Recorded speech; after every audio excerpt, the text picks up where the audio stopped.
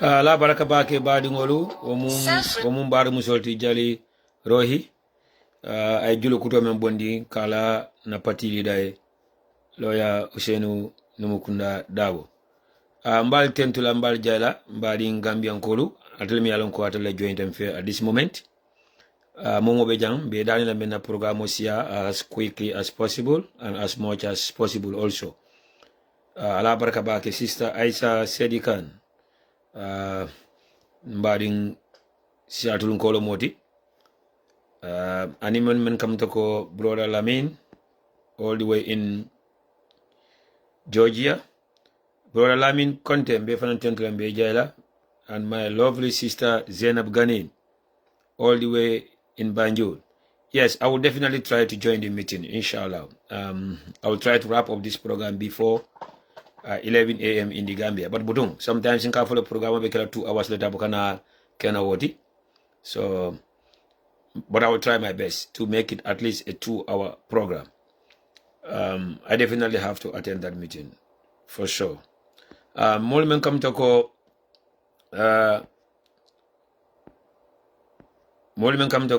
Mama Jawara and him brother Angale Jata. Brother Angale Jata, it's been a while. It's good to see you again.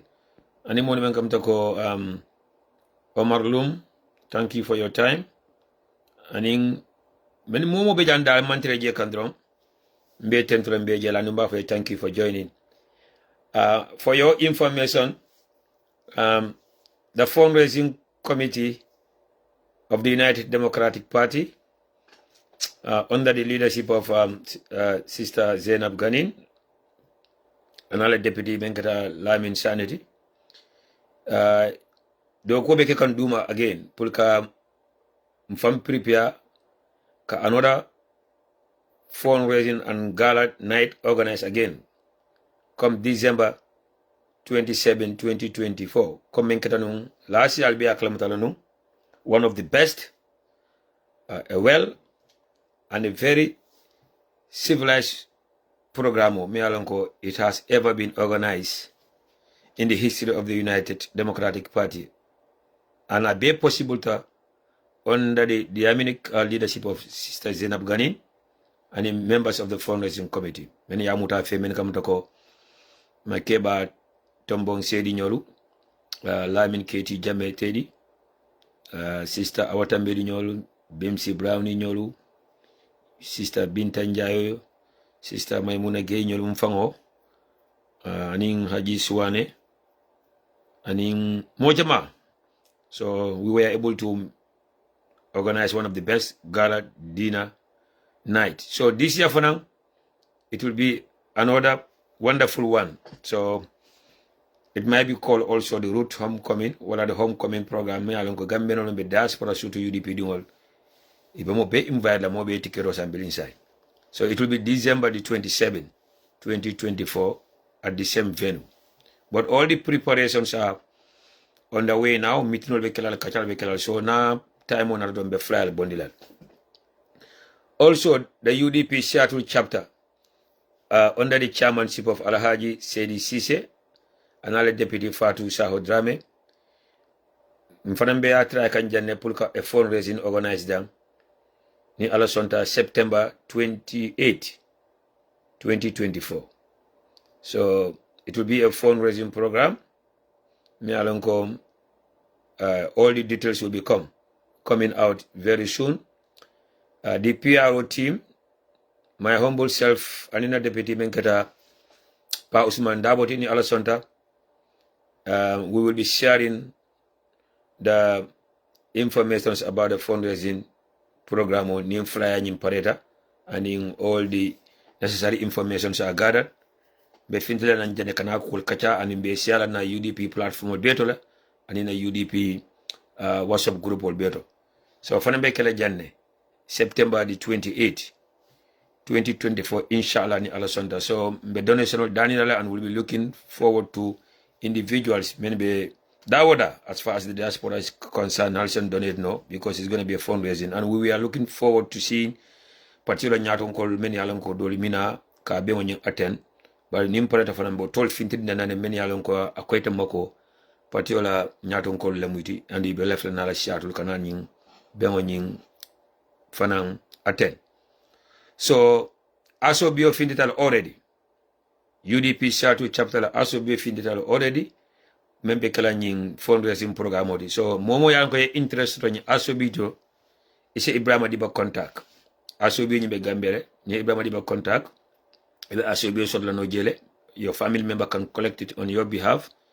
Ni lafta ka karaje ya karaje ni lafta ya kinan all the way to shatul ja yakara. So sayin ka baga so kinan shatul jang o manka probo moti jang mfangala humble brother menka da Ibrahima Dibati abe JPSK kanne anytime he left the bagage from the Gambia pray na shatul jang wala bagage be able shatul or any city in Washington state wala any parts of America pulka samba Gambia Ibrahima Diba sa contact no. So aso be fanam finditale the commando kala UDP dingol la men be America and in the surrounding cities next to the Washington state mo be dawda dro kana fu ma kala muta wala e betale. Come September 2028 all road leads to Seattle, Washington for UDP Seattle chapters fundraising program September 28 lunga mutatale plus booked already, so more details will be coming soon. So Sister Isa Sedikan, can you help share this message to your friends and colleagues?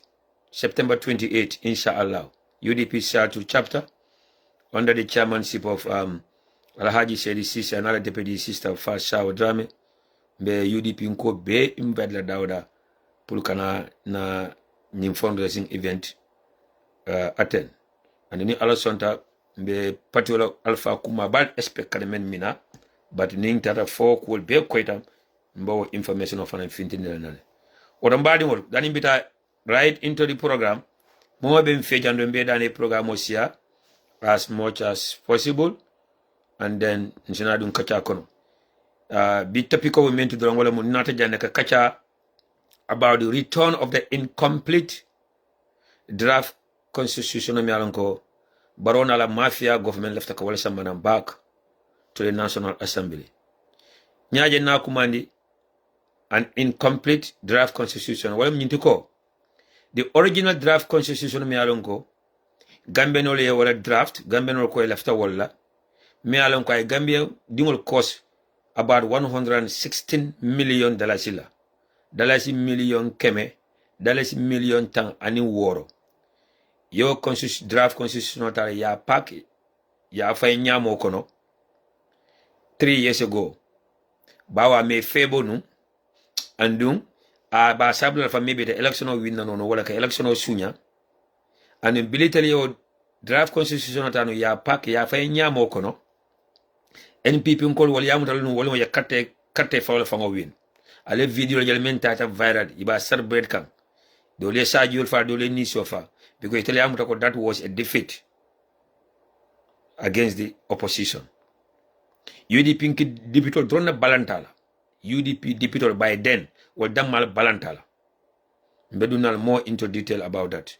And on a brother menkata seni MK Marinati, the CEO of Alkamba Times, alsala pejol follow ni watol kono, abe kacha jama kala wakulale, abe posting jamal kala wakulale.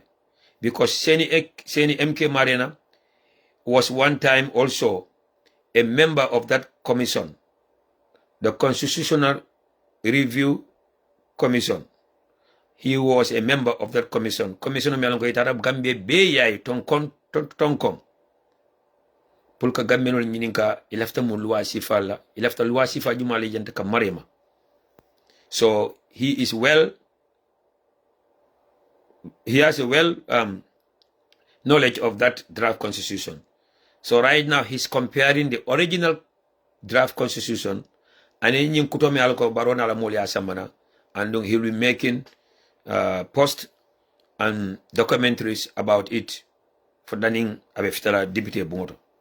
So with the help of the corrupt and the most disgraced Attorney General and Minister of Justice in the history of the Gambia, Namna Nyongosoro, ye na draft constitution nota the original one ya ta ya be falling say kana men samana member kono and what it means to the opposition and what it means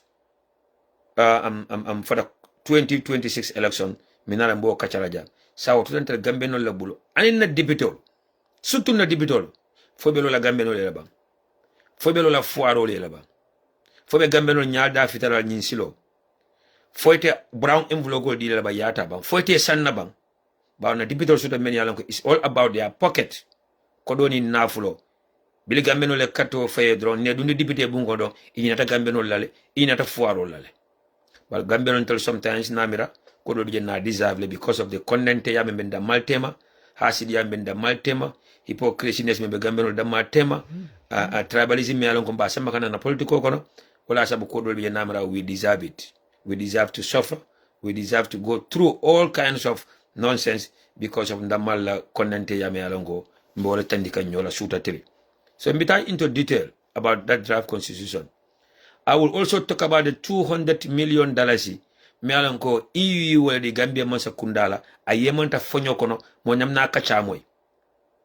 $200 million EU wala di Gambia masa kundala ni watol kono.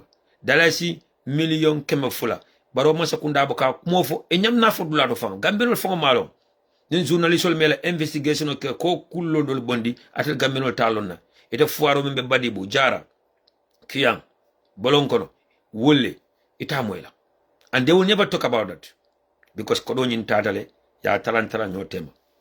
I will also talk about the IOC bawo IOC katala bantale sign ndesan sa kodi ndingo men tutaje ibol talaka nyotema men tata kanya about $500 million dalasi million kemelulu wala tuta IOC la kodoto sa kodo nyin ibol talaka nyotema sai yakamta ko buwalu kumun samoram duma monkey walk babun chop wala babun walk monkey chop mina mbo kumol fanam fala le jam altol kacha mo la de instead of ale diam wala gambe no atele mo nyaaso tribalism ki sosela ki olof la ki jola la ki duma ko wotel parce que parti sosela ki buguma ko parce que parti pol la wala ki buguma ko parce que parti lila tawlen dara de gaay ñangi na le nak di leka $500 million ñu ko leka diko sedo digante sen own family members yi yam ba dole yi nak yene ngi nekk fofu nak di heccio wante ci lan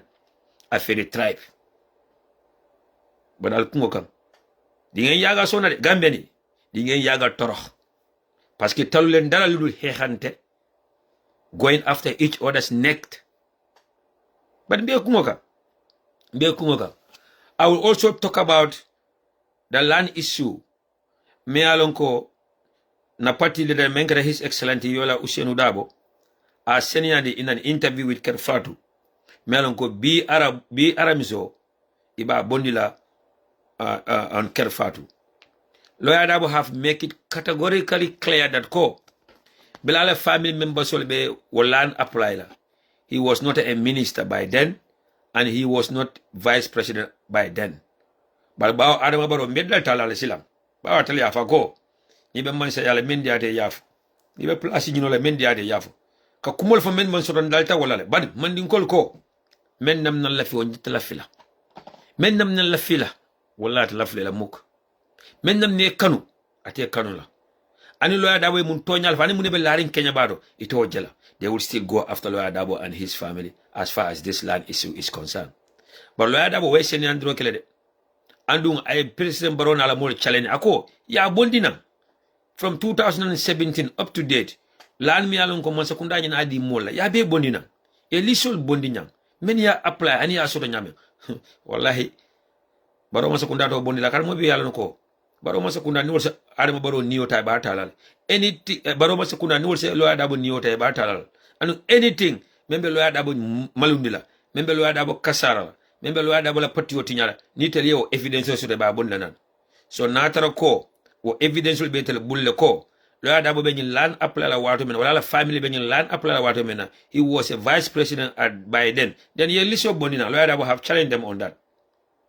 And another thing adama Barrow men fa ko Lawyer Darboe ye molki ata kanne pour ka dani pour la landia atala muso la na dingola o fana min kule de men ka ku kensen ama kuma kensen la man soro mbe o audio fanan player jana lo ada bola kacha da mandingo moy anim fatu touré menke. But if you want to see the full interview of that program, you follow Kerfatu bi aramiso iba bondilale. So mbe audio dol fanan player jana meni yalon ko yamarol lem meni yalon ko abota na UDP alpha lebulu ya samba na UDP dingol kan surtout meni yalon ko nyin wati tambila be social media ibe faran tarambul mal yala je ibe malba yala je ibe kulba yala je kota alpha la kumul moyla. So na UDP alpha men kam to ko the Honorable National Assembly member for Central Body Suleiman Sawo ay audio di dala ka yamaro fitandi UDP dingol ka pulmben haklo no nyame anin nyanta ka focus on 2026 ka nyame. Also the regional chairman for UDP for North Bank region menkata Seni Sabaliti ofana audio kele mi alon ka yamaro fitandi UDP dingol ma nala no ko silamde namol yenta ka kumo moy yenta ka alpha kumo moy yenta ka nyatun ko la kumo moy or lesson until left kala dingoti dingo mi alon ko wala left kala koro mi alon ko ibuka alpha kumo moy ibuka imam kulwo sodo alpha liye wala left kala farantam bulu mati wala left kala malba yakadura diati nyame ano buka hadama din what. No matter how strong you are, no matter how powerful you are, no matter how smart you are, you cannot bring the sky down. So Binta Jamfala Wakacha Kono Bake, because I have talked about it 2 days ago and that's final. Case closed. But many audio play la jana pulia marol dol miala unko namodo bukamoy isamoy no. So mbadi ngol danim bedu na kacha kono proper again. Momo bem fejang mbe dani da please al programo sia as much as you could. Yes, Sister Fatu Nyan Drama, you can say that again. Tribalism ak hehante monisonal. That's the fact. Tribalism ak hehante monisonal. My sister, how are you doing? I hope you're feeling better now. Somebody will alna la moy ñing jilo la mboka programme commencé no mani jilo play. So nsela moy ñing jilo la one more time dan mbedu na programme kono proper. Na sera di ma jilo. Bal na sera di ma jilo ka be yeman nambule maji jam flore. Tiers tier list. A tier is honestly So momo be mfe jandron al programo sia asmosa bolon si sebe jellal sera dima boka ku yamoy ndal to ku yade je do ta sera dima dama wara ku yala moy yura yo ne falceda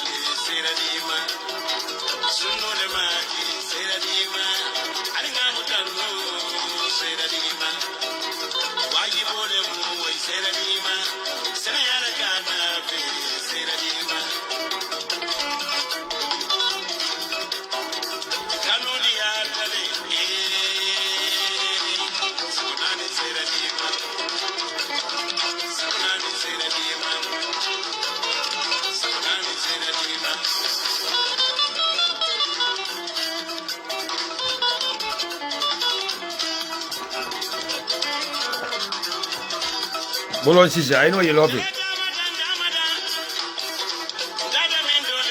Jërëjëf waay Sister Fatou ñaan yanna loy yanna mu yokku. That's my twin sister, Sister Kadisane. Mbe tentula mbe jayla. Mbe duwale luwolu alma ale joy ngan yola. Ebe la na flow ta kan la family time. Ebe UDP ko to dron su datli alma ale jo. Ale in Sawakin. My vice president is here. Yes, Drame, it's good to see you back. I was just asking about you 2 days ago. It's good to see you back. Once again, my condolences to you for the loss of our auntie, sister, and mother. Koli, yes, it's been a while, long time ago. It's good to see you guys back again. As I said again, Mbaru Musikendo from Ferajan Sarata Suwane, watching all the way from Canada. Lamin Yabu, Abaraka Bagi.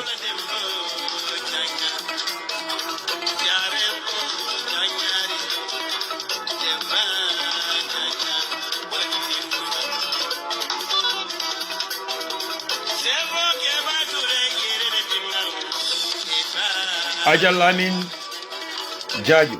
Wala Aja Nima Lamin Jarju. Yes, the OIC. San Kunyin Data. Alta Kumamari Bakodo Domokal Dumar. The world Talaka Tema, Mr. Diban Alamor. Isama, my lovely sister, Fatu Silla. Abaraka Bagi. My number one fan is here, Jahe Silla. It's been a while.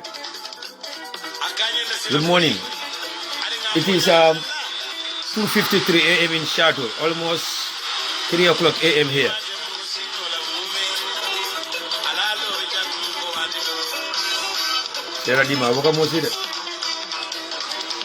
Somebody is watching all the way from Taiwan. Malu Sise.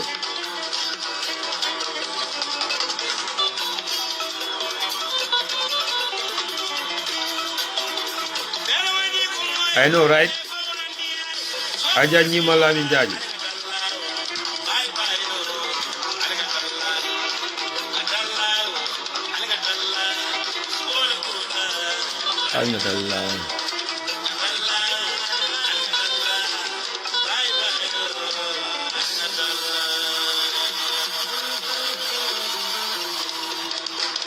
Abaraka Bake Jaliba. Sera Dima Kola Yetela. Omunkudoleti. Ka Sera Dima Kola Yetela. Omunkudoli Saka Ketiol ni Musitiol. Omuntimiliti Kulitoli, mashallah. Allah Baraka Bake, Atelmen Joindanang, Sister Kani. Yes, we're here today to talk about the draft constitution. Mi alonko barona la mafia group yawlata. Ya be manipulate ya dundi nyoko ne ko kana gambe no le nene sa ko sambana. Membe koma and what they are up to and why they bring in the draft constitution now. Lafta kana gambe no sobundi wala, ka gambe no sense about wala. Sa to gambe no le bulo ni la do ko ka nyama salam, ni me la do ko ka nyama salam. Surtout na dipitawul. So more Benfie Jandrong, if you have just joined me, kindly share the program. I know it's too early in the Gambia and some parts of Europe, but it is 2:55 a.m. here in the morning. Yes, Mr. Well, Madam VP, Yais Drame. For your information, Malo, Yais Drame is my vice president of the Sierra Dima California. So I will tell you what I mean about that. After Sierra Dima, you call it Ela. I won't do it. So, assalamu alaikum bading olu, bading Gambian kolu, bading Lamuir lalu, bading Jiber lalu, another bading ol melon kalamina nyim program Lamuir later on. Mbali welcome la to UDP TV and media. Be Aramisalumba, August Karo till Tang Anilulo 2024. Ndalam kotenka la broda sana Jarju. Nata jana kotenka quickly nalia kacha. Anabekela montro wati fulati montro wati saba. Kacha yenta nyaonya. Nalbita nyola wala. So mbal danila. Ale patient soto. Ale kumo nyilamu aning hakilola. Mo kana lamu aning jisola. At the end of the day, nata jana dompuluka kacha. Mbela nafa kuoro. Mbela nyatota. Gambela yuruwa. So that we could have a better Gambia for ourselves and for the younger generation, or the future generation, many alanko will live until normal. after almost 60 years of independence, after almost sanji tan woro bili Gambia fon sutanin sa intima, ani kuya warata bake, abala fa warata bake, Gambianol ka fako tubabu maro fon wala fisada, na tubabu bulu no an kabi walbe fisala no. Ani kuya warata le. Nkol leftam fan na sodola. 60 years ago na alfalu na nyato nkolu. Itara tubabol wali ko leftam fan na sodola, leftam nam fam mara. But after 60 years of independence, momo yewo kala moda up to now, ikanyina foko na tara tubabu mara ro kono wal fanga da hawa warala no. Bilin jawra jamano. Ya jame jamano nata. Bilimboda jawra jamano kono namira it should get better. Nabo ya jame fana jamano kono it should get better. But mboda jawra jamano kono it was getting better little bit anata mura kola be tinyata. Baro nata wayake mashi boti. So dunia banku dolbe boda kanga ibita. Ndela munuma damade banka munuma ka mulun kola. But men nata kunyim be bala fa wara. With all this backwardness and lack of development in our country, Gambianol kamunta ko an kabitel nyawante. Desan. Gambianol kamunta ko itel nyawante. Gambianol kamunta alabentel damale. Ndamale badi yalo. Everything is about mbokanize. Ndogali yala la. Alala la nyinitala. Alala la nyino jonga buka tambino wala. Enyam na diamu fang. The first thing that they will do walamu yeni ala fay nyoka kam to ko ite man tankene ya wayte man la ala la nyinola. But now nata ko nta kamu to ko ala ne maten telema an kabi ora border cross droita Senegal yedun Dakar sato ko no drom yemune ko la back to Gambia o de fanga be silal yaf ko do ala Senegal le kanu katambintel ta Nigeria ta Ghana ta Sierra Leone wala ta Guinea Bissau fongoto iba fla woto alay wala kanu ka kandam bintele la anu wala la dual jabi wala ka tambintela nato ko fon be kerim banko kawum alala la nyinoldi wala Gambia me bentel kan ka bintel ka proud loko Gambia mun kare banko do dual jabi banko le woto namal ni men tara Senegal ani banko doldo woto wala la dual jabi dantelde woto alay wala kanu ka tambintela because in terms of development, in terms of human rights, in terms of democracy, civilization, patriotism, and the love for one's country, wala bentel nyato. Kadanken ya ala la fanang wala bentel nyato. Yalante Rwanda nyol si fal fola. Nda South Africa nyol si fal fola. Botswana nyol, Namibia nyol, yalantol fola. Kenya nyol, yalantol fola. So the smallest country in Africa, with the smallest population, and kabintelela banko doko koleata after 60 years of independence, after sanjitan woro bilimura tubabo la marolo kono watal nam fanjibe kuwai nyime ke kan rakiran telebetara las banal nanyi mem fotel so ma dolbe ko ya fanyo ko hey imanya na wafala banko mi alon ka tel doyata Africa banko bet wala dunia banko bet o banko doko koleata dunia banko bet mine wo sabu tribalism he hante kanyo kele kabula nyo noma kanyo domo kunne ka fongane you are the best amulo morom gambeno dani ibe jella gambeno la fam yaje mbe provavol siala nin denkil lay men denkil momo ya sia yamro denkil la betel fasa kan wo kanyim fit about you proverbe sol mbe siala dulalto nka men siya gomuñ ko nka denkil la denkilul man siya gomuñ ko dara be dula beto al mamul be dula beto kawandol be kira suta tili. But when it comes to al na Gambia doku kuneka melni ya gen samorom. The biggest or the most dangerous disease in the Gambia is not corruption. Yes, corruption is one of them, but corruption is not the number one on the list. Njisol kurawo mbeje. Jawya mbe njisol kono. Konente mbe njisol kono. Fan jawya mbe njisol kono. Anun kudol. Walla mu na number one desisti. Ndeliante men jarala. Come now, Fallen, some time ago, I met a Gambian here in Seattle. Ntara kulio doloto. Malam fire in suit lebam, fakenje life lebam. I try fire political kachasa mananka. Akonye ko itaka party jumal fasa. Nka inte UDP. A content akonye ko. I'm glad that you are UDP. I can talk with you. Nga ko itebe mintole akata mantara dulato njelta follow fam kay lako wadante ni te kacala no ni mantara dulato nga because nal no kebe dulato bali te malu tele ka fo nyete be dame nga yente nyini kan te be dame na fo with proudness that I'm UDP and I will die as UDP nga bari ite ifele malta ka fo nyebe dame ali ala we mina fonte ako Dega UDP has the best chance pour que Ņi kunda jawbo ni membe Gambia. Ako he is not for Barrow. Barrow is a mess. Barrow is a disaster. Asontanyo nako UDP has the chance and UDP has the best possibility pour que Barrow bondi. Bare mina mala promoti loya Usenu Dabo. Ako ñin dañu wara change sun leadership.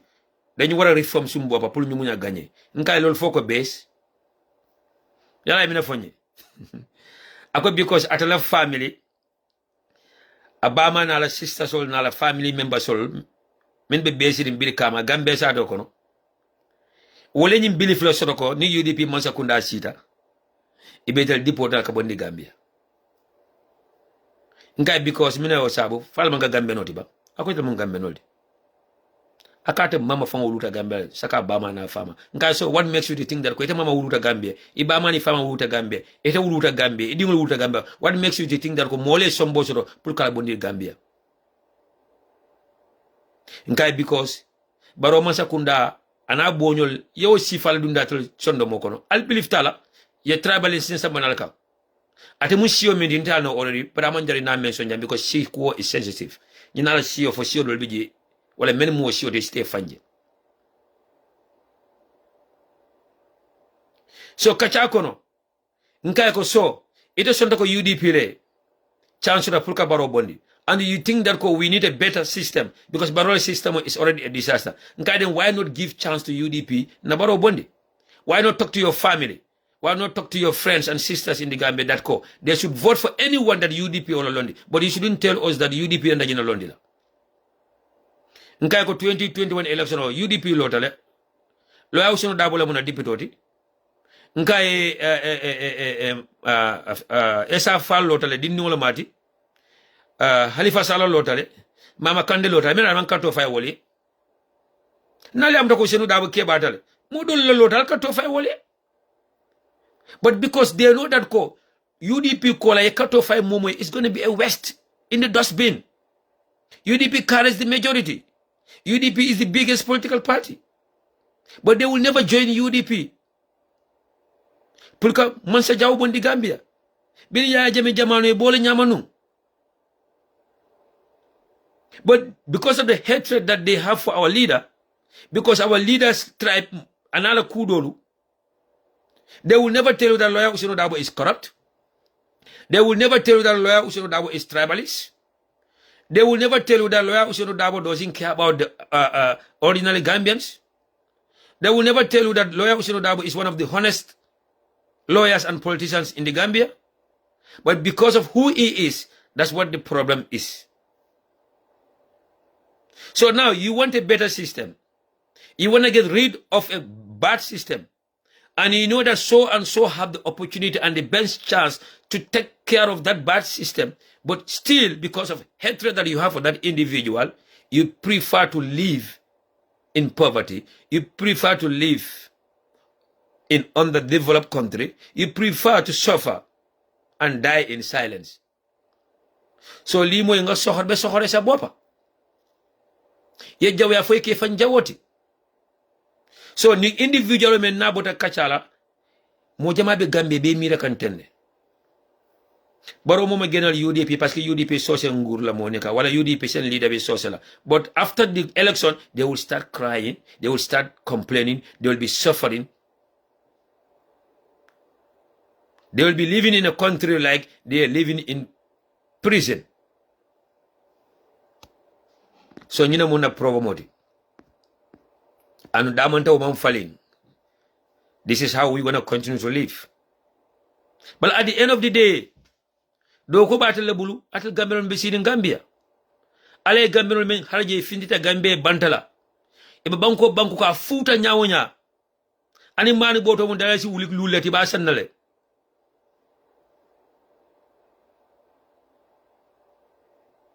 Gamberon me Gambela bantala. A futa nyawonya. Ani mani be Europe le kela be doka. Ani mani bodo kilon kasan dalasi wulilu lambasa nanola. Allah de maroka. Ba tele be Gambia. Do ko balbul. Ale silo yele yako arjana bunda fele. Dun tani ñi ne dun arjana. Tani ñi ne dun jahanaba.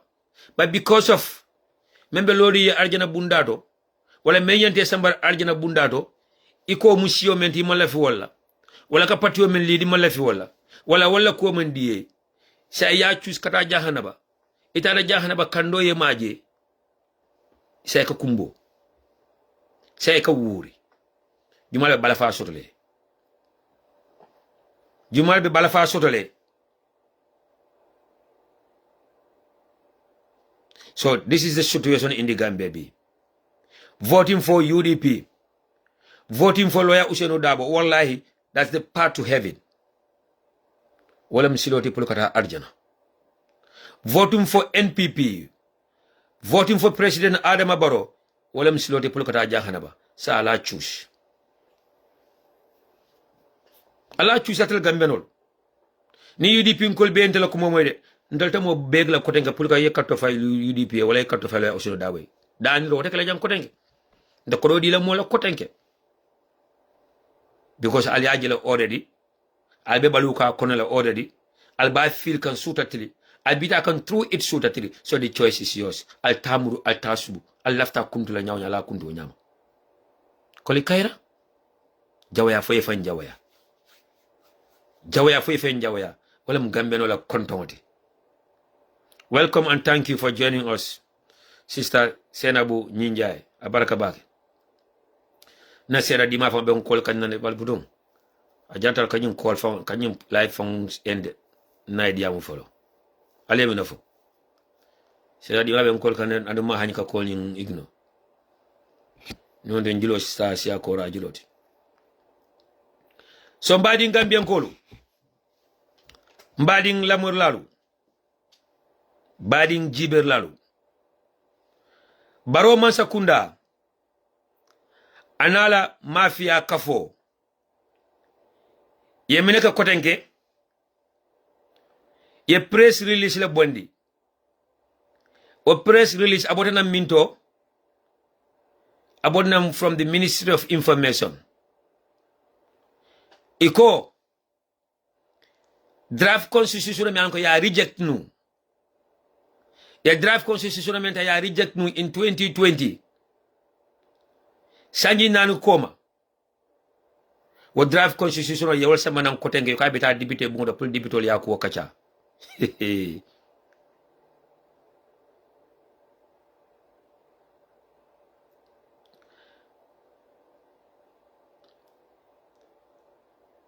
baro mansa kunda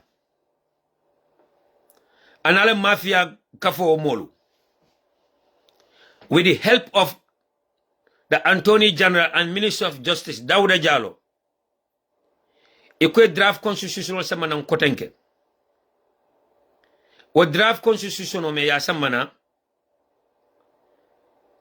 wala mo draft constitution kilimo me alon ko internal no in 2020 before bita carte fawla in 2021 itel lota ya reject for NPP ko kal celebrate ye sajul fa ye nisol fa because that was a victory for them because member draft constitution o kono Gambia dingol lafta loi menna Gambia dingol lafta maral bunda sifa menna Gambia dingol ko ilafte la constitution be kala nyame itel ko mal lafi wala because ma adama baro febo so e balanta ka draft constitution on pass by then sanji nan koma sa o draft constitution o yor mundu nan kotenke iko sa député le kacha kola parce que sanji fulal ben ning Electoral tema 2026 inshallah bali minen nata ke jam idaji ko dalta menna tapale ya tilmbaya ani man bala fa men soto draft constitution la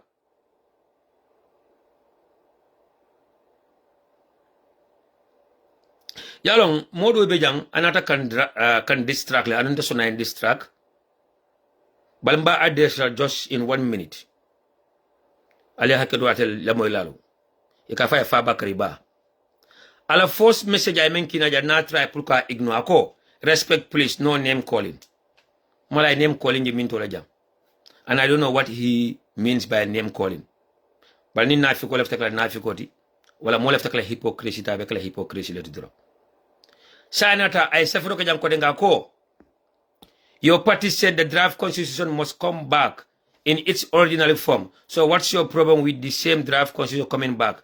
Fabakari ba, are you 100% so any alatala manso tema sa digante yala yo kene yadem sa ba melbi. The draft constitution that is coming now, it is in its original form. Are you 100% so? Munga ko wat yala fi sa digante yala. Sa digante sa ba mel. Thinking about the first 3 nights in your graveyard. Draft constitution bo xamne mom lañ indi lady buga ko yobbu ci National Assembly, that is in his ordinary form or that is in his original form. My friend, let's stop fooling ourselves here, man. Mafia is a name calling. So what about if they are mafias? If they are mafias, if they are there stealing people's money, the rampant corruption, the nepotism in the system, the lack of justice, the tribalism in the system. So is that not mafia? Are they not mafia? Like I said, I will not allow you to distract me here.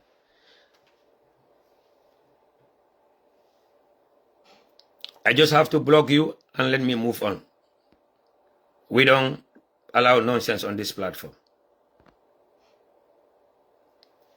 Somebody, Gambian Kolu, what draft constitution me alonko?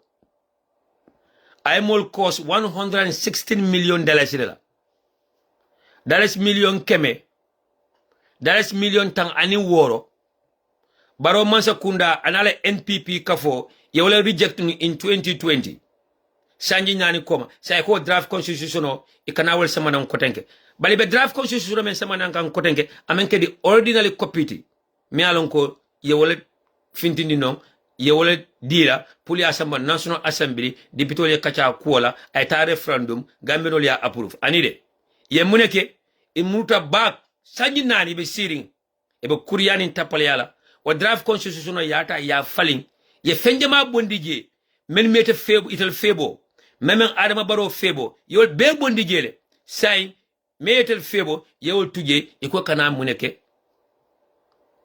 iko kana simana député bungoltu pour dibito le kacha kola sa yeni draft constitution men samana ila plan movement an memba koma kana wala fale ja atel gambian kola ila mani hakkelola na le tribalism samana nyinkan anyabal buluje na le politique ko samana nyin ko kono jang anyabal buluje na le konante ya nyin jawya samana nyin ko kono jang anyabal buluje bal membe kerinte bolo frale jang al sonta ala salam al manson ala salam.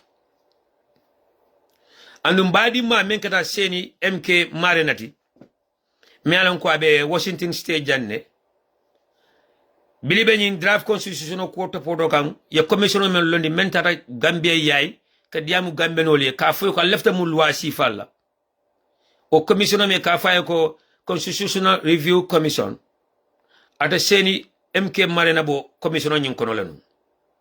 So constitutional original copy be bulle bili nyin kutoma fanan men nata yo fanan sotole atata difference jibe membe tema ye falindiro men kaja aye befo anu akoni ala sonta kata lokun kilin nyato lokun fulan nyato lokun seba nyato fo dani nyin draft constitution bita député bungodo abe kala kacha kala kulale ka gambeno kala mutandi membe ordinary version nyin kono the original one même folo finde même ba kono ye mine bondije ani mine la faje ani mbe nyin kutoma kono abe differential fona molele oto atelbe dawoda ni man time sura pluko audio lamoy wala kata YouTube wala kana Facebook alsitano seni MK Marina la Facebook page oto mi alon ko wala kata di Alkamba Times ti albe nyin kacha dal jele wat ni wati.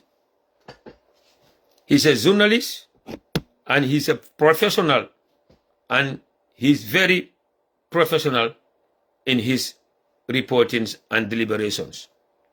So mbadi ngolu constitution follow men di data nu the draft constitution men follow di data nu melon ko ay gambenol cost $116 million la million keme million tang aning woro Gambia foiro la kodo taxpayers la kodo o constitution kuto manyin the original one o barona la mole menta ya fay say nata Anthony General and Minister of Justice Dawda Jalota ka use e kay na fake one o dida na fendi da mialon ka be baro mansa kunda febola say so samba dipitolia folo ya wuli mine kan UDP ko kana wala stop ya wuli wala kan pour que UDP mansa kunda stop pour UDP mansa kunda kana soto pour UDP kana election o winno ya wuli wala folo kan ya wuli wakan dalilo men minal no faram fale jam alila manin hakilola mo kanela manin jisola mbadi Gambian kolo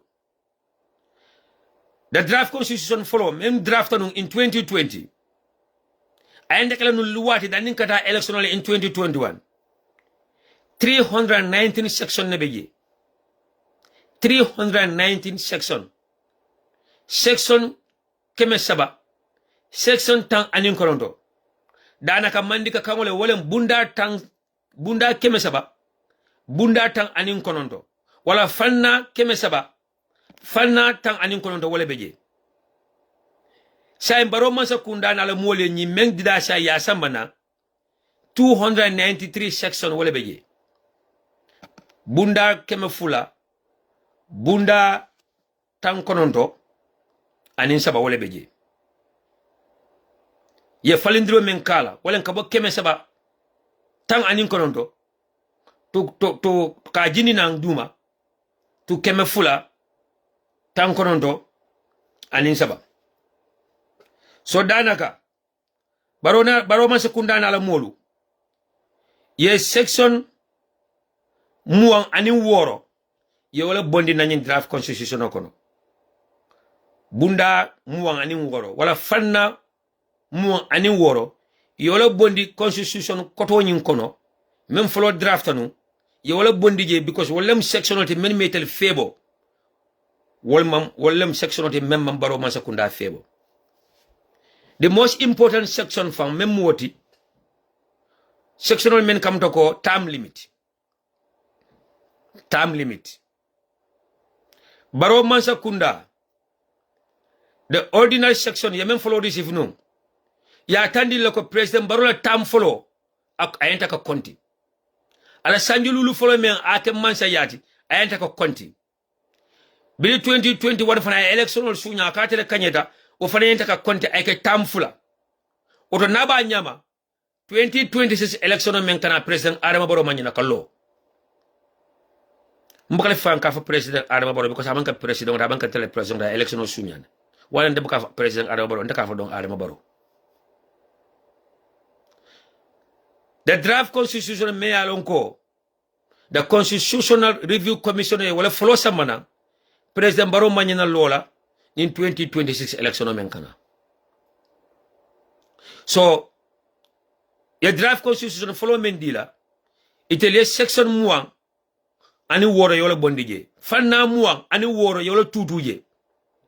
andun time limit bo wala kono time limit wala mintu ko gambe president ike bayata wo idwan ke baya wo yedo ko ke wo e man do ko ke wo ye sangole jindinan e man sango jindinan tam fulay manyana tambilala wala msanji tanti ele sanji lulu folo ni aliya ke yel sanji lulu fula nyango fanya kanyetale e manyana tambila wo sanji lulu fula nyango la anika ye gambe bele ke sanoti anika molla kodal fonke sanoleti banku demokrasi be tamaka nyama banku loi be tamaka nyama banku yel respect for the rule of law president Bukatambi tam fulala banko do be yela tamo kaka sanji naneti banko do be yela tamo kaka sanji lulati banko do be yela tamo mu sanji worolti banko do be yela tam kilo mu sanji worolati bala no matter what tam fule manyina tambila wala so wala ma arma barona la mol febo wala asabu sanji nani koma yebang ka draft constitution yinta ka approve at the National Assembly thanks to UDP Mansakunda wala thanks to UDP dipitolo ala haketu thanks to UDP dipitolo wato wala fanam balanta iko draft constitution ala ordinal formo anata nyamen wala yentena la député bungoto wo time o UDP dipitolo ye campagne kele ye daniro ke nyon dipitolo la menbe député bungoto wo time o na party leader fanan diamuta Caroline daniro ke ako dipitolo me député bungoto yo draft constitution yinta ya pass parce que wala gambelol nafa ntelema UDP la nafa jeje fa UDP faible fama UDP faible bala o draft constitution was the best constitution for the Gambian and the Gambian people UDP dipitol and UDP patio and UDP nyatonko iko draft constitution e pass NPP na la député kurumol yebang ikata pass la al salon ko UDP Mansakunda no sita Gambia Mansakunda be trinale silo be tamalal parce que na ba nyama 50+1 o ma UDP febo 50+1 pour ka foko patio yanta 50% sotolale wala mu katte keso nin kemelam yanta tallulu wala nin kilin sotolale pour ye election o winno nin election o keta force round o parti man 50% soto mbita second round comme Sénégal kala katte fa waka yame ama UDP febo ba on tele kele la jadal bala wo nyawnya UDP la patio ba usun la nyaton ko yakam anina député be député bodo iko anikabi wo loi ta parce que itele maji be loi me UDP febo an loi me UDP febo ye menje wala Gambia anin Gambia dingol barbaro Mansakunda anala o député o kurumol ni men yalon ko wolle kafutema itel de voted that ko o draft constitution o manyana tambila because time limit o membeje wala man president barota ka febo so ala de maroka kato nayanta faila député bungoto about the draft constitution abekala a 75% threshold amanke single majority wala mnyinti ko ninkate fayo keda ani moya monyo dan kate kese kilina letela kanyeta bali draft constitution be nyamen ala kumaya ana kono fanuta nyamen nin dibito be kate fawo kala about the draft constitution abuka ke single majority let akake a 75% threshold let wala mu nyindi ko keme o keme taw woro wala nyi lulo nyanta fala ha sontale ni mon song atita wala mu de maroti ani sutro me alon ko ala yala mol kam on lesson until ye falindiro ke kuola and the last time na men long constitutional ko nin kato yenta faila kuola 75% of the deputy member deputy bungo kono yenta sonnal al play pass wala mu nin deputy kemel be deputy bungo kono taw woro wala ni lulo be yenta sonnal al play pass no odo say 75% of Gambian deputy wo yenta kala deputy tan nananim feng because Gambia be député talulu anin lulu wala député talulu anin nani wala beje ni manyina alim makoy député talulu anin nani wala député talulu anin lulu wala beje auto sign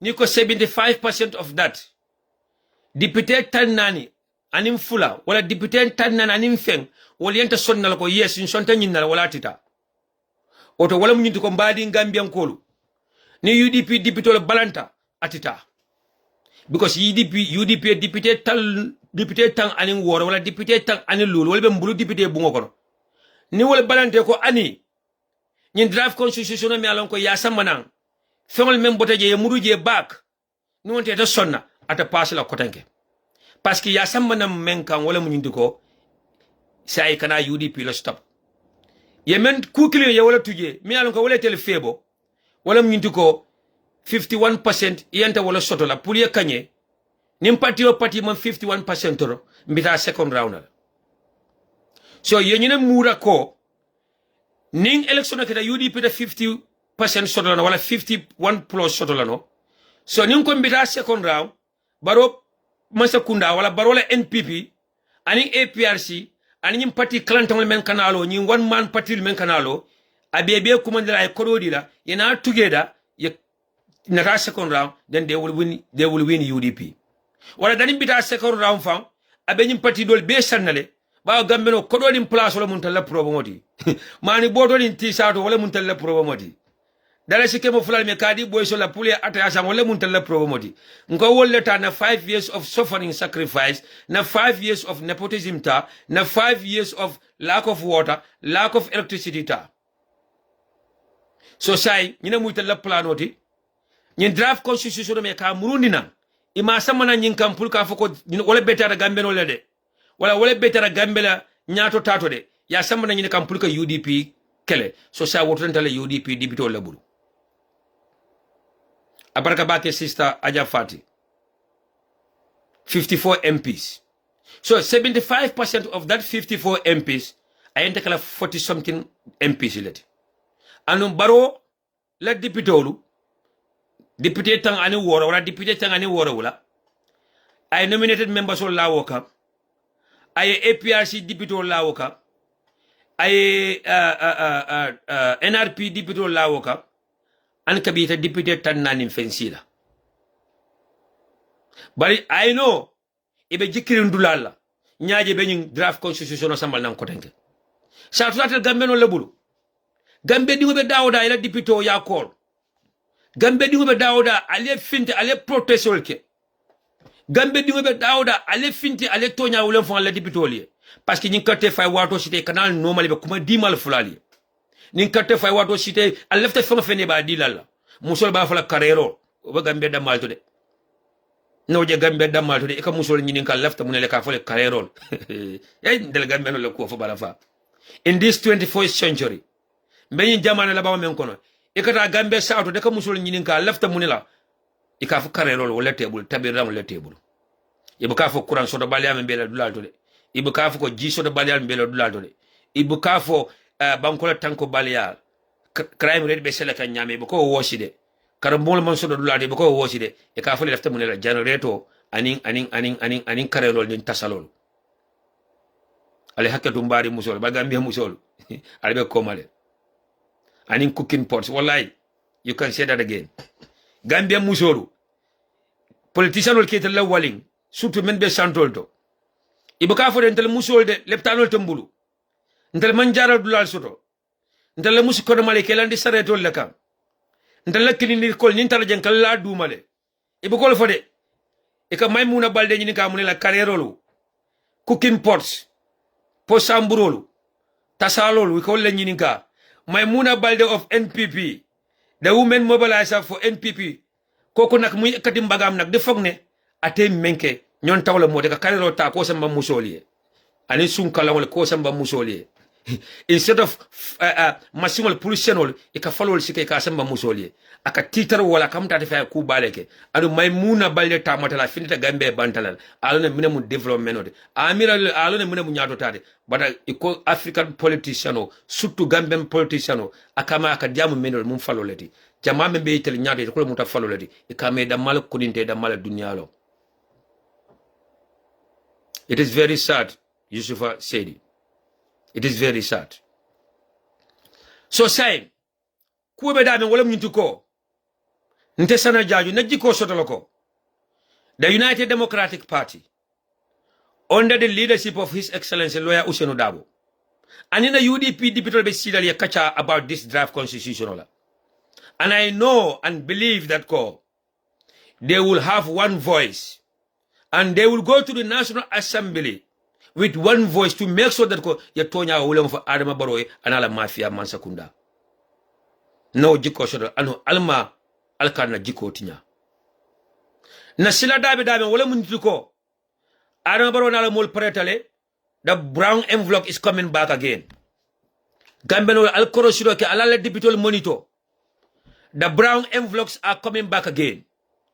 Iparetale millions of dollars is wala prepare ye wala lendi karla sai pulka na deputy ol sang so that nini draft constitution tata deputy bungoto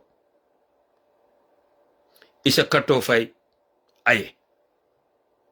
So ni draft constitution me alon ko ay gambeno cost $116 million ye section mo ani wore yola bondije ye time limit o bondije le wala ñu ko Adama Barrow be marado kala diata ñame.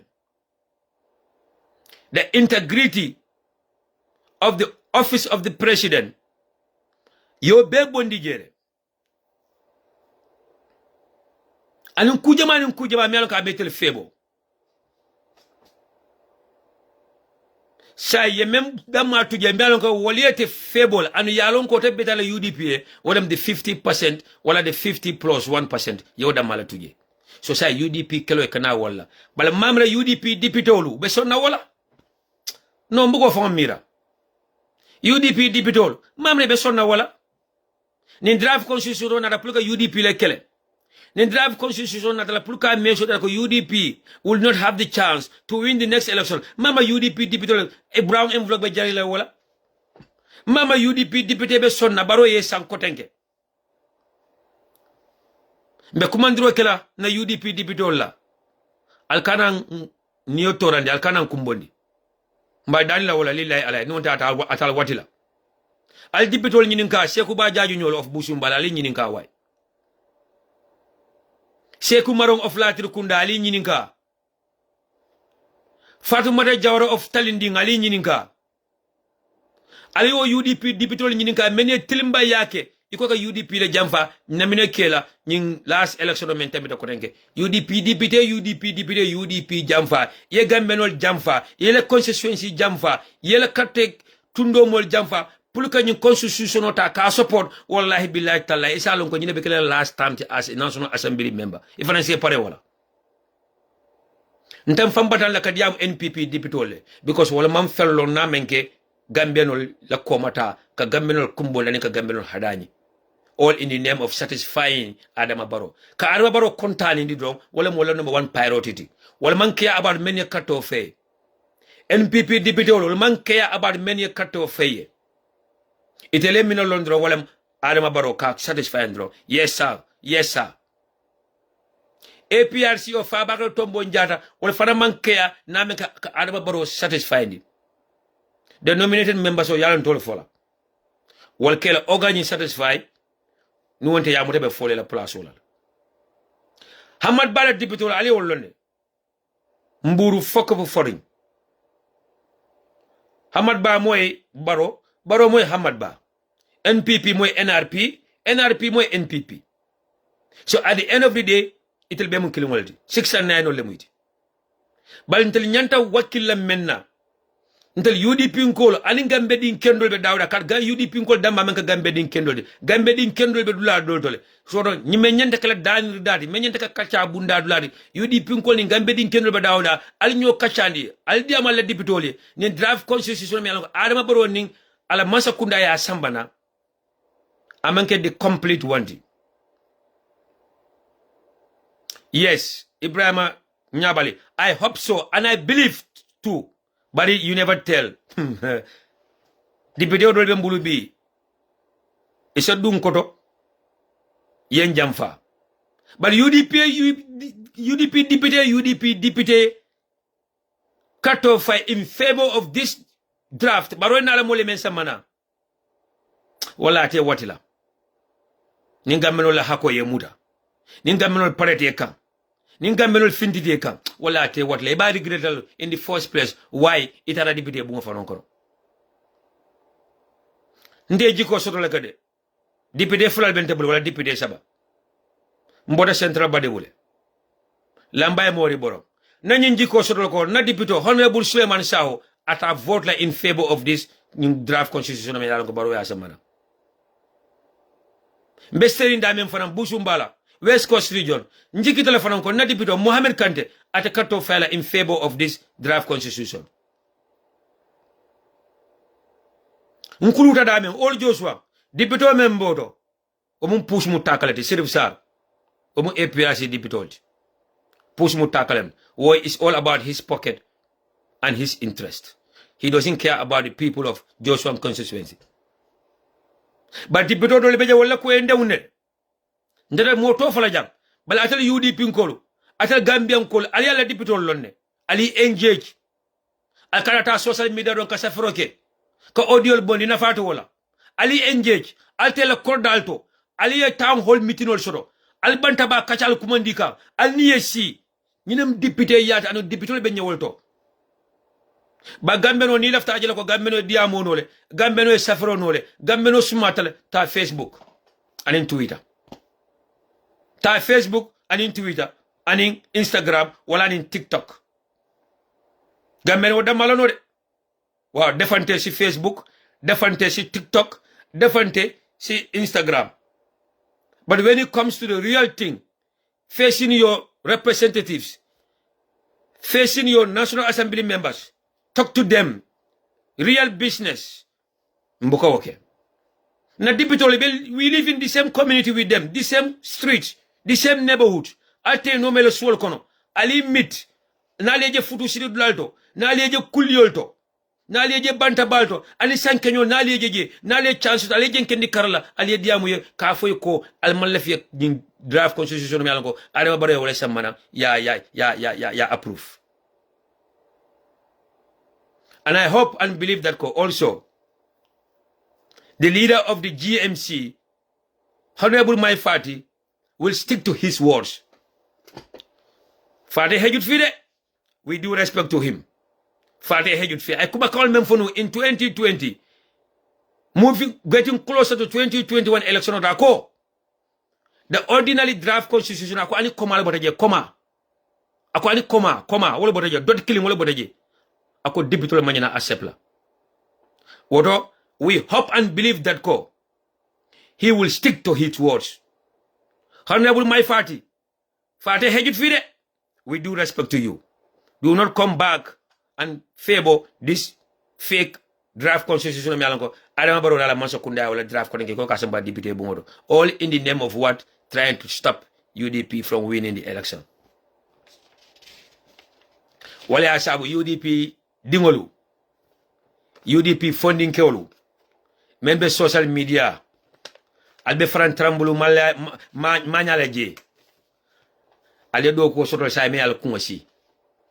Ale kacha da sotol say me al kungosi.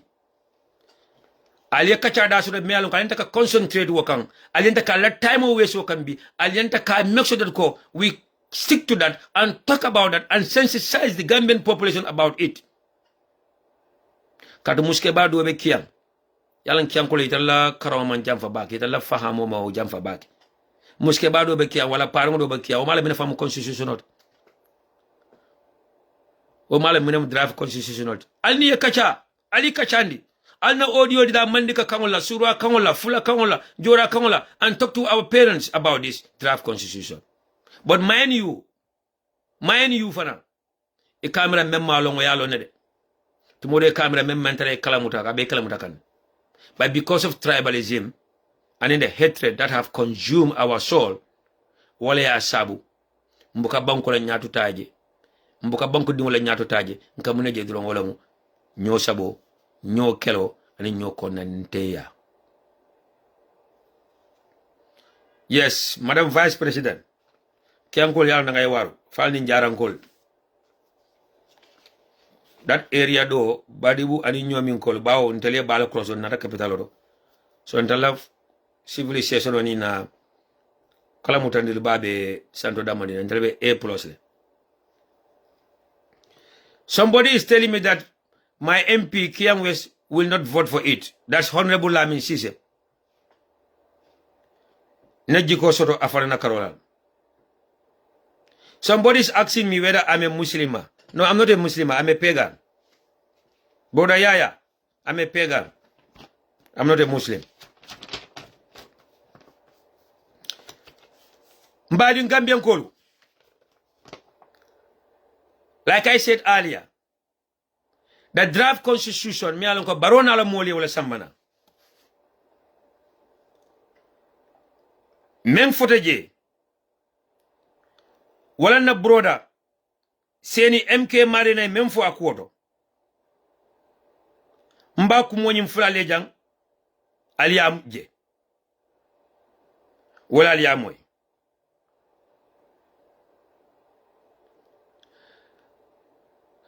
Brother Yaya, for your information, this is a democratic platform. Every single person is welcome to be here with us. And your opinions will be respected, as long as you are not using any foul words.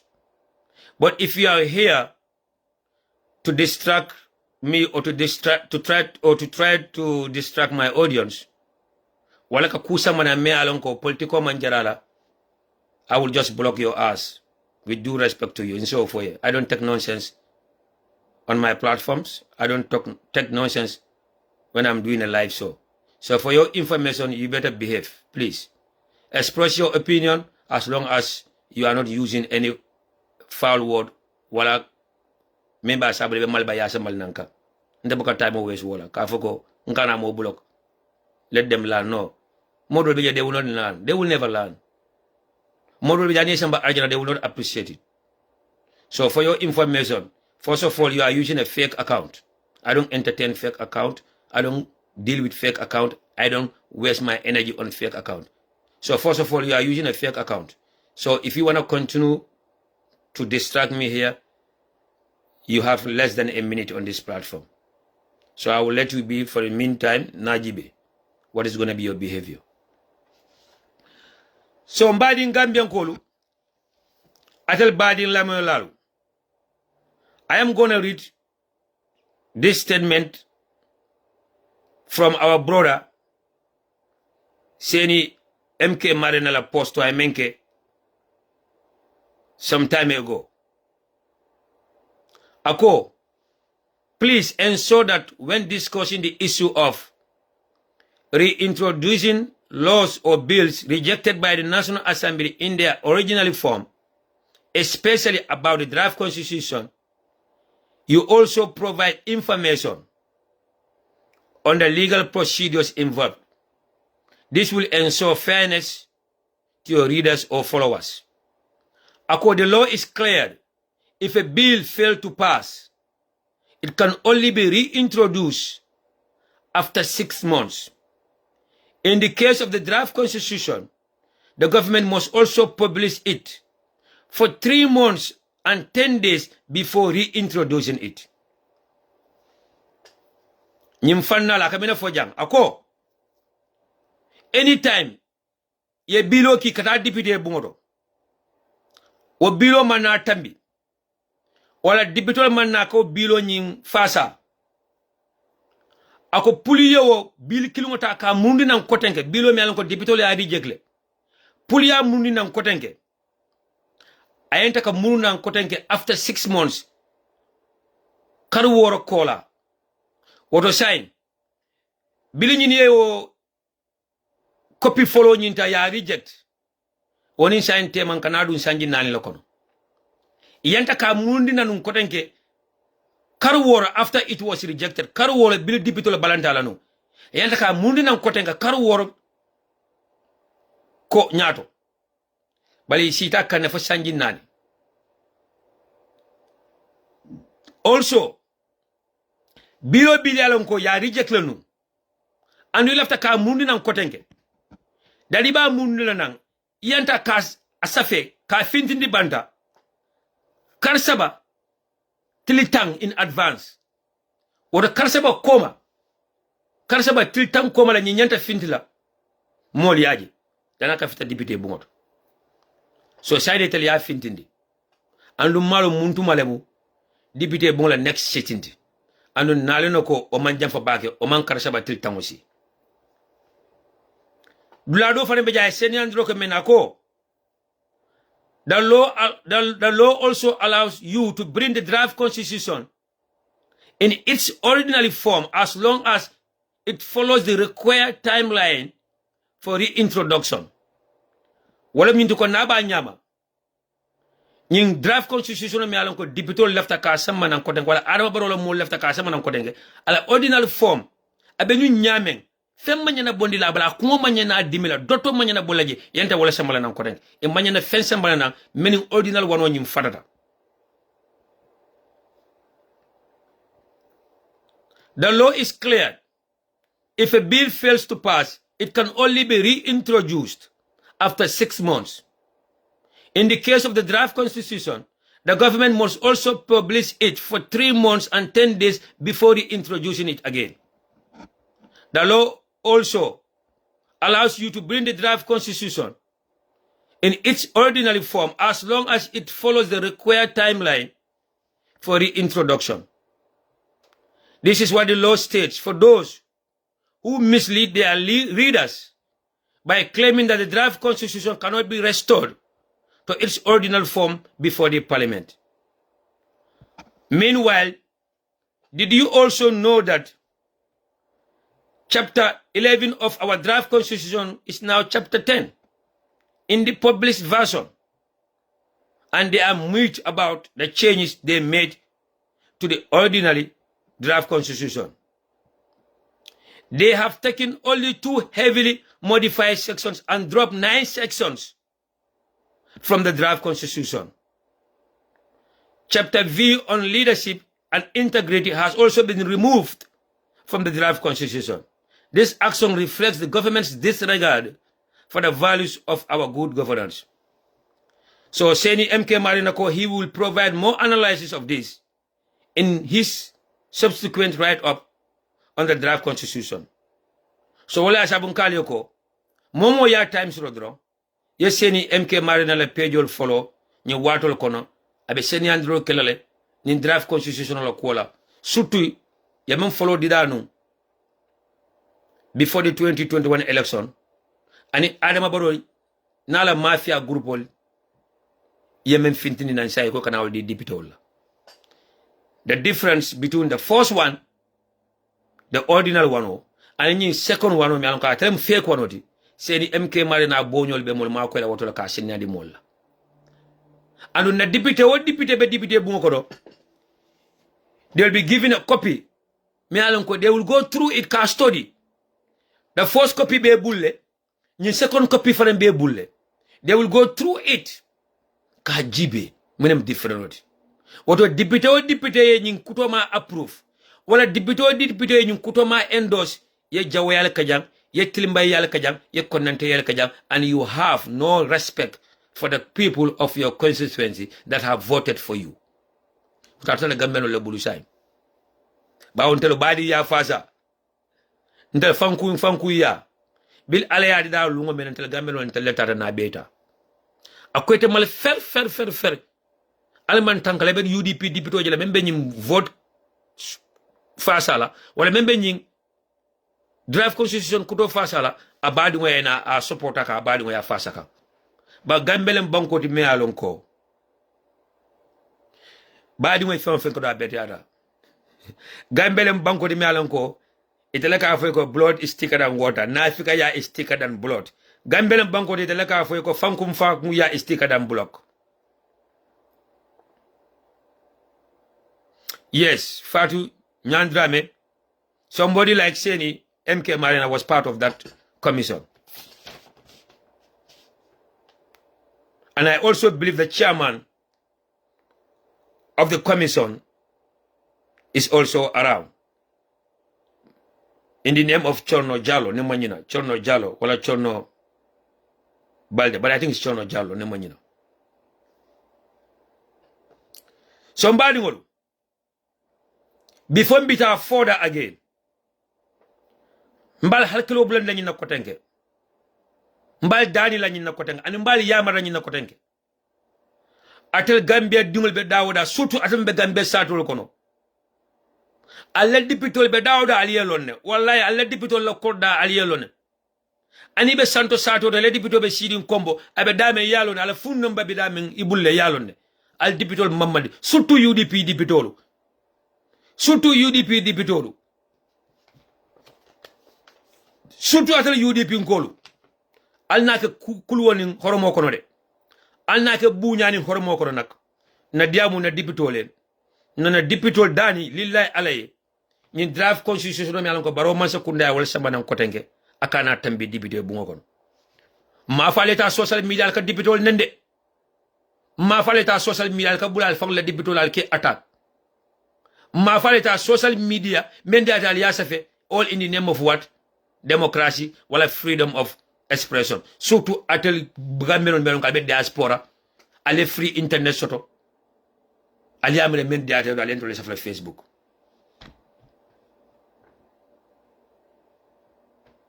but at the end of the day baro masakunda e kanyen draft constitution men mulu nan wrong wala how to stop UDP and lawyer Ousainou Darboe so bral ka fa mena de xamna ne lawyer Darboe sonal na ñi de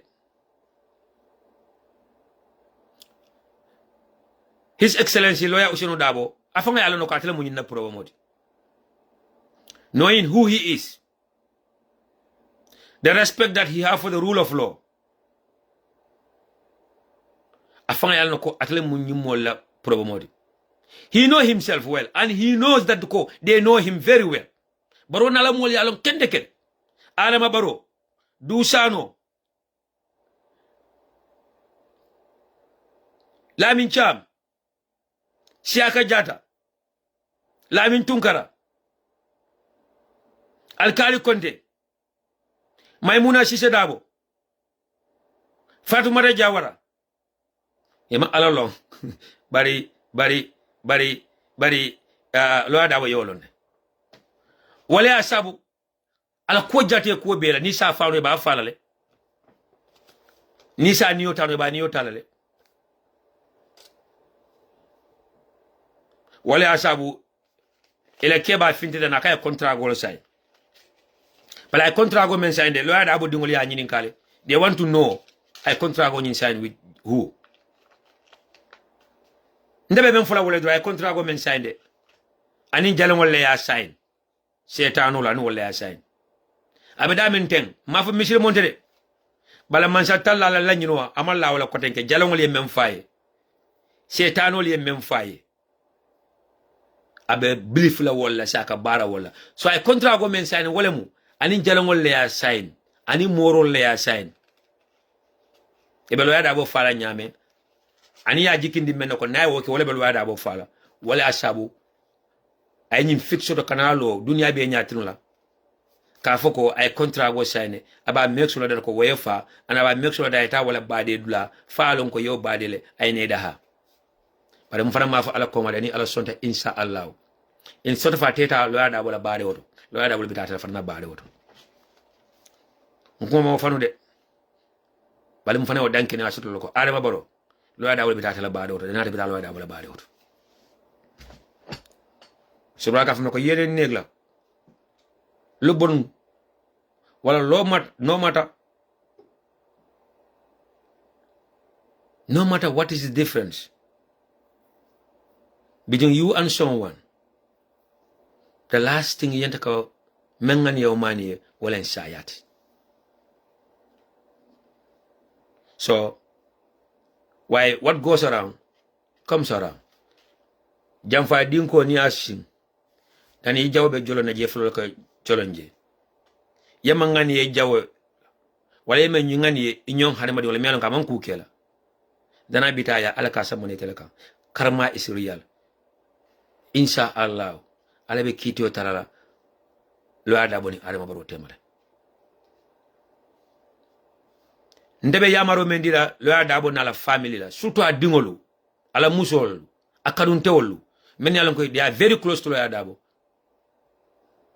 nina kundingo nyawonya nina londi soto balia nyawonya mbe advice men dile wala mintuko lawyer Darboe should not honor any invitation to any government program. He should not honor any invitation to any government program. Now, he should not take anything from there. Gio anatondo akana minji. Ibe jika women lon la nyatri ngola ibe posino kala je plami. Ibe domoro men dilala, they will pay somebody in the kitchen ibe posino kala lo dabro domoro to pla dom. Niso mo jono pla attack afa iba kelale. Moria karola alkana fambadande wale bokane. Al bilifta al man bilifala. Moria ku e bola 24/7. Morol ba amutala nyamen korotewol ibo kikana 24/7. Duwala jabita loya usenu daboma. Ala make mo 15 centi. Abota dame ngo manka dula 15 centi. Amambo mo 15 le bala. Wali asabu abe simaring an kabi. Ano insha Allah mantra saya dua kede ko itali ya dua lo ada be nyamede. But insha Allah lo ada mo jamal sharing ne telephone kono. Wata bayela. Fo ya jame ma fa be Gambia rulal for billion years. Fo ya jame mo le fono. Fo ya jame ma foko ani Gambia non ban katto faate jinol minale katto faay. Fo nyina tawala jan. Fo ya jame ma foko tabe sila diata e nyawo nya. Na pata afonga moto mbaba adile menna adiala. But ya jame nya moto lo bota Gambia de. Ya jame was given 1 hour to pack his stuff and leave the Gambia. Fanya nata wolale.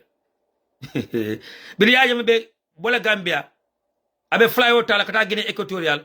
Ala mulka kumbo feka boy fodo leka ketu ali nata wolale. Where is ya jame nyao? Babili Mansa.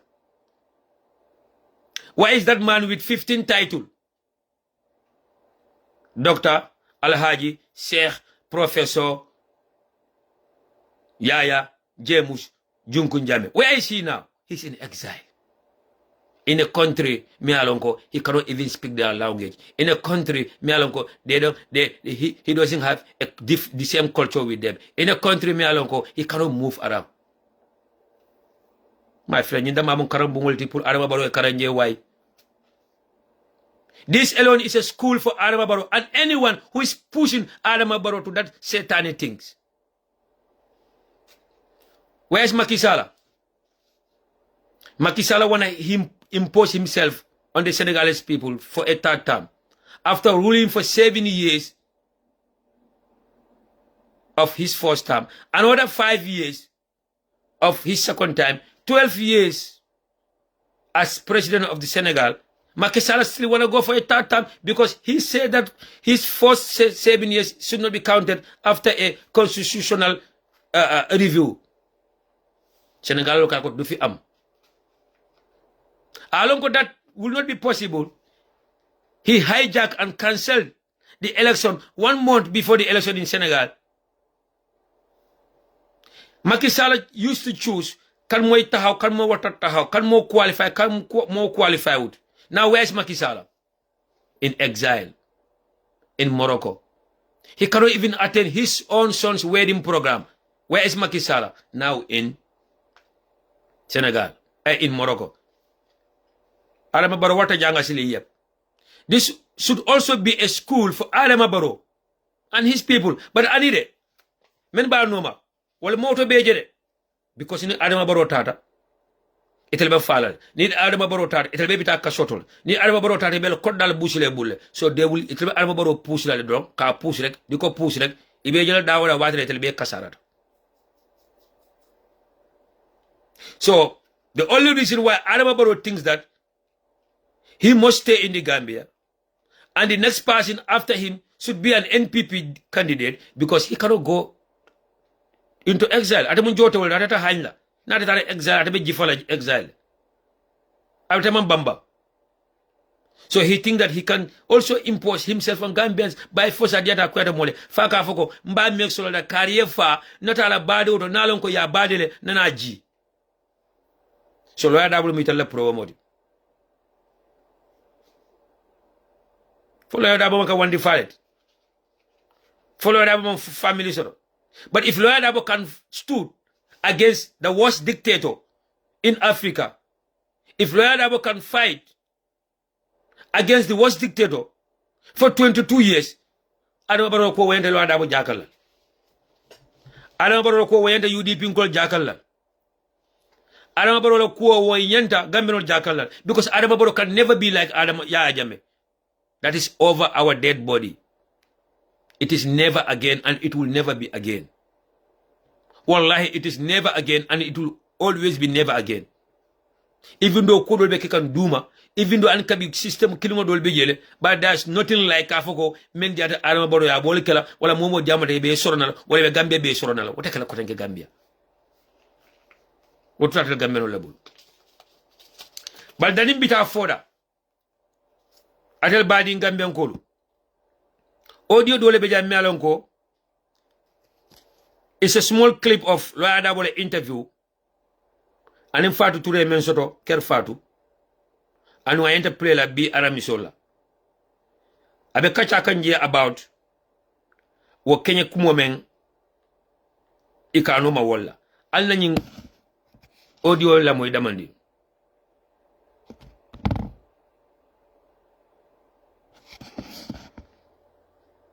My chairman, I love my chairman. He is that, you know what I'm saying? I love his zeal. And you know, he's the kind of, I know, that's my chairman. But Talib said that, and Rohi, you know, basically, I think I didn't hear her say that, but I guess that is her stance. Because yesterday I heard her say, "Manmala on the candidate la," so meaning she's not. If she's not, but people are saying they want her there, and obviously Yankuba, Lamin Sane, people are also saying Lamin. You know. Now, all of these people are saying, if you are not running, and until you address this conversation, there are going to be back and forth in your party. And that is not going to be good for your party. Now, you think it's time to address this? Are you running in 2026? You tend to forget. Yeah. You tend to forget the transient nature of man. Okay. Sa alila mo nyim part la jang carefully. Ikana nyini ka Kenya kula janne. Ani ya accuse menna. Ana mention ya dijang. Bal namra nyin nafika ya mantra caring. Kondante ya mantra caring. Jaw ya mantra caring. Mbe Lawyer Darboe integrity lonne. Not because I'm a UDP, not because he's my leader. That's why I'm supporting, or that's why I'm agreeing with what he said. Why mbe ano Lawyer Darboe kuma kensenfu. This man have never lied to Gambians, and he have never said anything. Wala ka balang kula mi alon ko atle yake. Nano ko Lawyer Darboe kuma kensenfu. Likewise, Adama Barrow benyame. With due respect to him. So I don't kuma kawla jam. But at the end of the day, men man lafi will tell lafila. Many I hate, they will never still want to hear what he said. Those who hate him because he's the leader of the UDP, those who hate him because he's Lawyer Darboe, those who hate him because he's a Mandinka, they will never like or listen to what he said. As long as it is against Lawyer Darboe, or as long as it is UDP or Lawyer Darboe, they will never see the truth, and they will never like to hear the truth. But member Kedun Drum, and UDP ko men fanalon ka yal fan ko fisin nun ko lale, ali la mo Lawyer Darboe ko mo la jam. Ministry is saying these lands were applied when you were in the office as vice president. I believe if it was applied during that time, it's abuse of office. Because I think one of the issues we discussed, and somebody also said, if you are in office and use your influence to benefit yourself and a family member or something, that is abuse of office. Why do you throw stones when you live in a glass house? Fatu, my wife and my daughter never applied for land when I was a minister or when I was vice president. You must be equally misleading people when it... Aleo moye. Lawyer Darboe, his wife, wala his daughter, never applied for a land when he was a minister or when he was the vice president. And Lawyer Darboe was dismissed as vice president in 2019, if I could fully remember. It was sometime in 2019. Nemanyina January karo konolem. Wala early February. because in the UDP Shuttle chapter na Congress o me na kejam o Congress o kita no February 20 something ne and lawyer da wona ta wotore and bila mi na what wa try he was dismissed as the vice president. So he have make it clear that none of his family members have ever applied for a land when he was a minister or a vice president. And knowing this man fully, no, Jeremiah, it's not March 2019. No. It's not March. I'm 100% sure of that. Like I said, UDP Shuttle chapter Ntalaw Congress on Nemenkeja, Waketa February Karolo 2019. And Ulara women our Congress of Waterman were at Yabaile Fapreta. So it was January kana February kono, but not March. Yeah, that one I can tell you. It's not March. It is sometime in January of 2019. Thank you, Fender. Thank you, Fender. It was a week before the Seattle Congress. Fender, Seattle Congress was in February. It's not in March. I fully remember that. The Seattle Congress was February 20 something. Because I can fully remember the Congress was in Saturday, and then we have the meeting on Sunday at the church. Then early morning of that Sunday, I left for Gambia. The early morning of that Sunday, I left for Gambia, and that was February 28. I think February 28 to February 27, that Gambia. That February of 2019. So it was not in March. I can fully remember that. I know it was sometimes before the UDP Shuttle Congress. So the UDP Shuttle Congress was... No, it is not in March. Come on, man. Ndabota February 20 something in Tata Gambia. Mbela ife no tembo sambalal nan. Alta UDP Shuttle Congress of 2019. That was in February. That was in February. Jeremiah, I can bet $100 for you on that. Trust me. And I will. I can bet $100 on that. UDP Shuttle Congress. Shuttle Congress. Some of them are sleeping. Some of them might be at work. But I know UDP Law Congress in 2019 was held in February. February. Bio is saying March of... So then UDP Law Congress kata karajumala ko nalim makoy.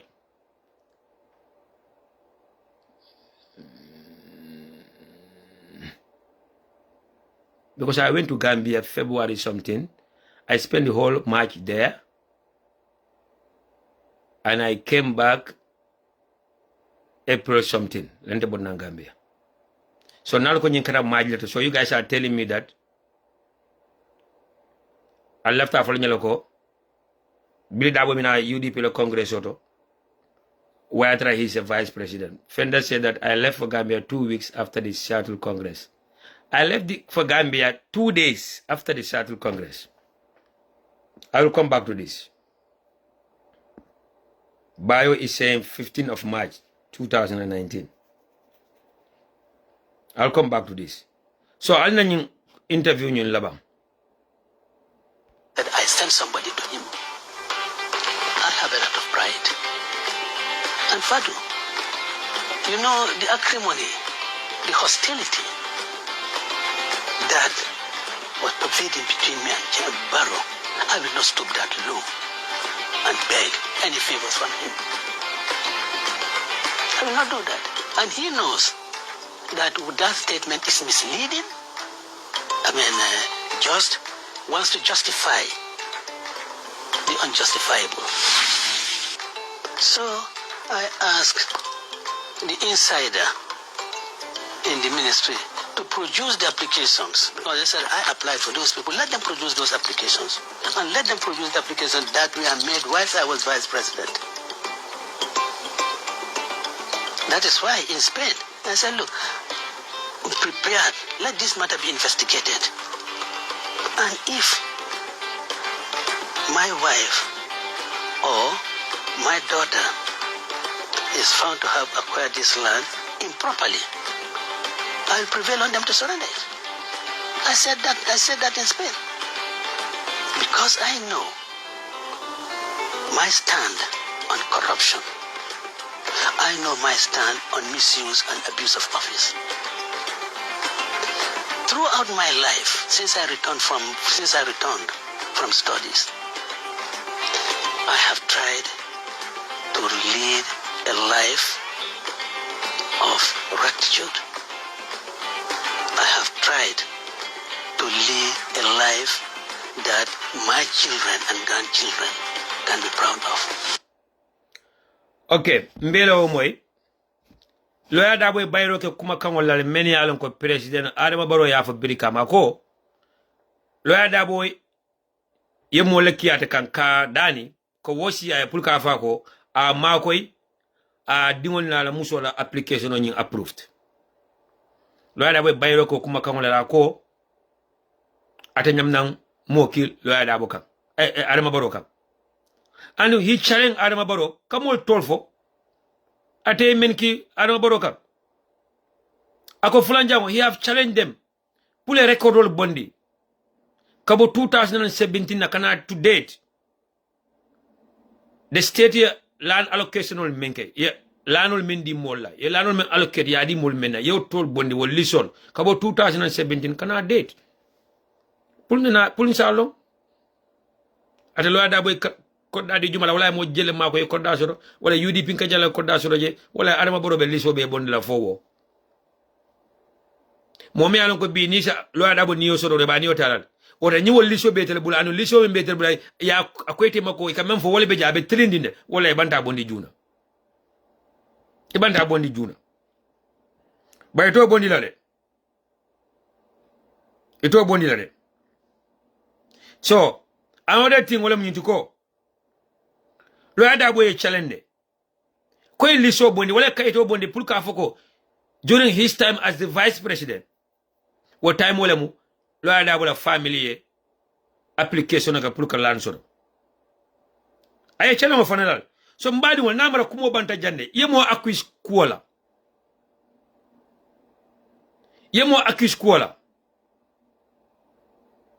iko moy ni nit ñi neke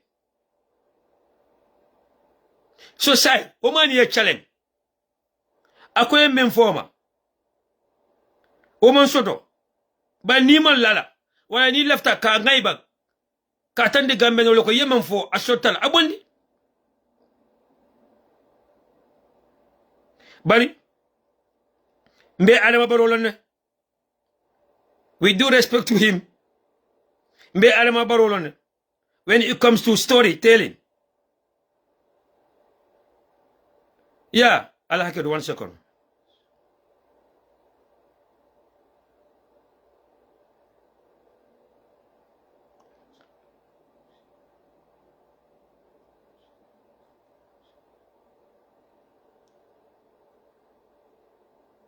I'll have una message dolo so men na deja.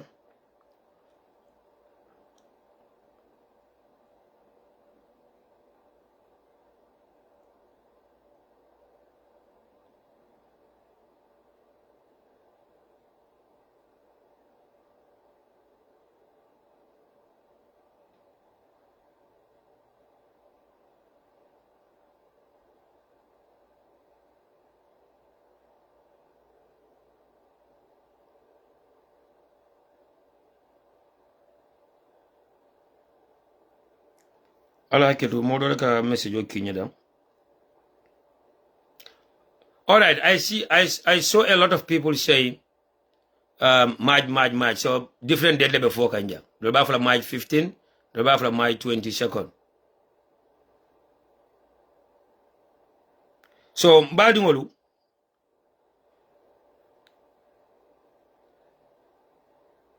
ala ketu, this man is confusing me here. Be message le kikanda.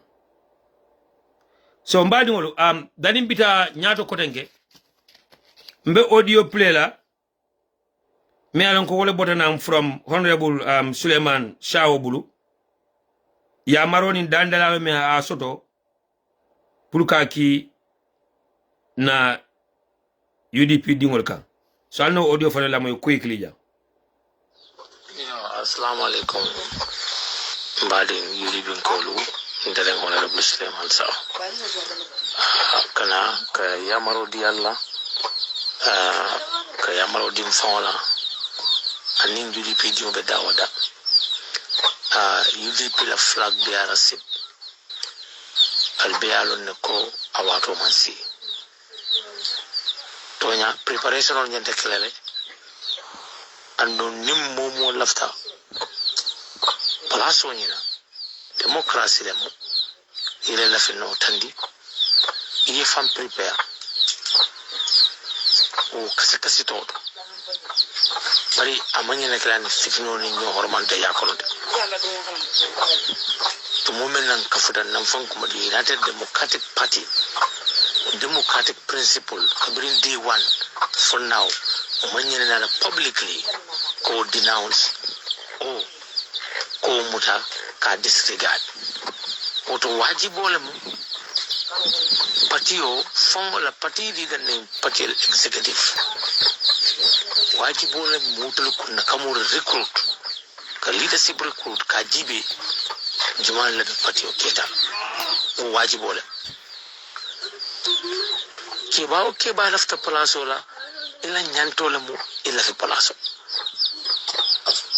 ikaf mele dinno because ndata afle dinno wala do nimmo mo sio tambeda sangi tansa banne ludo la ito ko mandino la dinno bi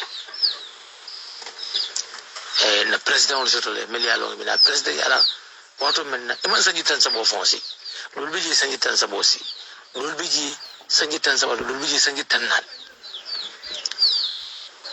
oto bi men kumaya ta bi UDP nyanta men kira wolem ka kafunyo ka kambe oke kala mo kendo taybe jikri mella ke tankandi ke makoi ke karandi ke londindi pour sene zamandi marlo sitema isa marlo ke nyame bare al bi hakilo ba kan non commande non parti di de men fo mun na parti o nyaton ko wala kallo platform to kamul tol menson katande mo la ko nim parti o man fo ke talal ando wol fana mo toñade oto bi nim fotata ni level oto parti di de fon la nyanto la mu pour ala la fi notande mo do fana nan nyanto la mu yele la fi notande ni wato ni sita mo le ba jibela kabula nyoy because mo be tambe non mo be lafta be tambe non kilina be tambe ni mul ko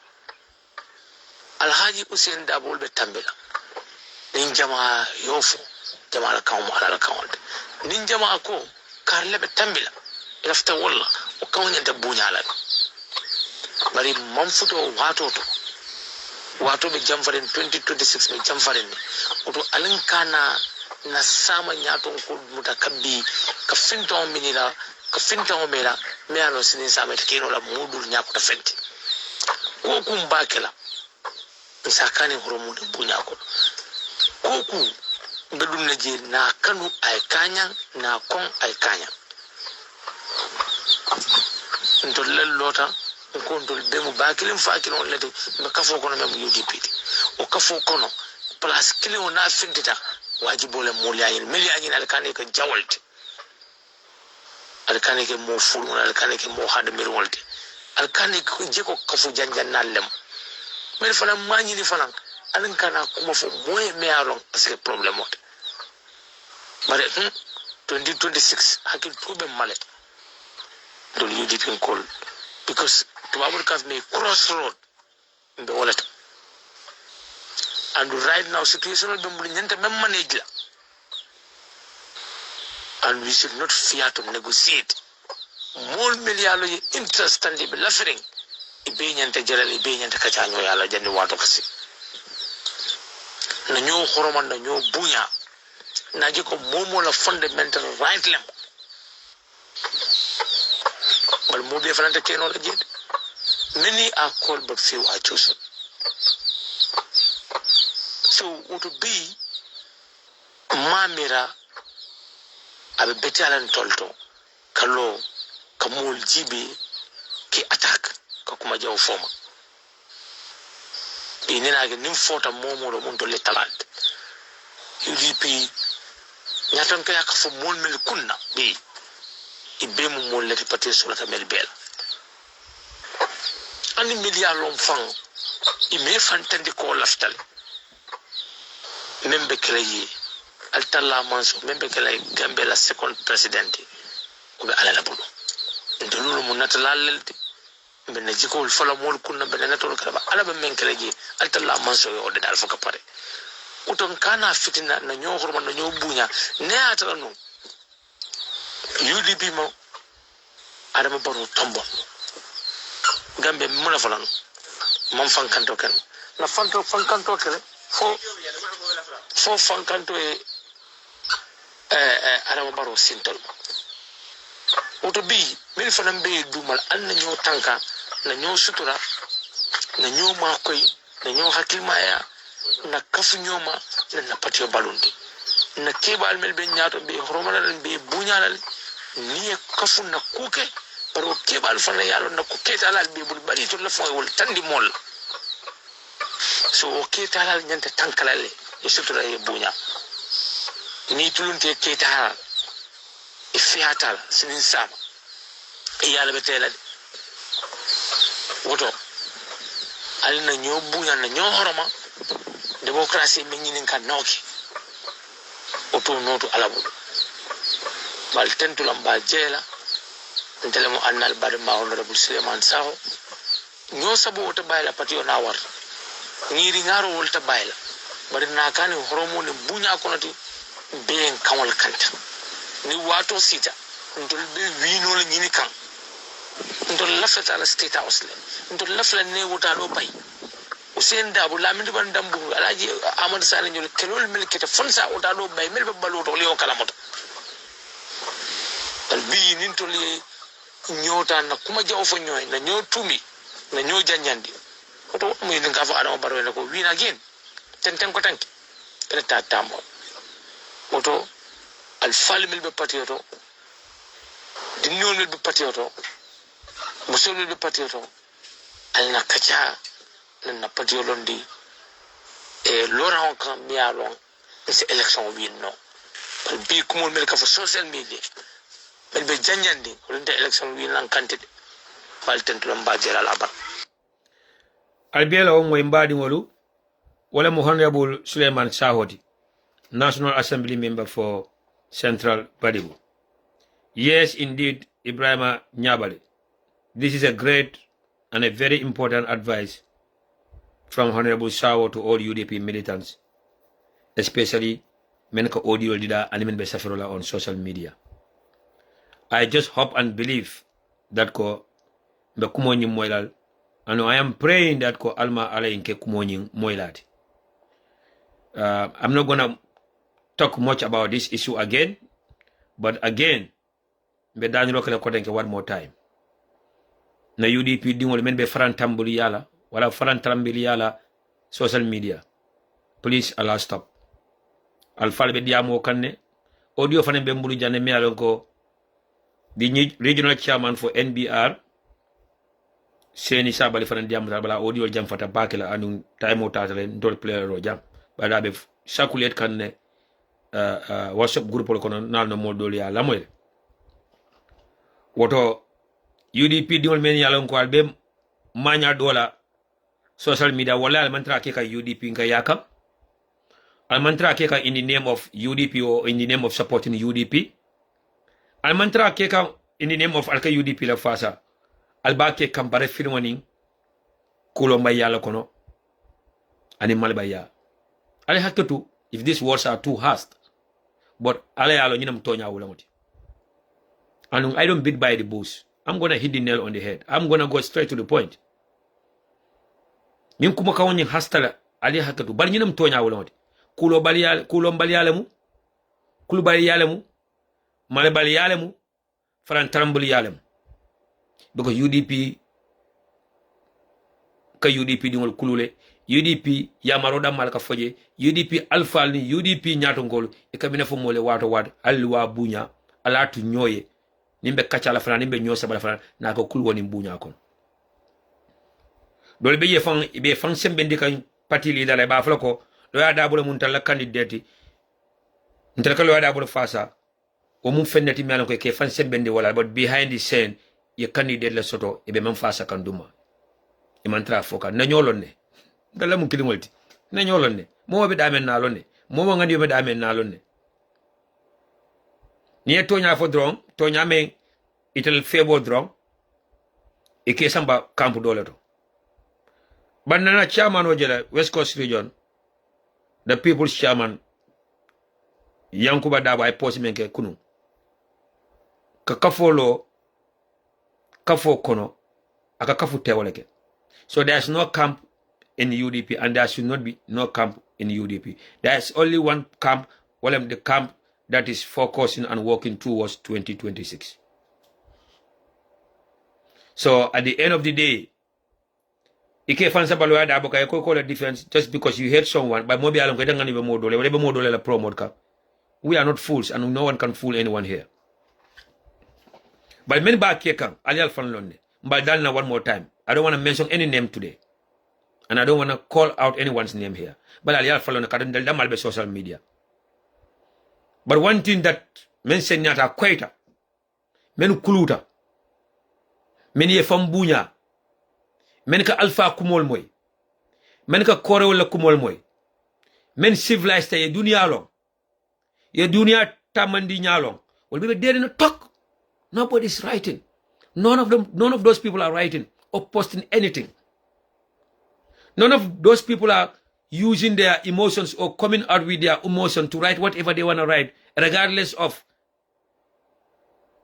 abe mun damage la cause la, anate mun damage la cause la. The civilized ones, the ones many alonko, they have respect for elders. The one that listens to the advice from elders.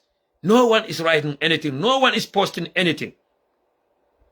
Many are the arrogant ones, the proud ones, all thinking that they know everything, thinking that it have to be their way or no one's way, thinking that they are the intellectuals, they are the smart ones, they can write better than anyone. Wolebe sefrola.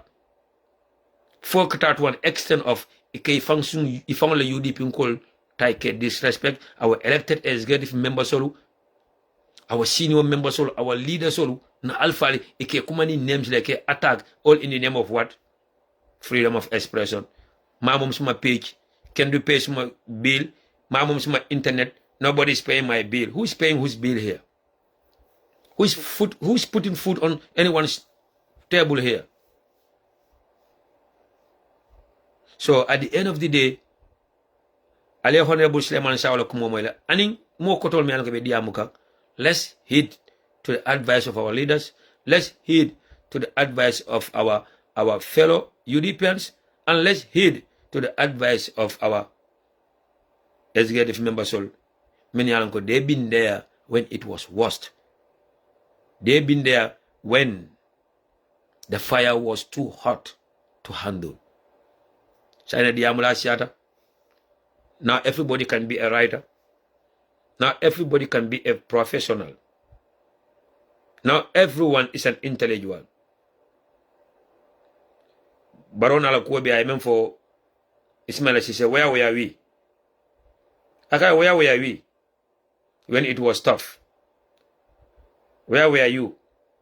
So at the end of the day, it's either I left the UDP a Kanye, or I left the UDP a 4.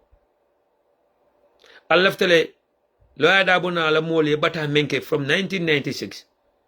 It are true men from 1996. Men Fata from 1996. Men Lanjuta from 1996. Men Kuranta from 1996.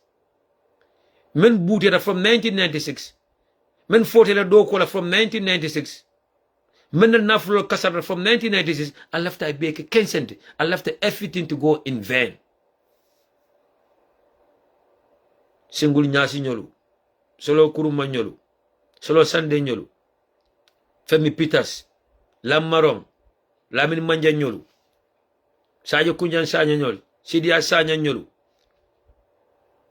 Karamba Kasama Nyolu, Jallo Sane Nyolu, Sam Sila Nyolu, Mojamani Mojama, I left la fire ke mole 15 centi. Allah fte yetra kaburo kono ite telina wala ita kontana e dimbal men to koma Allah fte wala yetra kumbolo drong wala niyo yetra ku alin drong. Because the only time those people will be happy to is that when they see a UDP government. When they see a UDP government in place, what time will friend contano, you have at last my mom or my dad have fought for something that I'm gonna benefit from now. Well, if I feel at last my mom or my dad have fought for something that have materialized now. Atel faran tambulo mi alon kala mambata UDP wala la alfa mambata UDP wala la mufa mambude UDP albe social media sutatili alkal nyonte watel al mambuke lon al mambuke sot kuma ba ko la fental da anu kuma ba ko la mine balda fonya kensan so al nyo bunya way al natu nyoy way all for the sake of what? Unity. All for the sake of that can make sure that this old man will be happy and we will say that, oh, at last we have put a smile on his face. Oh, at last we have succeeded in taking President Lawyer Ousainou Darboe to State House. By then, we can say and do whatever we want. Nadia de mayelo ye kumale tama. Nadia de maye kuto fay ye bal den ko fay bal kese jun kese tama. Lu ne way nga def at that time. But at this moment, we need a united front. We need peace within the camp. And it has to be touch one, touch all. The UDP that we know before, touch one, touch all, is no longer around. This is not touch one, touch all. This is about going after each other's head. This is about going after each other's life. That was a time you can follow. Alkana UDP in call mad. UDP in call then they shotore. 3 years ago, 4 years ago, 5 years ago. Men be social media from before be UDP in call mirala, they think twice. Before be UDP in call mala, they think twice. You can follow UDP bulan lalde. You then they shotore. UDP in call le kelo buka bande. UDP in call kanyo fasale. This is what UDP is known for. Touch one, touch all. Basa UDP in call le kanyo ne. Imanda nyonyo mafale kanyo ikana alpha UDP in call going after UDP alpha kane. UDP in call going after an elected UDP mayor wala an elected UDP chairman wala an kabula no kane.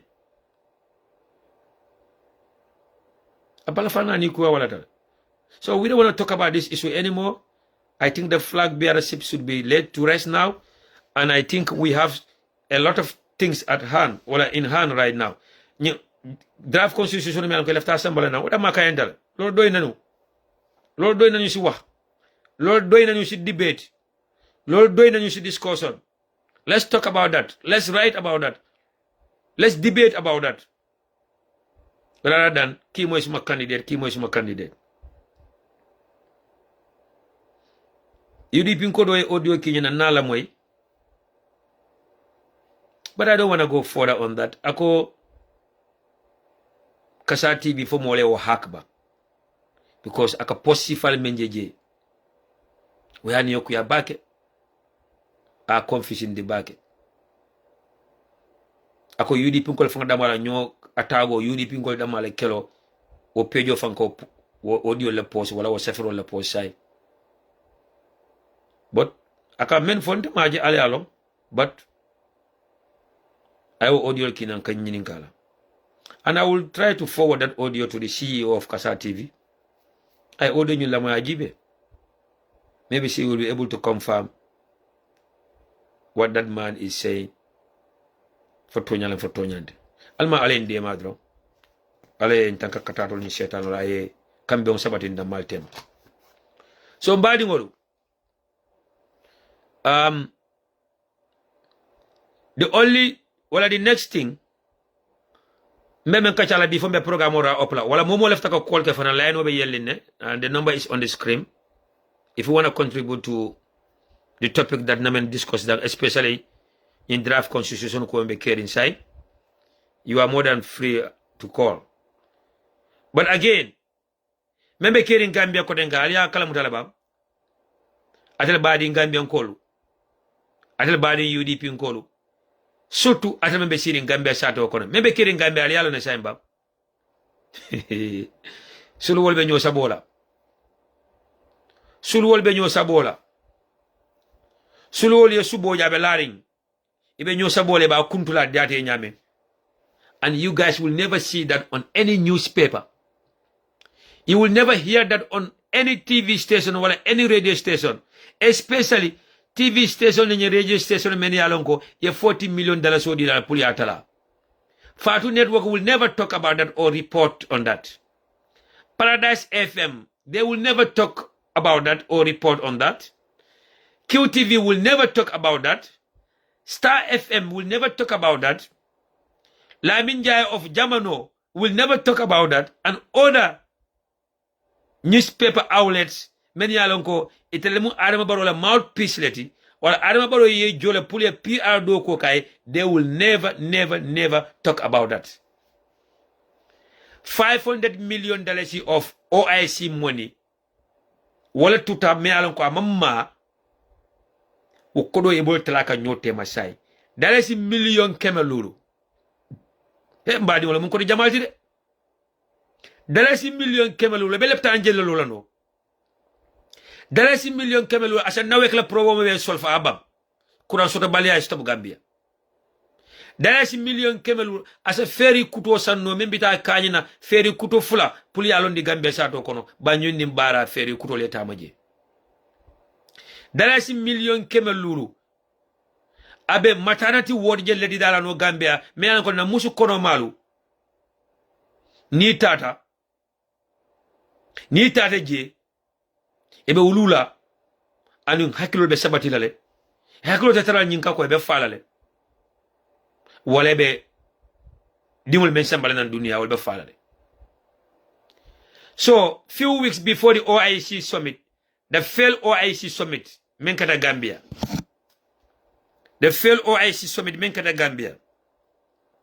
Few weeks before that,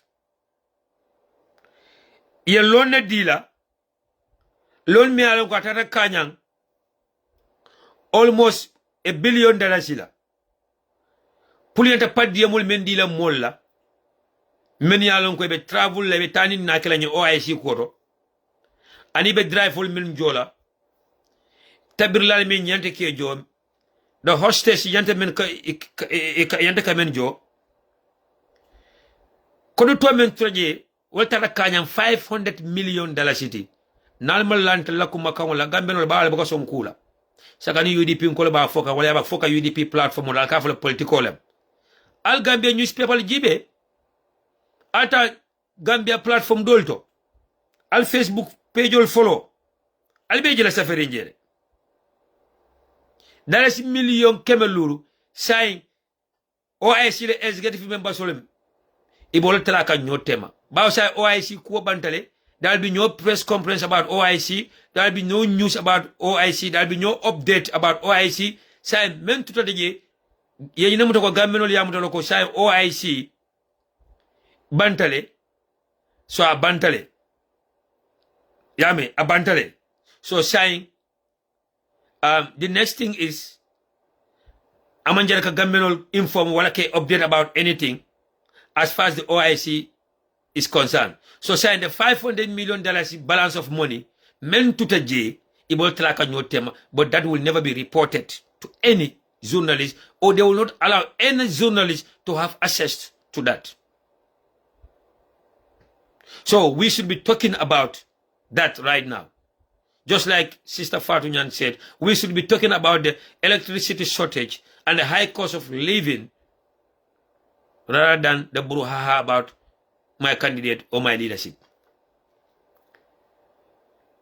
Just few days ago, Albania reported on newspapers about the local government commission. Minefutaji, Iko, the ex-CEO of Birkama Area Council, Modu Jonga, fails to account for $33 million. $1 million tan saba anin saba o mori jongan a wala tapala ya akko man finti wala ka tandi mo la ko do dunta mintole e ko do dunta mintole ala poso kono akodol tara mintole ala private bank account andum according to audit report another guy called Sana Dahaba embezzled more than $100 million. Nyimbe sunyanta wata jumala during the time of Sirifo Sonko as the chairman of Birkama Area Council.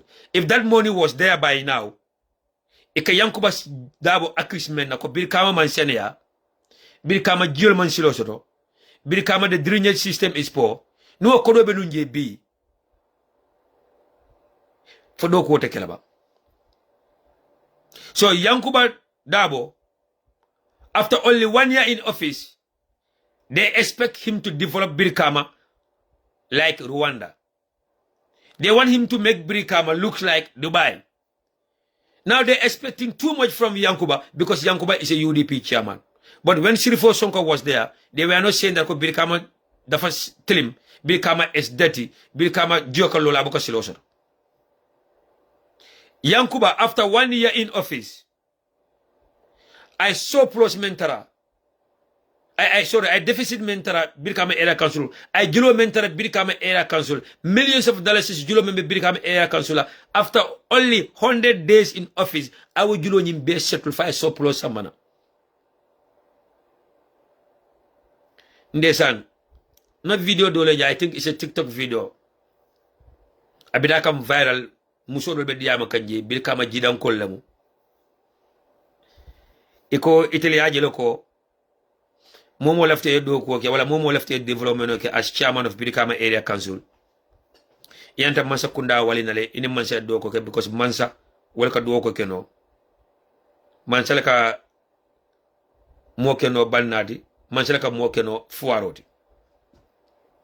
So ako wale asabu itella musuka fo membe Birkama jida. Itata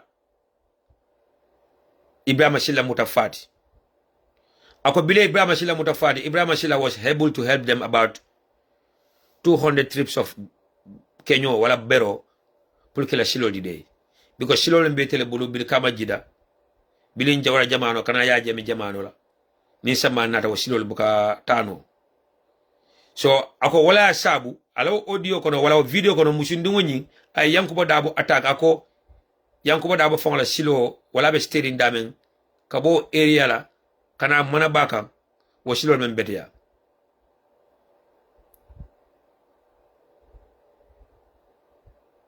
So at the end of the day, ikoka Yankuba attack Yankuba manyana ka mansaka jawati. Yankuba bok manyana ka afanjam fandi mansala wala Yankuba manyana ka mansa kele. Yankuba sun go or come over to Mansa pour Mansa tele mako ino. Bala musuni we nyine tandiko atemunum APRC at the full time. So say mbadi Gambia nkolo. Ale Gambia no la nafika yajele. Sometimes mbaka fika kumodolo fo nimbe sere nyam platform kam because ba frente mo UDP nkolo o tambe UDP la fasa. I wish I'm mantaranung political party to nkadiam as an independent person. Because Nafika yambe Gambia sombo waratala why. Gambia no nyakatara yelli. Gambia no nyakatara lodim fengo kan. Telebula ba aka taunte yake aka da kasi tonyala aka fa wuli asembenti yala just because wala te febo. We have no problem with that lady supporting NPP. That's fine. That's her choice. We have no problem with that Musukafo yeta Ibrahim Silla Muta Fati. That's fine. We have no problem with their kafo working with Ibrahim Silla, play Makwe, Kenyo to Yela Silo. That's okay. At the end of the day, Silo ni mobile tam. Gambia no bill tam, mobile benefit leje. But say, the question is that, wo musoni alatala manso tema. Wo musoni, le musoni alatala manso tema. Alon ka be fala na bita kaburo kono. Tonya, fo muso lafta afla loko. Arama baro lebe, Yankuba kele kamba. Fo Yankuba arama baro kele kamba di Gambia nkolo. Wede mu UDP nkoti imanka UDP nkoti alna tonya fo lillahi alay way Adama Barrow wolbe Yankuba Dabo kele kamba fo Yankuba Dabo wolbe Adama Barrow kele kam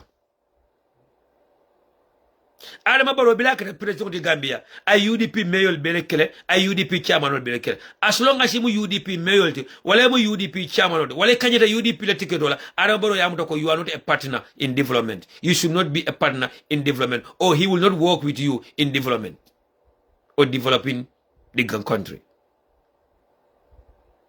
Adama Barrow kelo follow jumaleka Talib Bensouda and Rohim Malik Lo. Birin Talib Bensouda sikuto Talib Bensouda ye opportunity soro pour que moto nyama faram moto samanang Gambia. Local government is part of the central government. Local government come to loko fanning dingo. Local government is central government. It come to loko fanning dingo. Nindu wenye lafta ka yuruwa samanang koda kono fanyanta balana laba. Nim fa lafta ka yuruwa samanang fo dingo manyana fa japole laba.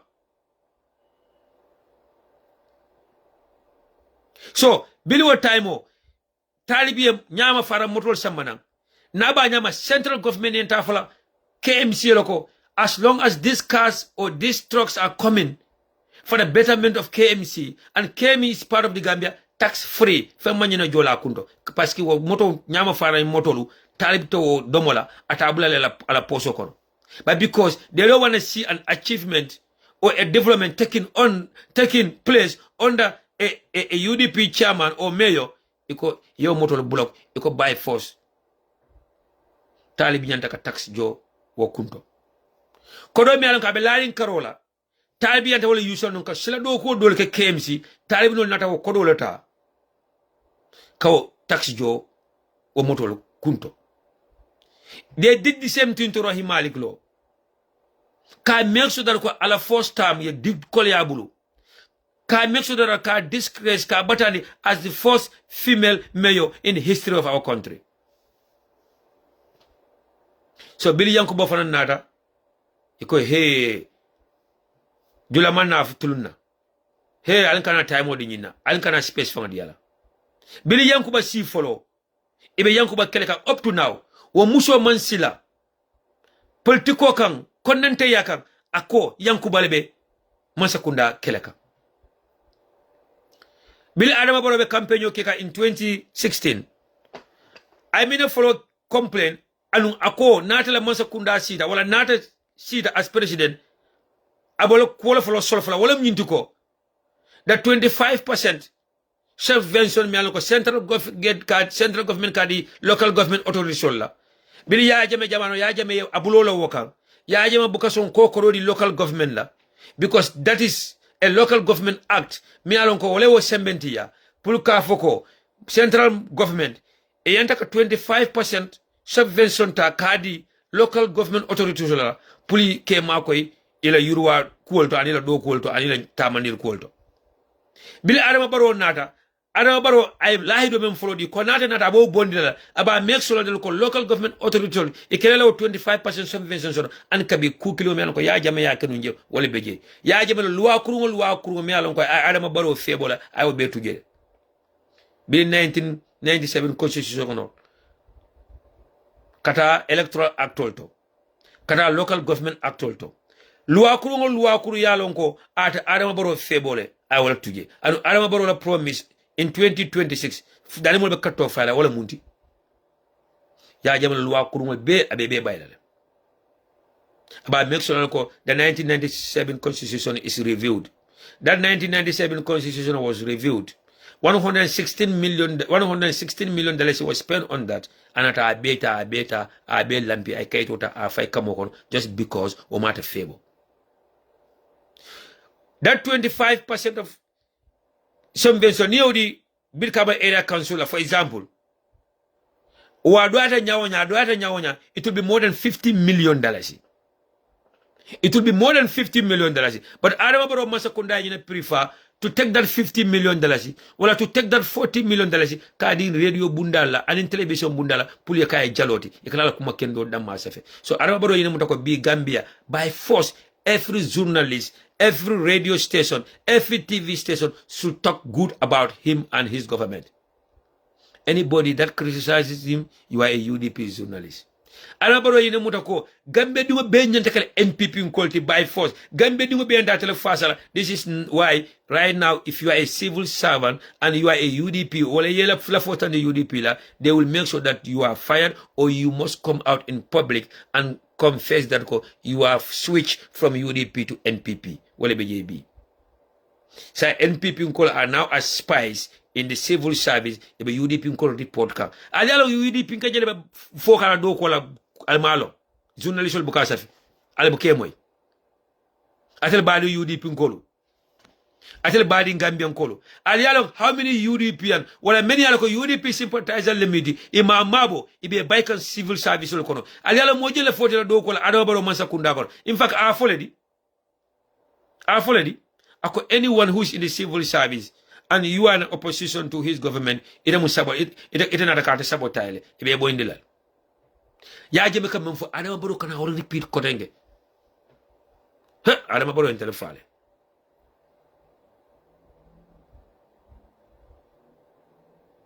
Adama Barrow in telefale.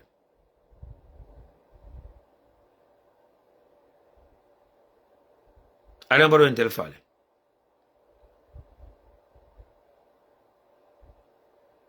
At the end of the day, kufi holne parti bi moy parti bi, wala diw moy diw, wala njit nangam moy njit nangam. Who is suffering? You the Gambians. Who is suffering? You the local people on the ground. Who is paying the high price? You the local people in the Gambia. So at the end of the day, if people like ourselves is saying that, yes, I agree on that, we pay millions on tax, I never seen any rubbish collection. What are you trying to say here? During Yankuba's time, if you said yes during Yankuba's time, how much did you pay on tax so far? Yankuba nada. Remember Sabulako, all the garbage, all the rubbish in West Coast region should be taken care of within 1 year. Are you trying to tell me that all the taxes that are being paid to the Bilkama Area Council, it should be only about rubbish collection? Are you trying to tell me that all that money should go to rubbish collection? And are you trying to compare someone who only spent 1 year in office to someone who had been there for 5 years or more than 2 terms?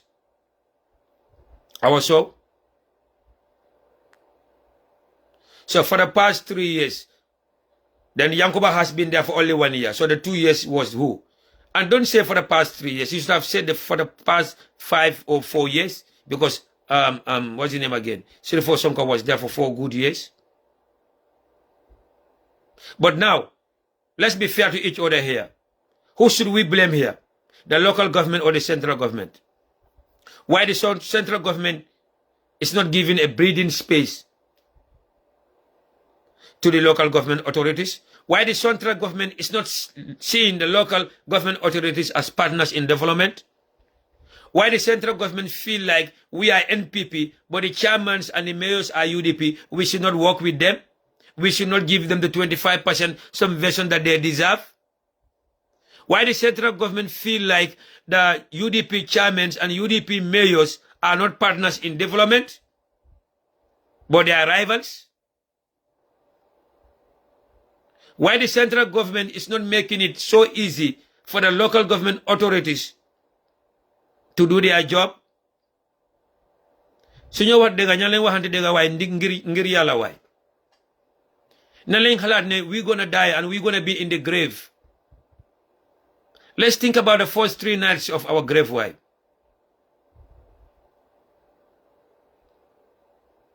So, but at the end of the day, if you still believe that the problem is with the local government or the chairman or the current chairman, let it be. If you are in Gambia, you are part of the problem, and you will be suffering as Afro Gambians. Until member diaspora, mbene energy talaga, mbene time tala, mbe seeing internet or nalbe diama to sensitize you and to help you on certain things. We just love the Gambia. We just love you people, and we want a better Gambia for all of you.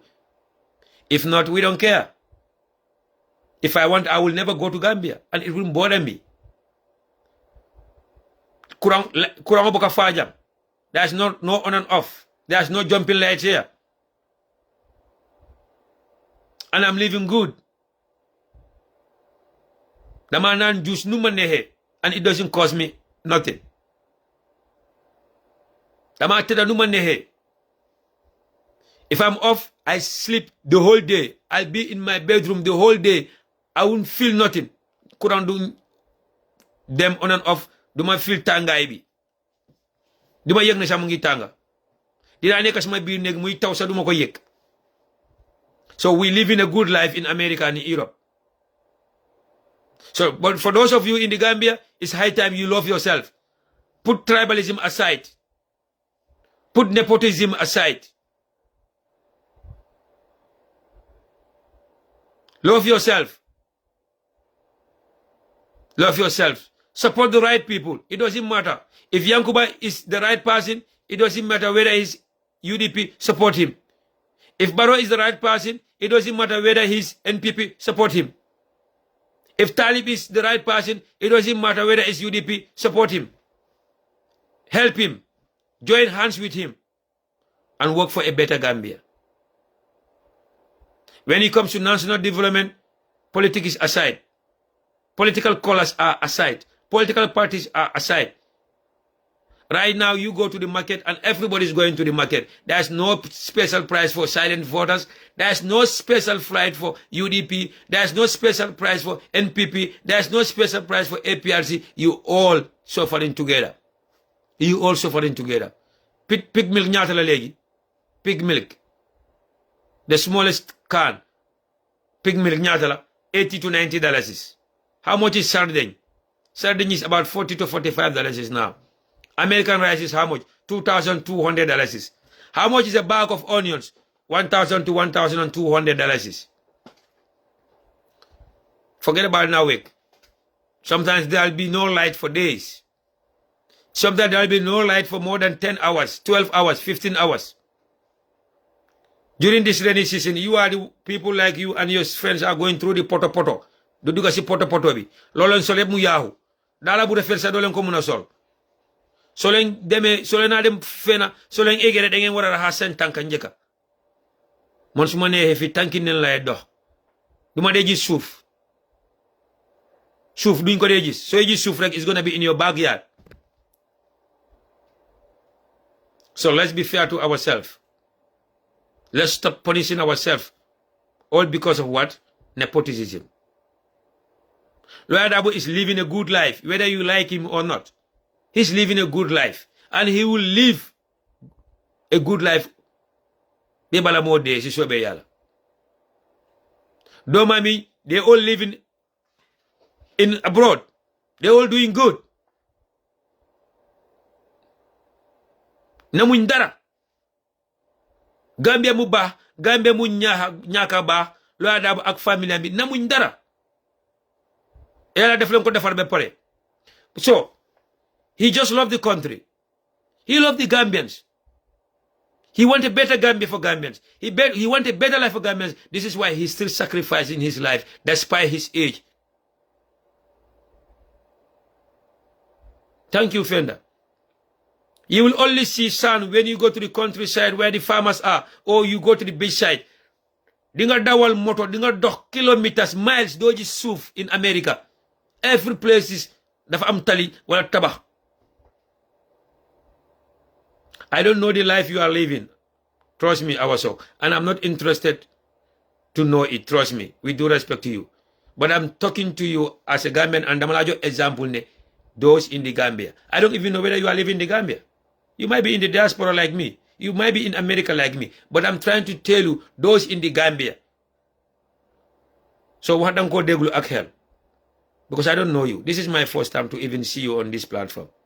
They don't know what as brothers and sisters. They don't know what all in the name of the love that we have for our country. So if you can bugulo Gambia, while you don't like Gambia or you don't want a better Gambia, I don't think you will waste your time to be on this platform and watching me or listening to me. So I appreciate you being here. xam naa ne dëgg bi moo la neexu rek wala dëgg bi moo métti rek moo da nga feel like ne this is a direct attack on you. No, it's not an attack on you. But I'm answering or replying to you based on what you wrote. Based on what you wrote. So even if you don't live in Gambia, you have a family member there. Likewise me. So, nan lañ waxante dëgg rek. Yeah, fuñ gis dëgg ba ñu wax ko ne. Te dëgg bi suñ ko bëggee wax right now. UDP chairman yi ak UDP mayor Rohilo Taliban Suda Landing Bisane Yankuba Sane Adama Barrow government is fighting them. Adama Barrow government is not seeing them as partners. Adama Barrow government doesn't want to deal with them. Adama Barrow government thinks that they are UDP mayors and chairmen. He should not work with them. Li mota KMC li fa wara am duñ ko am li ñu wara na am duñ mënuñ ko am ba léegi li mota bañu li fa wara am yëpp amuñ ko li mota Brikama li fa wara am yëpp amuñ ko li mota li wara am Mansa Kongkong, Jara and Kiang areas amuñ ko because Adama Barrow thinks that those mayors and chairmen are UDP government, so they should not get what they deserve. They should not get the support that they deserve. They should not get the subventions or the money that they deserve. And you know it, our Solol Monica Gambia right now. Unless and until you don't want to stand for the truth. But you know this is exactly what is happening in Gambia. It is the government that is fighting Yankuba. It is the government that is fighting Talib Bensouda. It is the government that is fighting Rohim Malik Law. It is the government that is fighting Landing Bisane. But it's not the other way around. Our chairmen and women, chairmen and mayors are not fighting Adama Barrow. And they don't see Adama Barrow as an enemy.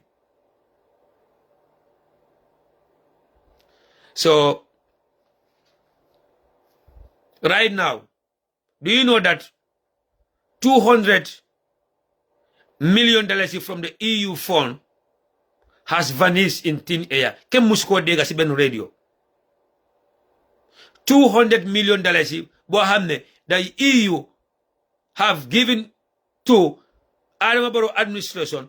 We have never heard it in the news. It has never been broadcast in any news. No TV station have reported about it. No radio station have ever said anything about it. Fatu Network, Lamin Njai of Jamano, they don't talk about issues. $200 million was given to the Adama Barrow government few months ago, and it has vanished in thin air. Where's the money? They will never talk about it. They will not talk about it. So do you know that the Adama Barrow administration is always in negotiation with the IMF, World Bank, EU, asking for money all the time, looking for grants all the time, and they will never report it in the media. The only time we know that Halis Duga na if it is leaked by an investigative journalism, wala ñu xamne Halis bi amna fuñ ko dugal, or the report mu gene ko. That's the only time that they xamne Halis nangam ñeke dugano na ci bir rew mi. So $500 million has gone in thin air. That is totally different from the $500 million bo xamne mo nek ci OIC bi. Xamna ne OIC audit report bes buñ ko gene Gambia. Hanga musulo gis ken gas bameli bopam musul bopam. Al ñam no jede moy afan la kabro ci afan sari. OIC la audit report on no findita wato what it will be the biggest corruption scandal in the history of the Gambia. The biggest corruption scandal from independence up to date will come to light whenever the OIC report came out. Bobu dañu jël ay pel rek di gas babel ñuy sul sum bopa jaru kenn di ñu sul. Wowo kadu di meme fambade heart attack be fala. Dadi heart attack be fala ite mo so lami be badi la yela kabro si fambade. Akumbo onto nola adiamo onto nola. The OIC report. Aw jubilay mina shaitan nazim. Wose Gambia sanno ay banku do sang ala Gambia ka. Kodo men kasarator. When we have rich people like Mohamed Jah, there is no one in the Gambia who will doubt that Mohamed Jah is not rich. Lord kendu ko wedi. Lord kendu ko doubt. Wala la Mohamed Jah jef. Auto ye ham moto mi alon ko. It will not cost more than $3 million maximum. Motor many alonko, the actual cost, the market price of those vehicles is not more than $3 million. Lala Mohamed def jël moto yi diko indi diko jaay government for $12 million. Bena moto $12 million. And that's okay with Gambians, right? That's okay with Gambians, right? For Adama Barrow administration to spend $12 million on one vehicle. Why now Gambians am getting jot the ghost and the audacity di show ne lawyer Dabo doma mi waru ñu am kër wala lawyer Dabo jabara mi waru ñu am kër. Kër ngam ne soko xolé sa du cost more than $1 million bena kër bobu nonu. Li mota Gambia sohor be sohorante dinañu consume and we will continue to suffer for the rest of our life. Okay, Adama Barrow himself took a land that is already been allocated. Su fekkee sa land bobu dafa nekkon fofu nonu te land bobu nonu ken momul ko pour Adama Barrow jël ko sa lo sa mewona sense. And secondly, he's not qualified as a president to have a land because he's the president. He's the president. It is clearly stated in the Land Act. President bim wata am land because officer mbila mo use to influence people who are responsible for allocating those lands. So number one, he's not qualified to have that land. Number two, that land is already somebody's own. It is owned by whoever is the Chief Justice. That land has been there since Jawara's time. It has been allocated to the Chief Justice. Mujahid Dole, Konga Chief Justice B is under him. Koko duka wadara. Mujahid Dole, jel land bobu nonu. Bepare, it was not an empty land. It was not an empty land. Land bobu den ko taba be pare. Kera fa nekon be pare. Ñu jël kër bobu yeb Daniel ko toj ko. They want to build a fresh new house or new home for the president. And that construction or that construction job is allocated to who? A construction company owned by who? Mohamed Jah. So the same thing is going round the same circle. So Gambian, they don't talk about that. Yes, they pass a bill, but that doesn't qualify the president to take a land that is already been allocated to the Chief Justice.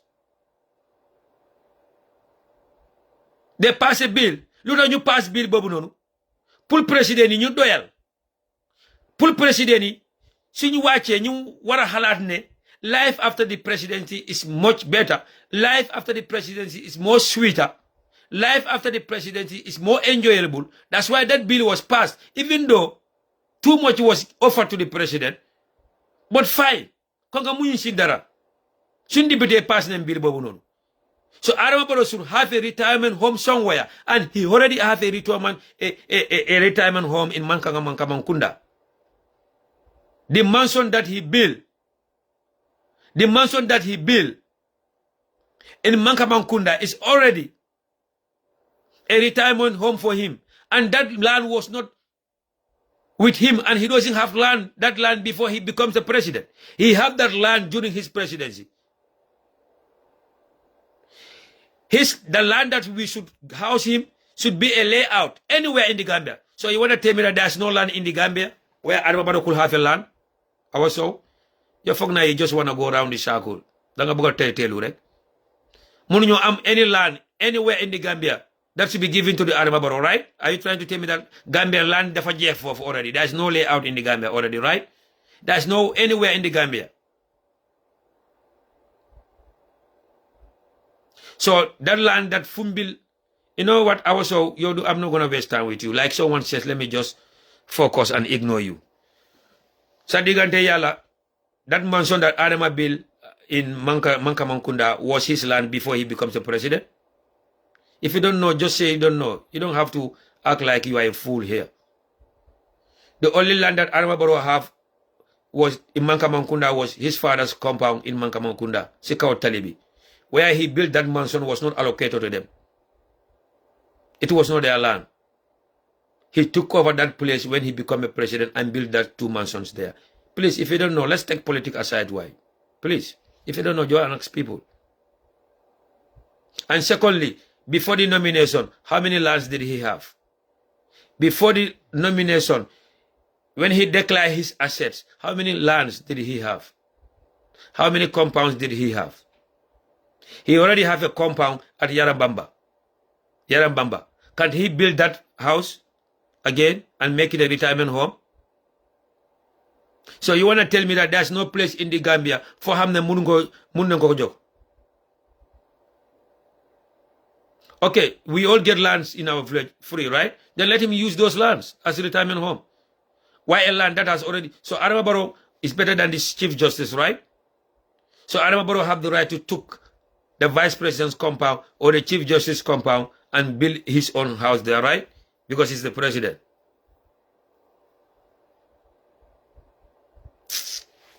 Limota Gambia do them why? No, alabula. I'm not bulok. Alabula. Limota Gambia do them. It's all because they are anti-UDP. Because I'm UDP. I'm on a UDP platform. So they have to come here and try to make a topic out of nothing. Yeah. Why? Like I said earlier, we will all pay for the consequences and we will all suffer together. Yeah, I don't want to go to the tribal lines. That's not we. I don't want to go through the tribal lines, but your last name alone tells a lot. Your last name alone tells a lot about the way you are debating here. Yes, Brother Lamin. Hello, Barrow. Yeah. Into kai funani. Into a promo kai. Into the UDP da mayante haklo tenkunila. Na focus UDP da mayante haklo tenkunila. They focus to 2026. UDP da mayante haklo tenkunila. In Bruha Habe, wala amaw UDP kono.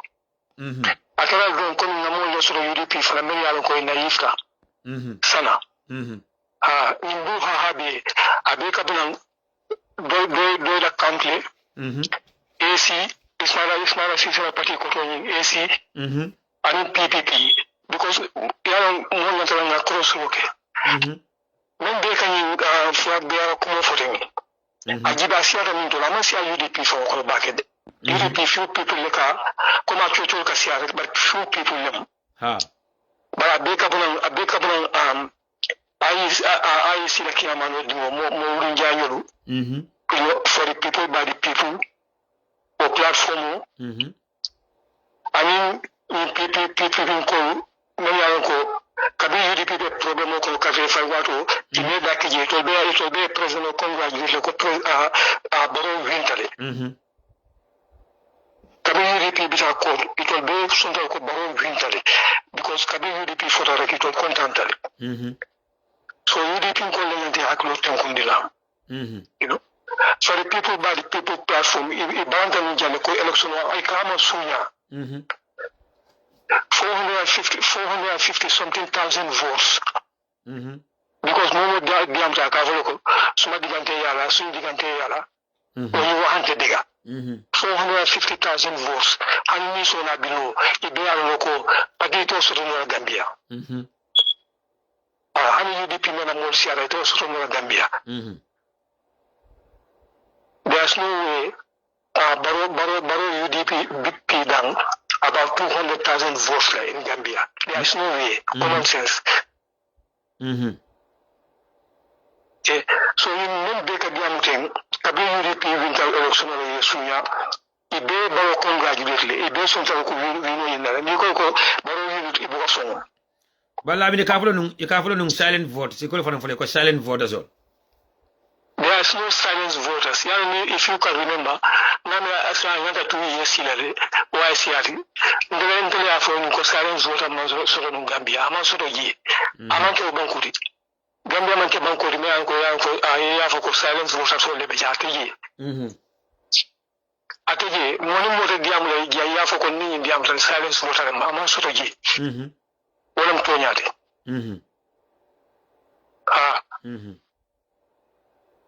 ok ko ya ko be kala UDP la jaw election be suyata kinta ye membe diam be miuta ya la min ntia mo si fa soro nun jane ito be problem soto e be parti do jumala mi la lidati who is their flag bearer jumala mi la lidati because Salifa ka ye fonyole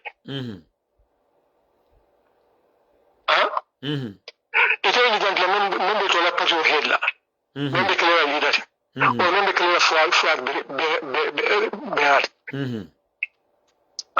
o PPP yo lijendi follow dan ka collection ya bala min nte mo soro jane fon na funding ke do soto dun jane abe bank Gambia do ko no bank le Gambia so ala nata ka nata Seattle jam so during the election wala immediately after the election abalantala nun ko kafa ko election o nyin sunyantala ko baro wintale but just 6 months after the election this man now is trying to believe that ko tonyatuna baroma election o win abe kar kamfari min bebe in Gambia and then ataranun Gambia amutana ko I'm done with that country so during the election time I tell baro kanye UDP boy but now they are now facing the heat they are now suffering baro win by the election baro mo lengenal UDP after the election they will start crying so this is very funny here Linte kono amandi yanu meye yidi Kenya yella yeah linte kono ayidi program ke façon pour sur elon wala mi na program yidi kan di elon wala mi na program de sagara ko ajamo masiya UDP fo kono buru ha be fiarinde ala de ka bulan zamita de ka bulan bandale yeah bala ka bona bante nyawnya ikana UDP bala ka bona bante nyawnya ikana UDP nanko mer harama dimbale ma elu la panye bi wala bala nala na ko la yo ngajo di ko toba le fala dimbale ko elu panye bi ko am na web sofa ci panye bi ok ndo flag bearer ko UDP la flag bearer ko ito yebo liggéey moom mooy yëla pati topoto fo élection bi jam fa ni la pati topoto bari ko ko flag bearer fa yalla li def fanin say bebe jafu ni ki dolem ci ni ta ko ñani ka jigel ko UDP ko le bo ko so ke rek ni ta social media ka jigel même be ka ko Bafako, I don't come to make a coach about si fa mo kimo. You know? And I'm not touching to put you can call a patio to put you know? And then you can call for these people making for the young man, Tangu, or you don't the food of the senior clear for Corinto, saying the flag bearer is double. That's no candidate in Gambia, they are not a double. This is what about you're talking about Gambia. There's no winning candidate in Gambia. We are not going to double. Murkulanku, Alpha Kimbo Bay, it will be double because he's not at Bay. They are going to use the technology. It will be double. Personally, it's not about police. Exactly. Baraka. Double president, money can is not a day comedy. Oh, I'm sure to ban for accountability in no be slaring ban. Well, accountability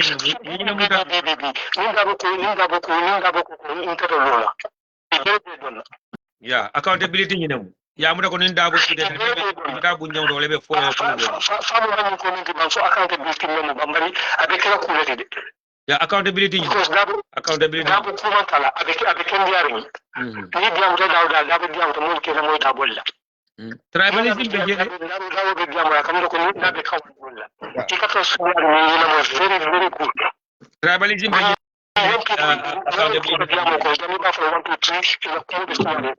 exactly. Exactly. Exactly. Yeah. Minister foreign service. I mean, in this thing. Vice President Yala, from Yemen Tinata, I think I have a dame to Tinata, Muatiaro Keminole, or Corps of Keminole. Exactly. In process of Nindabo, even Nara, Namakuri use Akamuri government money. Yeah. After work, I government vehicle use. Yeah. What system change? That's a system change. Yeah, but I'm going to vehicle policy. Yatinabul. That's a system change. Exactly. Thank you. I make KMC. It's a system change. I want it's a system change. It's a system change. What do you do? You don't have area council. Make sense and say within this 1 year. I do remember Madam Mago, you want to do for him. For that council will be 500,000. Exactly. I within 1 year, I told you because even the some of the because Diamu need singular, you also didn't tell Diamu Kitabi, Ramson Diamu Kitabi. No Jamson, Uncle Dabo Bana, Uncle Daboni, why Uncle Dabo Tau, you know the mode of coalition. You want to Uncle Dabo Tau, Procoa, you want to look at Uncle Dabo Tau, Judy Uncle Dabo. Yeah. Why is a white book and Uncle Dabo Tau? Why? Why Uncle Dabo Tau? Yeah. I come a flag because I fall in. When you came flag bearer, Uncle Dabo Motion flag bearer 2026. There was a Chavela. So then the Baro must go.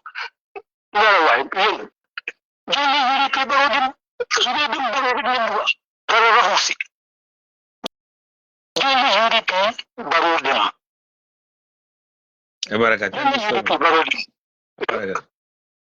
For the people, by the people, that's platform, come more confused. You don't more confused. You reply to have temple, you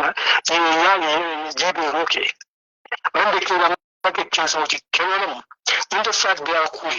Because when they have go, Talib or Yankuma or revenue, can't take a make us of it.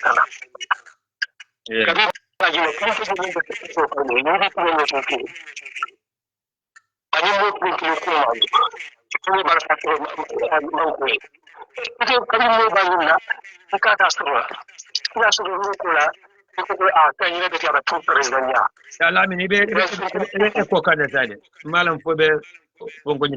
Same time. No, there's something. Yeah, there's something. Keep repeating. I can't repeat it. Yeah, mala kam to ko ni be programme ni la moy kanam wala be shoot ari la.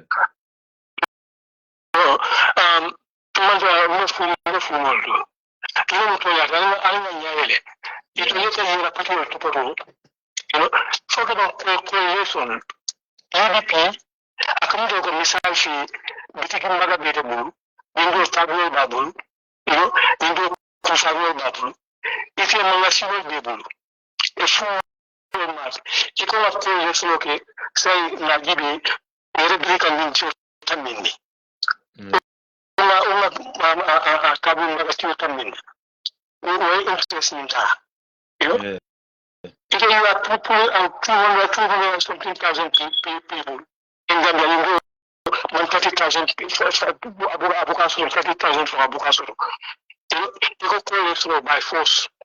Yeah. Because Well, yeah. alone, they don't want to hear that. That's their problem. Yeah. Abarakabake. Nana boda faranso do jande.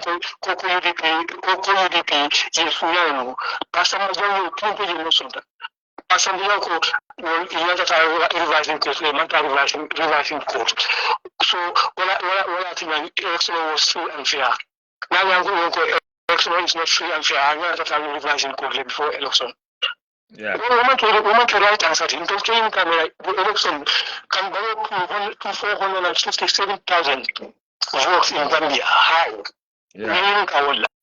But it broke your gas on Wolali. You didn't put it because of the some of them so Community post for Wolali. All Nakoli, the Kenyasan Wolali. I saw what you think election on Friday, Buffalo, I'm starting with no partner. Yeah.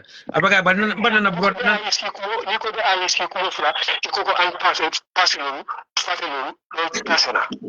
Abaga ba ilo na brought up do fanan benyana brought la mi nima mai yeah nima mai la mi na brought do fanan joy da jana be life na fanan so ay dum ka ja ko no ameta batu do la yeah anyway so la ro do nyanga ko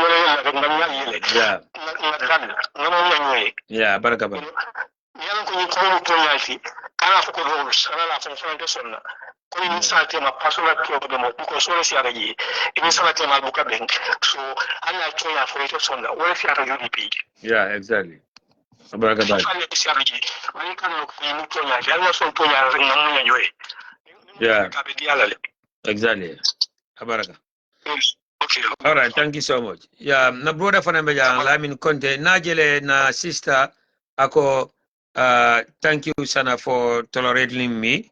You are a good man, but let's be open-minded and take criticism. That's all.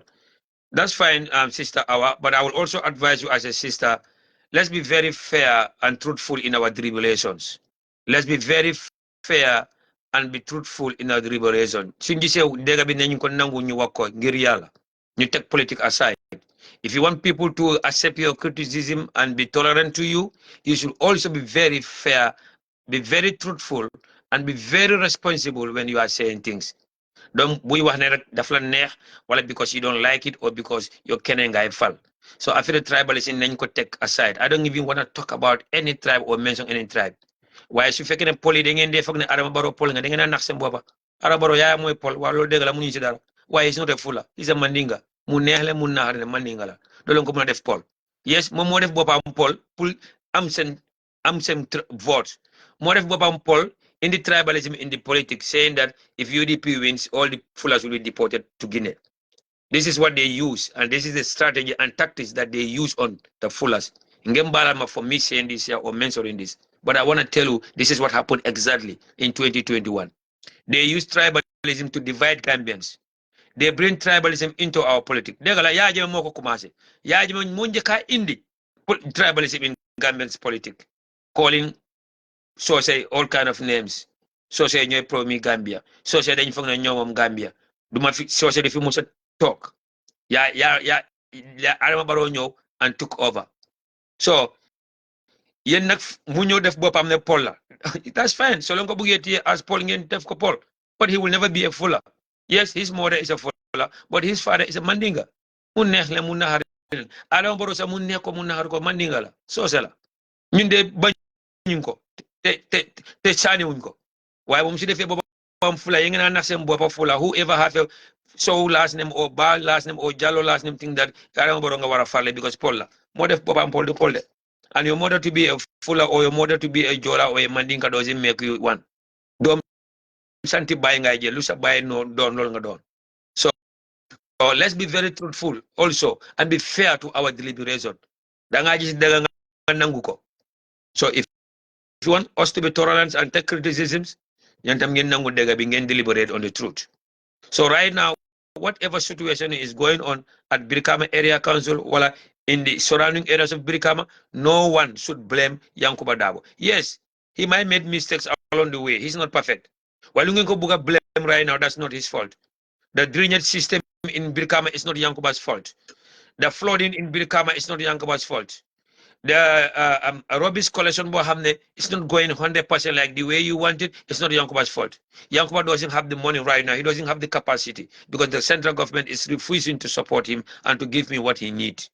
The central government is fighting Yankuba because Yankuba is a UDP chairman. So the money that you people are paying as taxes is not only for rubbish collection. They have to pay salaries of the staff. They have to pay tax to the government. There is a lot to be taken care of. And West Coast region is too big. So don't think that the money that is being collected from the people should all go to rubbish collection. No. There are so many other important things that should be taken care of. The Yankuba coming to office, Birkama Area Council was owing a lot of money.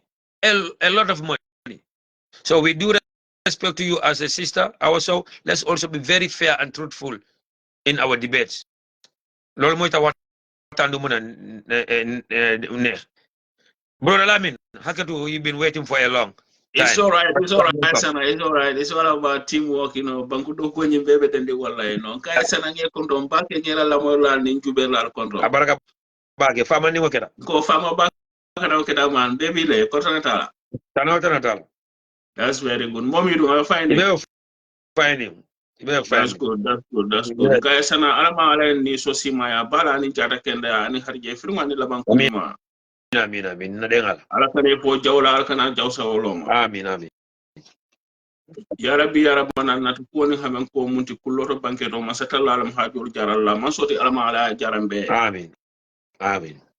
Senator Dron just contribute to your program. Sana bi o banko kan munke da gambeti politique te o banko kan.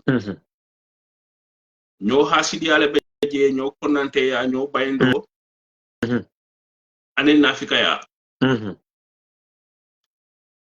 Sana mbengurun la koma demanding seku sedili la banta ba ka programme mun ka je kabring hakilo ba kanu ko adama baro mol commande pour ngata dialogue la political party be ka kilenti o banko kan ha nga fo seku yen kay ko dol mu UDP ki do juto sama tol latin baje pamosa kuma taje pamosa kuma barin ko al kanata nyin dialogue la ngo seku ko al kanata UDP kanata nyin dialogue to UDP kana participate je because munam nim mole be nola mu yalan ko atol malong atol ka adama jube nyami anin adama be nyami is far different because nka muslime amu fo banko kan sana natra waram tonya ko gambe muslime banko lati 95 or 96% are muslim munu bebe o banko kan nanata political la karora mota je mu ya adama barolom before 2016 anu fon friendly adama long nanata political la karola e adama long political la kon anu kabri UDP fanan ya adama tambindi as a flag bearer kataka banko be round mol fon ka nyoni ninka nyimbora munko musolam fo cewalam UDP aytande Gambia tonkon UDP asamba je kaytande banko dingo bera anu kabrin kwale sono fanambe form la kaje ko kwa mbeke klingoti ngamo klin tambe UDP sin fa damunta pour kalu je ko UDP la candidate o tambis sana alngana jira jela de kabri ko kwale sono form UDP sin fa damunta kaje ko UDP la candidate o be kwale sono lead la kaje ko ka adama fasa politically ko mun keta je adama ni ala nin kila lonne mun fana be system o nyin kono ni ala nin kila lonne okay no karannal ni no almamo ni no naibol la kafu ko man satalla ko kana nyina na sababol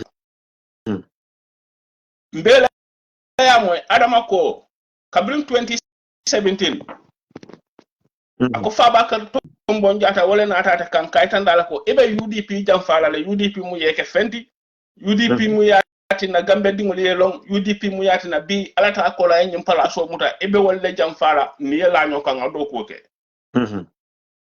ñim fotala no gambe dingo be ñim moy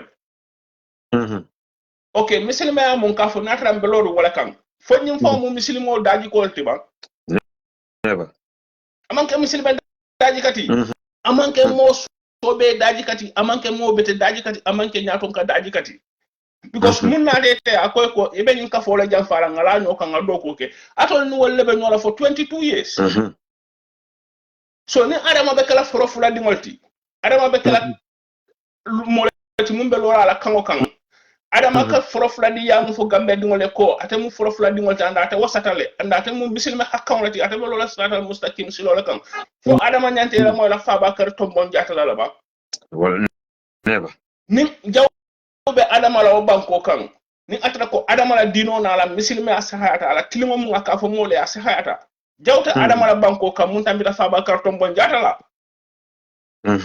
bari munamu adama manke motu mu yalan ko adaji kata adama manke motu mu yalan ko akemira la kunun kuke nyolla anu adama fongole nyim fo early 2016 adama ko ala kunun tala kafunyo abuga falangala bi dala si kafunyola adama le nyim fontole ako kunun mun kat ala kafunyo mun kat tala diala ataw falina la bi dala si kafunyola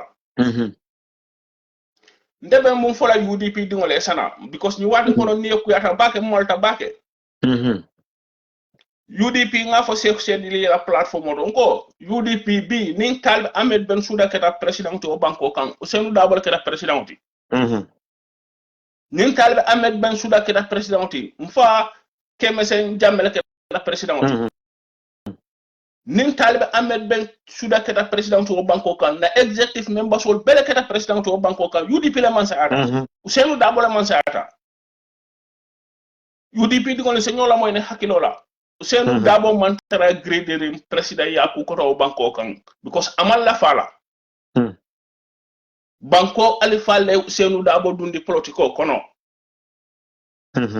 Ousainou Darboe man tara grader president yaku la banko kan al nga nyoso ne hakilo la nga nyola moy ne hakilo fanana al nga sabar UDP dingolu ngani alfal ngabule noma ngel la moy ni alfalu bi ñu man tara hadu meri ande alfa kanyina duwa ngaddi ngulu mumbe fisalantati anu nana ta politiko la karola o banko kan bi mo jelle be je UDP se mo mu londin hani ite sana fonse kenon to la frak berate de ngabule no man carte fay yek president o banko kan ñinati na kabrin adama barona ta 2016 ali 2016 Ousainou Darboe ko al nga detala nga ma koy ngana song adama e fail ni adama felta UDP la felta because adama bota UDP le oto ñing alpha mangani fula soto adama baroye ñing alpha mangani jaw ya ku soto adama baroye wallahi ñing alpha bella fin munala kaje ko beta gambia e soto ate Ousainou dingol ka balu ñami do fanan dingol ye balu wo ñama bolon kono ate Ousainou dingol be bane ho ni kayro mun kono ani ni tenko mun kono do fanan dingol e taraw kono gambia dingo be kayro ni tenko soto na freedom of democracy soto rule of law niele tankan na banko kan okay bara adama baro bi problème mum be do banko kan ni ngamira bi na area council fon na flo mum fon da maka foje ko ñu la kasarata gambe dingol la na flo lam ase mo barafa bi corruption mum be adama la masa kunda kono from state house ñu la ñanta kala na diam talti exactly bi adama en tol lahi de fo frandina as the coalition leader o banko kam ko abenyin achieve la o banko dingole within 3 years fende je adama mo achieve no o banko dingole bi ñu la ñanta kala na diamu dalti kay tan adama ko ye mu fo mole man tonya fo mole adama baro la ñaton kaya ko do exactly because he come draft constitution o soto la within 3 years exactly andu draft constitution o ñin ko la dun ta kuna andu o draft constitution o ñin fana manka ko ino imam banko dingol consult ba gambia warata konkon kunto kun yemo bele ñininka concerning about ila opinion o ila tamara la ñaadi la banko kan imanda gambia banko kan foda fo diaspora kamo ñininka ila banko diya kan ila opinion o mu mureti nana tamara ñala exactly bare adama baro la keta moti mu yalan ko kawo constitution on ka fay banko dingole banta ala influence latina bi hansa man draft constitution o soto banko kan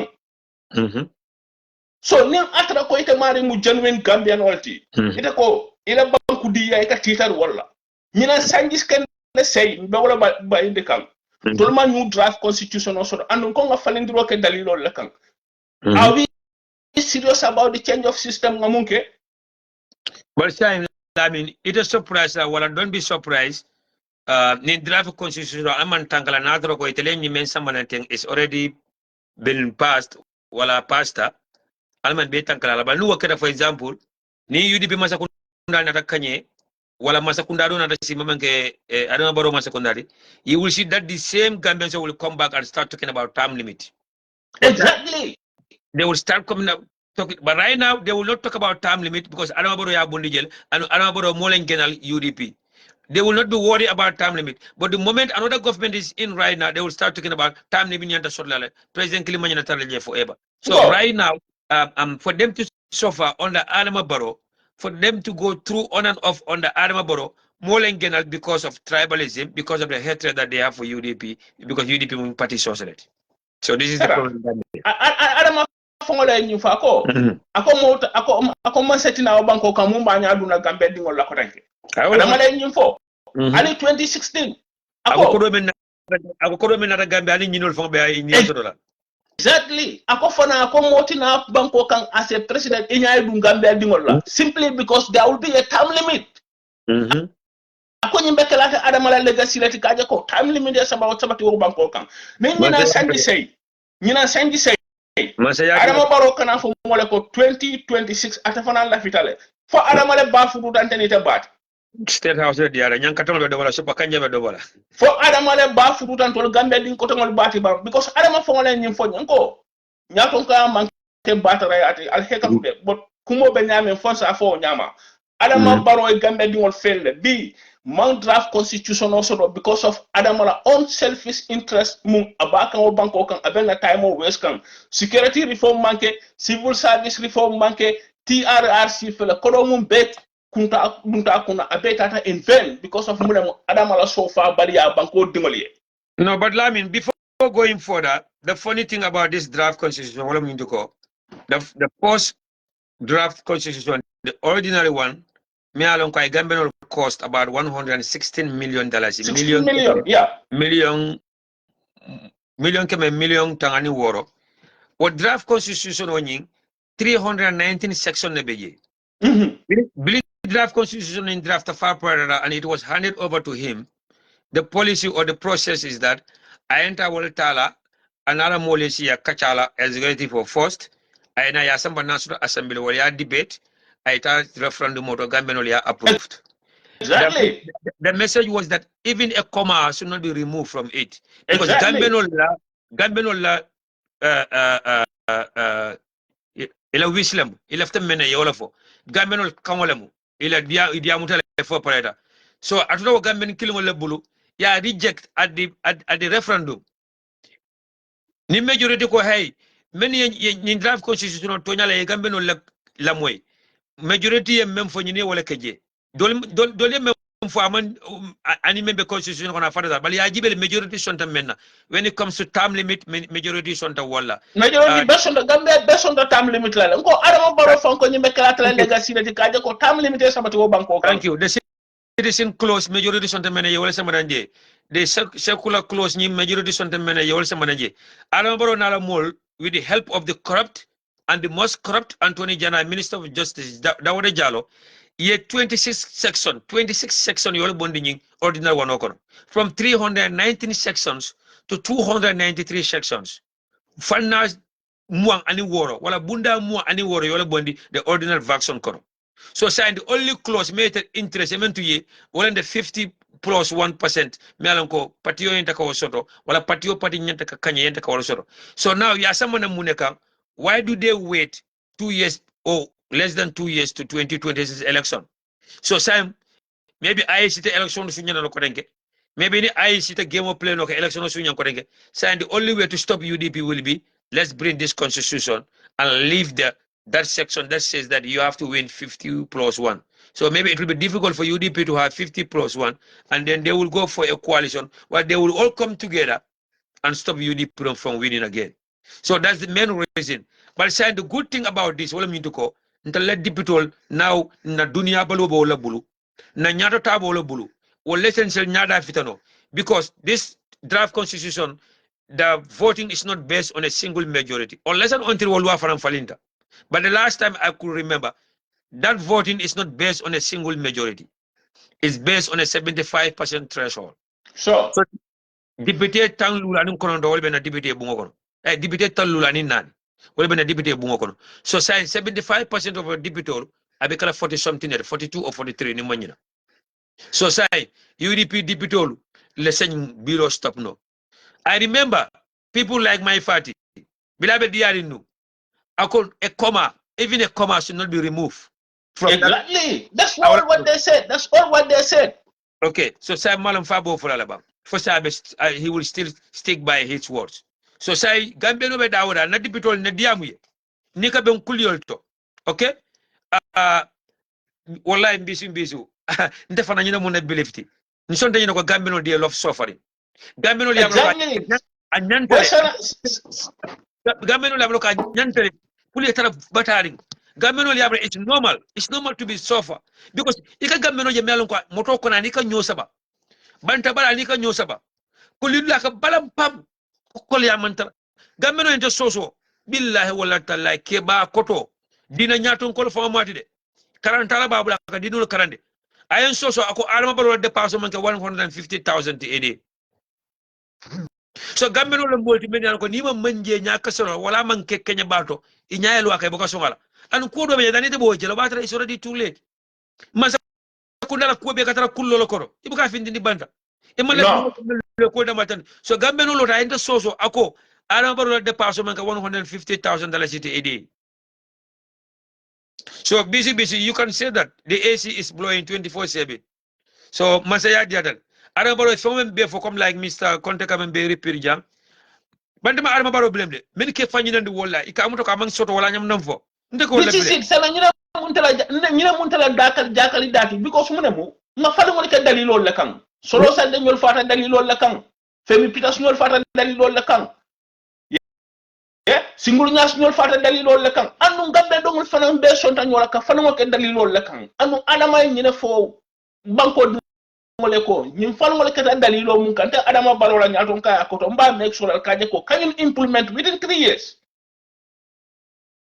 Bari bi ngaje femmanke oto na banko na flow be kasara la left right and center munu be lori ka ko hay yankuba dawo man trafika fenke kan a west coast ye siri fo son ko la kata baliya na la boku baliya bawle tandika because bi west coast be sofa kam munna ni atra siri fo ya ala kenya na la tako na la dopo ka nyama bi yankuba manyana tata wol dokula like you musinu mbota jang, she will not tell me that she's not watching or following the local government commission.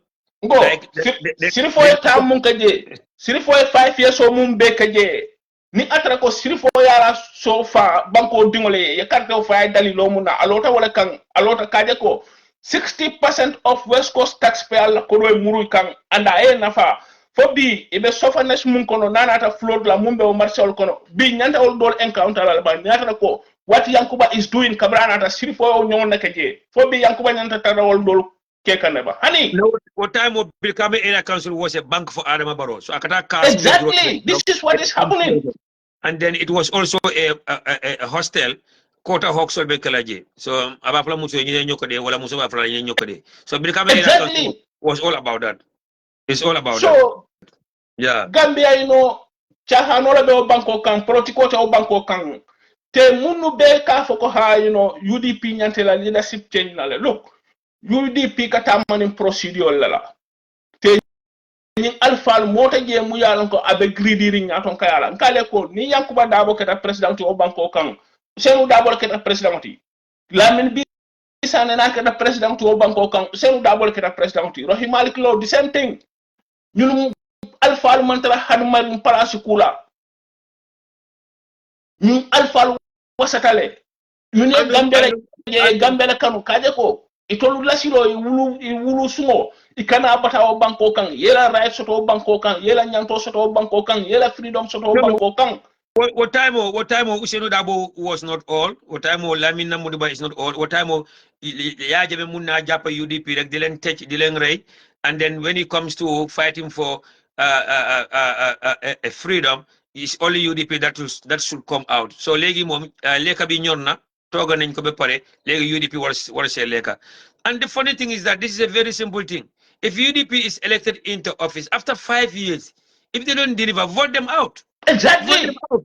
Don't let them campaign against UDP. Whatever they promise us, in 5 years in the office, UDP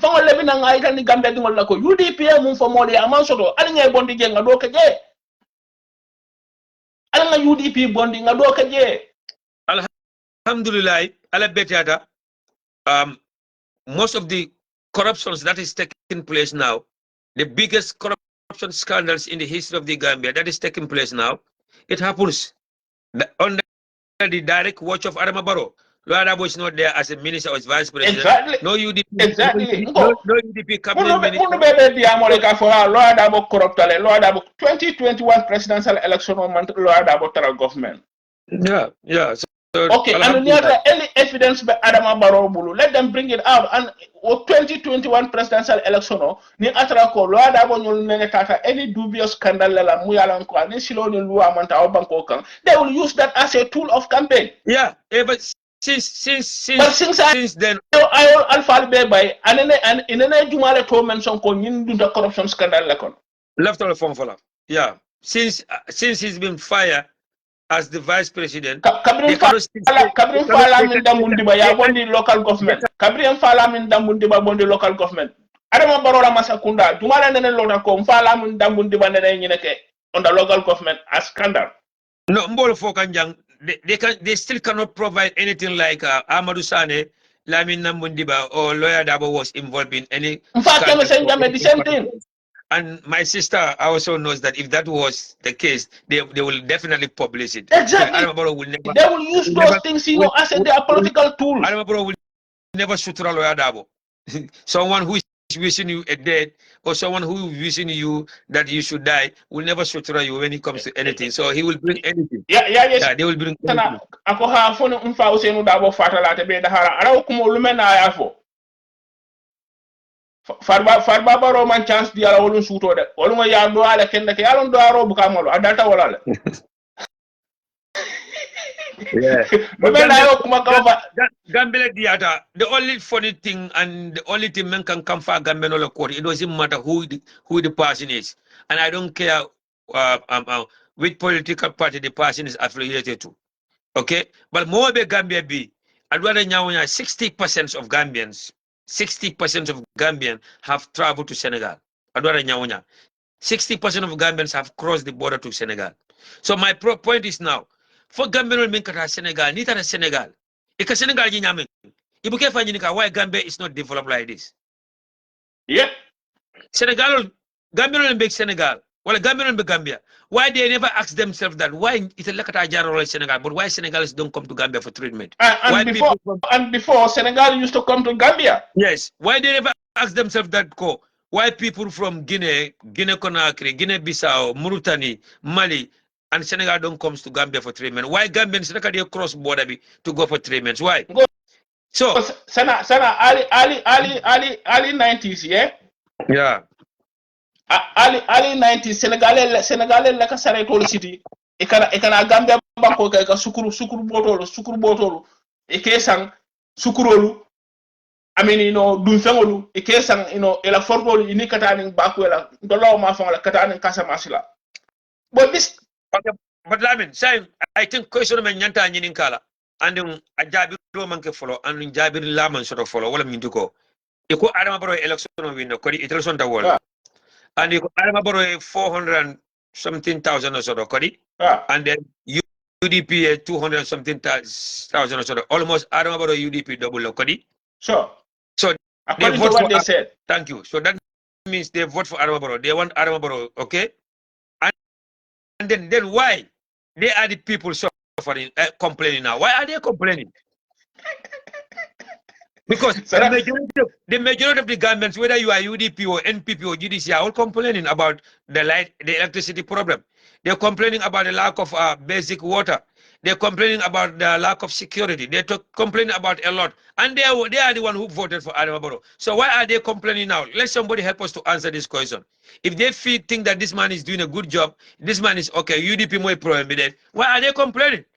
Why they calling the diaspora every day? Dimbale ma saku malo. Ola awma njegi saku malo. Dama buga hari tobaski. Suma hale amuñ hari ki. Gambe dafa mete sarale bi dowit. You said you lied Adama Barrow. 400 something thousand vote for him. Do not complain. Saro banko kan kola mumbe je insi o nyina sanji tan nan ni feng sanji tan nan ni nani kata sanji tan nan ni lulu kawla bande sana bar kamrim baye wulu ngabana salo ka Gambia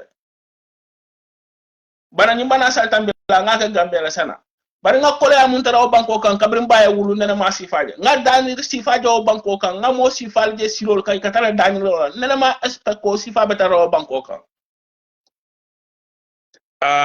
And then no, let me help this sister here. I think probably they don't have a choice. They have a choice. They did it out of ignorance. You know, this is what I'm trying to tell you. Let's be fair, man. So what I'm doing, the pastor engages Degabi, and you are diverting. Gambia is too sad. Gambia is too sad. But because they did it out of ignorance, they did it because of tribalism. They did it because of hatred and self-hate. They have a lot of choice. Adama Barrow was there, Lawyer Dabo was there, Esa Fall was there, Halifa Sallah was there, Mama Kande was there. They have a choice. They did it out of ignorance, and they did it because of tribalism and the hatred that they have for the leaders of other political parties. Let's be honest with each other. You know what? Because who doesn't have a choice? Out of how many political leaders? How many political party leaders were on the ballot box in 2021? Hey, Sana. Ni munu fawna ka foko Adama Barrow mu businessman wote Adama Barrow ko do sodo Adama be jaman banko kan Adama man tan sodo jamani tuma jima ela banko kan jimara banko kan yeah and be from sister. Oh shit, my phone goes off, man. Sulanehe in 2026 also. You can still vote for Adama. It's your choice. We are okay with it. We will never beg anyone to vote for UDP. We will never force anyone to vote for UDP. We will never give any money to anyone to vote for UDP. Mande kuma deglu tengai domi UDP. Whether you are a politician or you wanna be on, whether you're gonna be on the ballot box, kuma deglu. My policy and my stand is that I will never beg anyone to vote for UDP. I will never bribe anyone to vote for UDP. The ballot is clear. My candidate will be on the ballot. Other parties' candidate will be on the ballot. The choice is yours. Vote for whoever you want to vote for. But after the election, do not ever come here and cry like a baby. Do not ever complain. Yes, 2021, there was about 5 to 6 presidential candidates on the ballot box. If you don't want Lawyer Dabo, you feel like Lawyer Dabo is all. SFL move forward. SFL is young. If you think that Lawyer Dabo is social, what local voter? SFL all of la. Why he didn't come second? Mama Kande Paul la. Why you didn't vote for him to win? Halifa Sallah, all of that. Why you didn't vote for him to win? This is very simple. You don't want Lawyer Dabo because social. You don't want Lawyer Dabo because he's all. That's fine. Vote for Mama Kande. Vote for Esa Fall. Vote for Halifa Sallah. But because of tribalism and the hatred. But when the going was tough, and whenever the going is tough, UDP is the biggest political party. UDP nyo waragena. UDP nyo biggest political party. Then you wara. But now whenever it's time for election, UDP party do party bumagbi. Party M. No party is bigger than the other party here. All parties are the same, which is a blatant lie. So if you say that people don't have choice, including yourself, that's why you vote for Adama Barrow, then enjoy it. Enjoy the suffering. Don't cry. Don't complain. Stop pointing fingers at Yankuba Dabo and others. Stop pointing fingers at Rohilo. Stop pointing fingers at Taliban Suda or Lanim Bisane. Point your fingers at Adama Barrow. he's the president moom ngeen sànnil moom ngeen moo leen gënal UDP te su leen neexee tam 2026 ngeen sànnil ko who cares nag boyo dolong abota jamani na nala frere tata Gambia ako NTC lamen ita tara jele be Tio Sankam merol men ya lonko flow le muti. I'm going to say this because this is what exactly happened. Yeah, ako ibe Tio Sankam wala bulu merol be complain kan ka fok he Gambia kul ya to say Gambia kul ya to say ita ka yin Tio mom fa sang ni na ni Tio ni wa fay ba kanyo so doje bo ni ko ateo ijabi men na wala mintu ko Gambia mon kole ya ako bila fodo merol be ko wuli ya jibe ako no Gambia mon kole ya di because wo merol fong la lota ye dayele ko tele katto fay adama barole e ko adama barole fasa because adama baro bi badim fulolti yolo fo wo merol le yaf so akoy ko sa Gambia mon kole ya akoy ko yente jele bo nyum koy ko alente jele alinte nyin terima akoy ko entremontere sirinja akoy ko bal man bo ani ko $5,000 len tel ba channel no problem we are okay mero kay ko yamete be kendala kay ha ani man bo ni ko $5,000 tel ba sandal aka ande be karadan kala ja anuni ala sonta mba mani mfama wala mom fo man bo so la mba di le sa atele katto fa adama baro kam because of flolem ale katto fa adama baro because of tribalism le UDP mu man ni ka patriot now why are they complaining? I expect people who doesn't vote for Adama Barrow to complain, Sister Awaso. People who doesn't vote for Adama Barrow will enter a complain. But anyone who votes for Adama Barrow, anyone who votes for NPP, you don't have to complain. You should not open your mouth and talk because you deserve it. And that's what you want. If you want to hear the truth, you want to hear the better truth, Sister Awaso, whoever votes for Adama Barrow, whether you are a Mandinka or a Wolof or a Fula or a Jola or Sarahule, you shouldn't open your mouth and complain. You shouldn't cry like a baby because you deserve it and that's what you want. Because the candidates were clear. Nepa campaign throughout the country. UDP have the best and the most organized campaign. They bring the best programs to Gambians. The 5-point agenda was there. Everything was there. Or because Lawyer Dabo was all, or because Lawyer Dabo was sorcerer, or parce que UDP party sorcerer. But you forget about what UDP did from 1996 up to date. They forget about what UDP did to stood against the most brutal dictator in the history of Africa.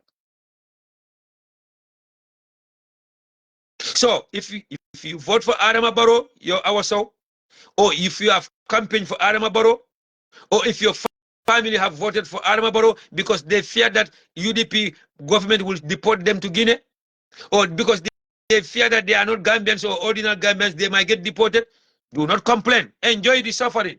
Mburo botala lekalen. Jelen se mburi sen tapale ngeen def ko ci ponce wala ngeen def ko ci meew ngeen lekka ko ngeen kontaan bu leen wax dara ba 2026 bu leen wax dara.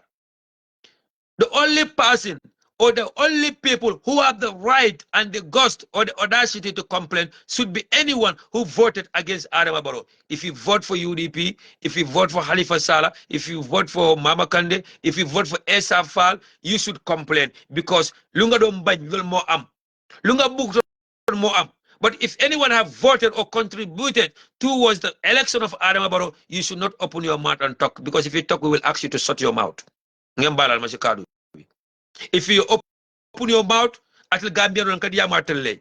For Manding Kole Muiti Bank, for Jola la Muiti Bank, for Sarahulo Muiti Bank, for Sero la Muiti Bank, for Akole Muiti Bank. Na to koy katto fay nu Adama Barole. Ite campagne ko Adama Barole. Ite left Adama Barole kanyenu yela ko dori Adama Barole nu. Bibita kan anything wala fam belali kan Gambia banko kan ya deserve le. Mba fulele nyaw. Yeme Adama Barole afotal lal. Anu ni ala sonda 2026 kanale alman be akalam da kayra kono mo kana mangin kono na diata ale katto faya ko denke al katto faya ko denke based on the tribalism and the hatred that you have for this old man al katto faya ko denke be ko ka ndode mo buka mistake de mi alon ko ye campagne ko Adama Barole wala tem NPP ko de fonta sana jaaju le mo ko mo buka mistake ay ko mo fonte mo buka mistake ay te dani fenna mo buka mistake kono yela hajo fonte because they know that it's a no go area for them mo bala fasoro ni men lefta ya ko manke misri mot ni men lefta ya fo ntam bala fasoro bos ku mata kira ka mem moy alma mem moy alna la jal ka fal bal ka mo jala. So on that note mbadi ngolu fano kada jana korot is 6 o'clock here in the morning. Thank God I'm not working this morning, but I'll be going to work in the afternoon. Yes, mbisu wala nyaw rek. Yeah, sometimes I feel very sad looking at what is happening in the motherland. Sometimes I feel so stressful. Sometimes I just feel like giving up on Gambia, to give up on my people. But at the end of the day, I enjoy when I see them crying. Yes, neither I enjoy whenever I saw them crying, especially the ones that voted for Adam Abaro and supported him. Or those ones are still. Yala, the funny thing about government is that they are supporting Adam Abaro in public. They will dance for him in public. They will praise him in public. But behind the scene, do you know that they complain about him? Do you know that behind the scene they complain about him? Whenever I see them complaining about our mayors, like some mayor new president, or some mayor new the development of the country. Because Taliban Suda. In fact, if Talib was NPP, they will never say anything about Talib. Wallahi billahi talai. If Talib Yankuba was NPP, they will never complain about Yankuba. So yalla suñu xol la ñoo fayé. Ñun Gambians, whether we are Julit or Christians or whatever religion that we might be practicing, we all believe that yalla yene lay fayé, yalla xol lay fayé. Alaka mojo ngani yola. What goes around comes around. That's what we believe in. So right now, Allah is paying us for what we asked for. Allah is giving us for what we asked for. So we said we want backwardness, we want lack of development, we want electricity, jumping lights. That's what we want. Let's go for it. Yeah. Man mom santa yala. There's my family, alhamdulillah. Kenen. But the majority of Gambians on the ground down there are suffering. Look at Nawek now. Nawek. So yende $100 cash power. Nyala nga de am 60. Mer bu demul school sa xamna lolu legi. Nawek. So let them enjoy the suffering, enjoy the hardship, enjoy the lack of electricity, the jumping lights, enjoy the poto, enjoy the bad roads. I don't care whether my father is there or my mother is there. I don't care whether I have family members in the country. But I know the majority of Gambians that voted for Adam Barrow, my family is not part of them. My siblings are not part of them. My close friends are not part of them. So those of you who have voted for Adam Barrow, thinking that Ousainou Darboe is all, Aji Yamundo Seka is all, Aji Yamundo Yabo is all, Aji Sukanaka is all, Nyonyi Janguj I Maryland, you think that you should vote for Adam Barrow? Enjoy this suffering. Or if you think that Lawyer Darboe Sosela, Adam Barrow Paul Ladamoko, yo wolof nga bugulo affaire soose, you will vote for Adam Barrow. Yo Paul nga bugulo affaire soose, you will vote for Adam Barrow. Yo jola nga o sarahule, you don't want affaire soose, you want to vote for Adam Barrow. Go ahead.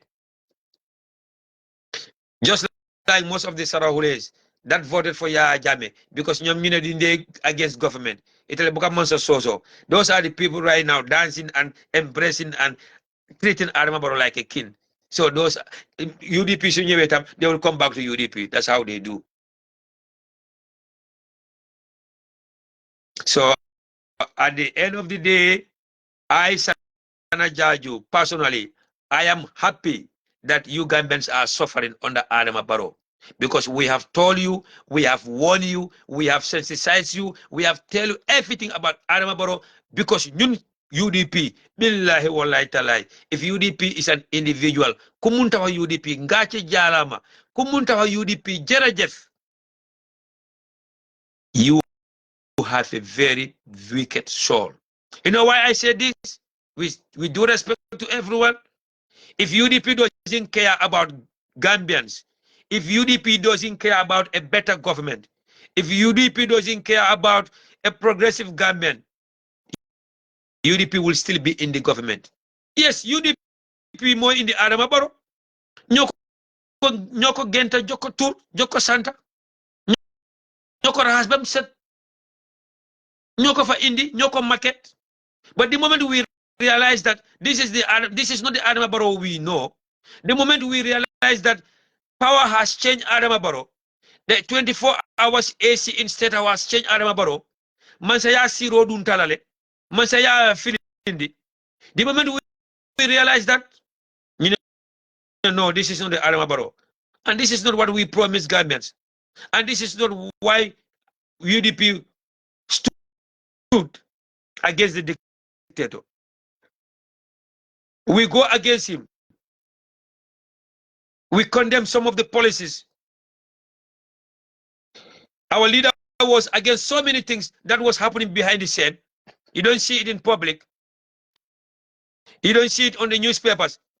But most of the cabinet deliberations, Lawyer Dabo used to stood against so many things, so many bad policies, so many bad procedures, and so on. In fact, there comes a time that they see me as an opponent in the cabinet meetings. They see him as a lion. In fact, they used to have meetings behind the scene about him. The pushing the mind of President Barrow. There was a time they were bringing cash money, telling Lawyer Dabo that then Buga create a monthly salary for UDP chairmen across the country. Then Buga jail Halstam and build a UDP bureaus across the country, just like the NPP is doing right now. Lawyer Dabo warned them that this coalition is not a UDP government, and the government money should not be used to compensate politicians or to build political bureaus. And he asked them where this money is coming from. And they said, Lawyer Dabo is asking too much question. If that man was a corrupt man, or if that man is a corrupt man, he will have said yes to everything that favors UDP. Dengen fate lolu, or dengen na fate lolu, fate hejut fi why. The moment Lawyer Dabo start asking where this money is coming from, who is giving this money out, they said he was asking too much question. That was the time that Abubakar Jawara was giving money to Adama Barrow. But that time, their main intention was to hijack UDP from Lawyer Dabo. Where was NPP? Where was GDC? Where was GMC and others by then? So if UDP is corrupt or UDP just didn't care about a better Gambia, Lawyer Dabo will still. Let me ask you one thing, Sister Awa. Do you think that Lawyer Dabo doesn't want to be a vice president? Do you think that Amadou Sana doesn't want to be in that ministerial position? Do you think that Ajiyam Seka, Ajiyam Mundao Yabo, they don't want to party, they don't want to go to be going in and out of State House? So si fekkee ne loolu rek moo lañ intéressé woon si fekkee ne Ajiyam Mundao Yabo wala aji Sukainaka wala Ajiyam Seka wala Lawyer Dabo wala UDP elders dañ bëgg na enjoy power rek dañ bëgg na dawal ay auto yi rafet dañ bëgg na tëdd si kër yi rafet rek, they will still be in this government. Yaa ma ko jëna xam also. We will still be there and enjoy with Adama Barrow. Lu Adama Barrow wala ñu ne ko yes sir, yes sir. Don't you know that? Or you don't believe in that? But UDP said, no, this is not what we promised Gambians. UDP said, no, this is not what we tell Gambians when we were campaigning. UDP said, no, Gambians don't deserve this. They don't care whether Adama Barrow will fire them from government or Adama Barrow will sack them from government. They see Gambia, they see Gambians, and they see a better Gambians. They see a progressive Gambian. They see a Gambian free of injustice. Mota Nangu, Adama Barrow, stand against him. If not, most of our UDP boys now will be protocols in State House. They'll be driving fancy cars in the country. My friend, let's give the credit where it is due. They could have been there exactly Mbizu to dogo Adama Barrow. Parce que ñoko fa tek, ñoko fa indi. Yes, Gambians came together in 2016 and decided. Why si fekkee Adama Barrow 100 votes la am. Sa digante yalla, be honest with yourself, like I said. Si fekkee Adama Barrow 100 votes la amon si coalition bi. 80 of the votes are UDP votes.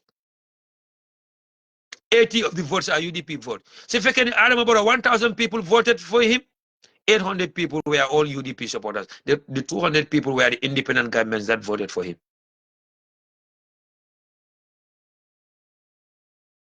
They ain't fought alone yet.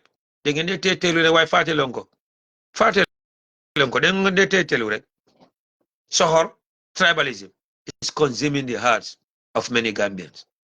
May your soul rest in peace, because it's a disease that can be cured. That cannot be cured by any doctor. Hatred, sohor, kuku am sa bir hol. It's a disease that cannot be cured. And Gambia is a very, very funny country. Gambians are very funny. Gambia is a country that you will see a minority provoking the majority, and the minority will still cry like victims. Gambia, the majority will provoke the minority will provoke the majority. The minority will call the majority names. The minority will go after the majority, and still the minority will cry victims. They will cry like babies. Yalla ñu yalla dimbalé rek. Yalla raxas xol yi mu bolé ñu bokka nekk benn ñuy gis dëgg bi di ko farle o di ko champion. Yalla ñu yalla may ay xel ya nga xam dinañ toog ñu xalaataat ñu ask ourselves this question, that what do we want? Do we want a better Gambia, or do we want a Gambia that we will continue to suffer? Let Gambians talk. Ñu lay seen bopp. Did they want a very peaceful country, free of criminals, crimes, attackers, or did they want a Gambia that is going or taking a very dangerous path? The choice is yours as Gambians. Kum ne nga wax sa yaay ak sa papa ak sa maam buy votel UDP government because party social votel lem Baro. Comme some of them used to say that Baro mo len gënal. Bëgguñ Baro, waaye Baro mo len gënal UDP. So what kind of mentality is that? What kind of belief is that? Bëgguma Baro de. Baro yefam neexuma de. Why moma gënal UDP? Because you hate UDP, because you consume hatred in your heart for UDP. So if the majority carries the vote, even if it is wrong, we should respect the decision. Then why should they cry? Why are they crying? Anga yo danga fona danga mun wax why nga japp sa bop ci bir wax bi awaso. Yes, majority carries the vote. Even if it is wrong, we should respect their decision. They should not cry. We don't want to hear them crying. Let them dance to the music. Let them enjoy the suffering. We are okay with that. And this is why I said, come 2026, if the majority wants, let them vote for Adama Barrow again. You know, I'm problem. UGP is a stress-free party. UGP is always enjoying. We always having fun. For you just like you see happiness. For you just like you feature the lekarek, the enjoy. Should lose an election and minister we losing. I think you see that in UDP. Even if we lose an election, it's like we don't lose an election. We still enjoy. So if the majority decides to go for Adama Barrow again, let them go. But we don't want to hear them crying. If they open their mouth and cry, we will ask them to shut their mouth.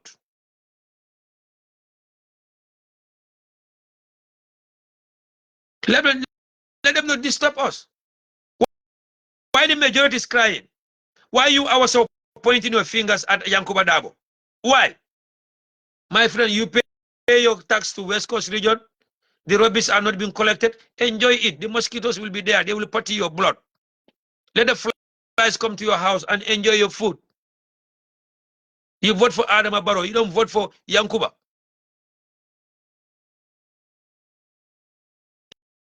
Yeah, the people are crying. We're talking about the majority. We know that not everybody is crying. Not everybody is not crying. But it's only 10% of the Gambian population that are not crying. So the people that are crying there, you said you are not crying, right? But the people that are crying there, ask them to cry. Tell them to cry. That's the message that I want to tell you. Okay? You are not crying. That's fine. Maybe you are okay. You are better off. Fine. But those who are crying there, and those, because you are speaking for those who are crying, right? Tell them to enjoy the cry. them that the message from UDP moy, let them enjoy the cry. Let them continue to suffer. Let them enjoy it. All right? So don't speak for them anymore. Just tell them to cry and enjoy the cry. So what today? There's another election coming, inshallah. They can still vote for Adama Barrow. UDP will continue to advocate for a better country. UDP will continue to advocate for a peaceful country, a progressive nation, a country free of tribalism. Because our party leader once says that, a UDP without Mandinka is not a Gambia without a Mandinka is not a Gambia. A Gambia without Wolof is not a Gambia.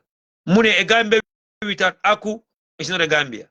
A Gambia without Serel, Jola, Sarahure, Karoninka, and so on and so on. Doing Gambia. Gambia have tribes and Gambia is made of tribes. So all tribes are equally. UDP is a political party for all tribes. UDP is a political party for all religions. Believe it or not. This is our policy. It's a party for all tribes and it's a party for all religions. We don't care which tribes you belong to and we don't care which religion you practice.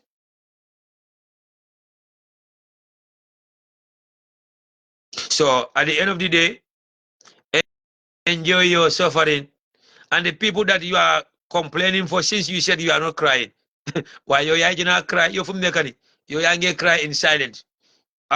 You are crying in silence, you are suffering in silence, and you are dying in silence. You're just having a big mouth here, you are not crying. Gambia kan mo fa nek ko xamne ne ko di cry. The jumping lights, jumping like Christmas light. Enjoy len ko fofu. Hospitals without basic medical.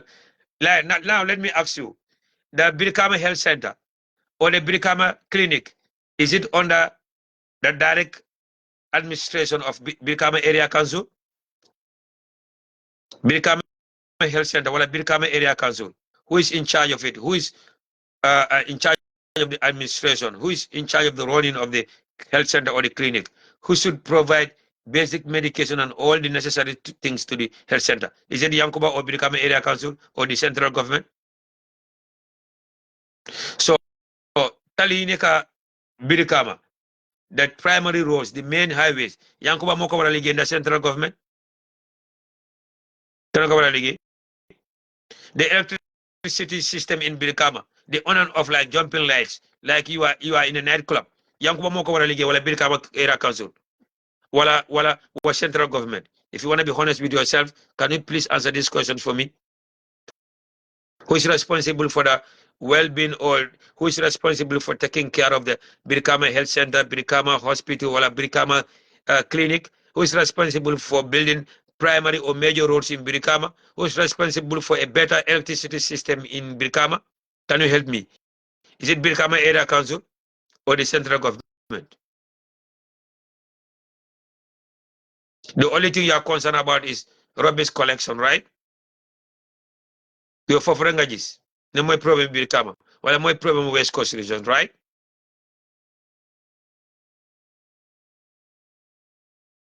No, it's a nightclub. Gambia nightclub, jumping lights. Black and on, off. Few.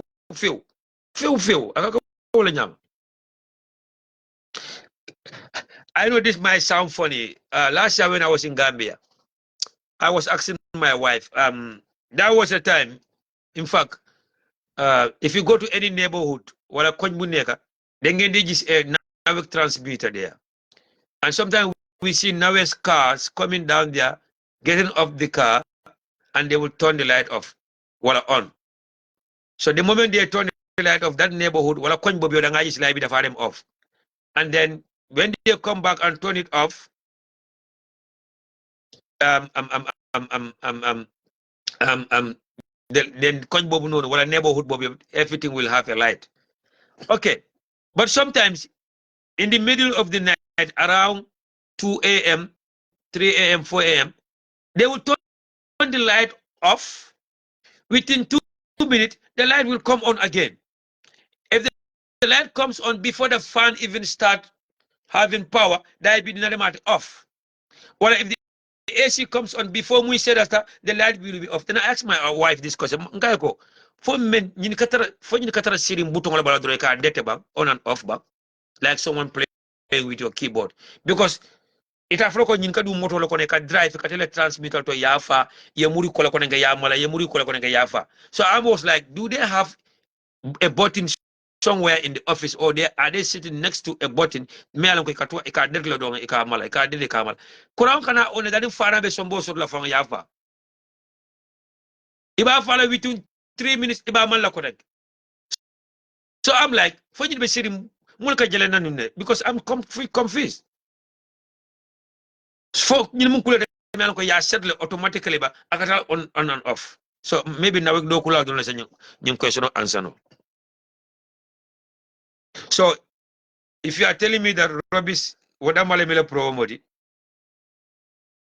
I woke yesterday, in fact, that's what exactly happened. But you said you are not complaining, you are not suffering. So that's good. I enjoy that. Enjoy a run on off be. Nightclub. So you got 20 off rank, nga feature, so you got 20 on rank talk. That's how we used to do in nightclub. When it is dark and the lights are jumping, you having those flashy lights, the red and green and yellow. Then you enjoy, you dance. So it's good to have you and thank you for your time. Mbafla ko la barka ba ya tel badi ngolu suta to be Gambia. Al hakitu ni kuma kamo mandia jang bal fona tonya fo nyoye.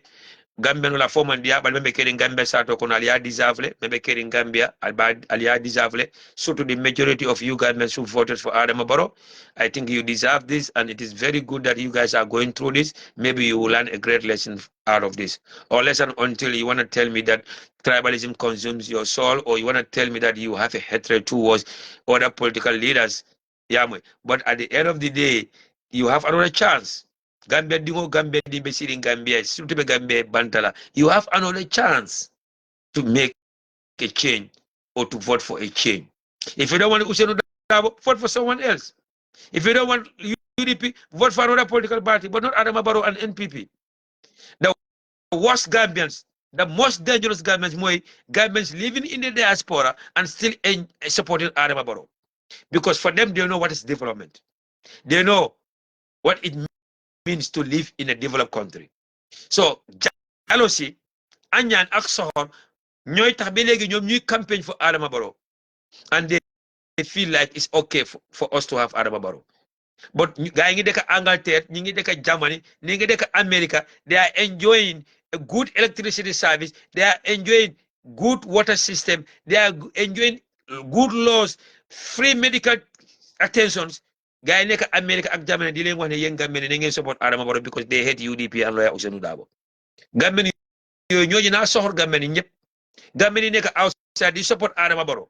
They support NPP. They are the most wicked Gambians. I will say this loud and clear. And I don't care. I will say this loud and clear. Gambians living in the diaspora. And they are still supporting Adama Barrow government. They are the most wicked Gambians because they know what it means to live in a developed country. And they know what development is all about. And what they are enjoying in America and Germany and France and Spain and Europe, they don't want you Gambians to enjoy that. So good luck to you Gambians. Come 2026, ngeen dem sànni Adama Barrow karta again, okay? Because he's a fuller or he's from up or URR. Good luck to all of you Gambians. Seku say that Sana, the demand is higher than the load of the generator. That's why the generator is stripped off automatically. But Seku say Adama Barrow ko naweke capacity so le mi alon ko ka naw Adama Barrow ko Nawek have enough capacity to an extent that generator will be ye fale, ye landi. Furthermore, Sister Awa, you didn't hear that? Adama Barrow said that Nawek have enough capacity. Kurambi do in the legi, Gambia is okay now. We don't need any more. Adama Barrow Nena, he's doing so many developments that Tubabi don't want to Ibulo Tala, why you sell so development bit of body. He said when the Germans come to Banjul, they told him that your capital city is very, very nice. That's what Adama Barrow told you Gambians. So Adama Barrow said that now we have enough capacity to an extent that some of the generators have been turned off as reserved. So don't tell me that the demand is higher than the supply. Don't tell me that the demand is more than the capacity that NAWEC have. Because your president said that NAWEC have enough capacity. So you have generators that are even on a standby, put in case problems are made. So I'm assuming that, yeah, he said that they even have a reserve. So me, I'm assuming that electricity is okay in the Gambia. And I heard one of the imams say that Gambia is, mashallah, Dembo buy for Swanako. Some of the imams, I think it's Imam Babali or one of the imams said that Gambia mom kurama be 24/7. So maybe we have two different Gambias. We have Gambia in planet Earth and we have another Gambia in planet Mars or planet Pluto. Yeah, that's what I believe. So maybe we live in Gambia that is in planet Earth, but they live in Gambia that is in planet Pluto. So I think we have two different Gambia. Or maybe they mistakenly Zambia for Gambia. Maybe. So maybe they live in Zambia, but they want to say Zambia and they say Gambia. Gambia na Gambia ne. Why yalla yalla jappale rek mu meñu ay xol bu set, mu meñu ay xol bo xamne dinañ tek tribalism aside. Mu meñu ay xol bo xamne dinañ mëna tok di gis dega te di fight for dega wala that will be able to defend the truth. So nduwadal sa fom badara ñun fuñ nekk ni sa yalla sa daf ni jepi billahi I'm not even gonna say astaghfirullah. Yalla si boba dafa jepi Gambian si yalla sax daf ñu jepi parce que ñaan nañ be sona ñaani sa munta nangu legi duwa fam sob dan nga pasalal misri mo mañana ka pisal to ñalem bal interbe damente ala fa na jepi so antel ya be ka pati bati je dro yusu ndur bu ñew ñu daw dem fa wali seka bu ñew ñu daw dem fa and then the moment say that Q City is organizing something ñu daw dem fa. So at the end of the day they will go back to our houses and start crying.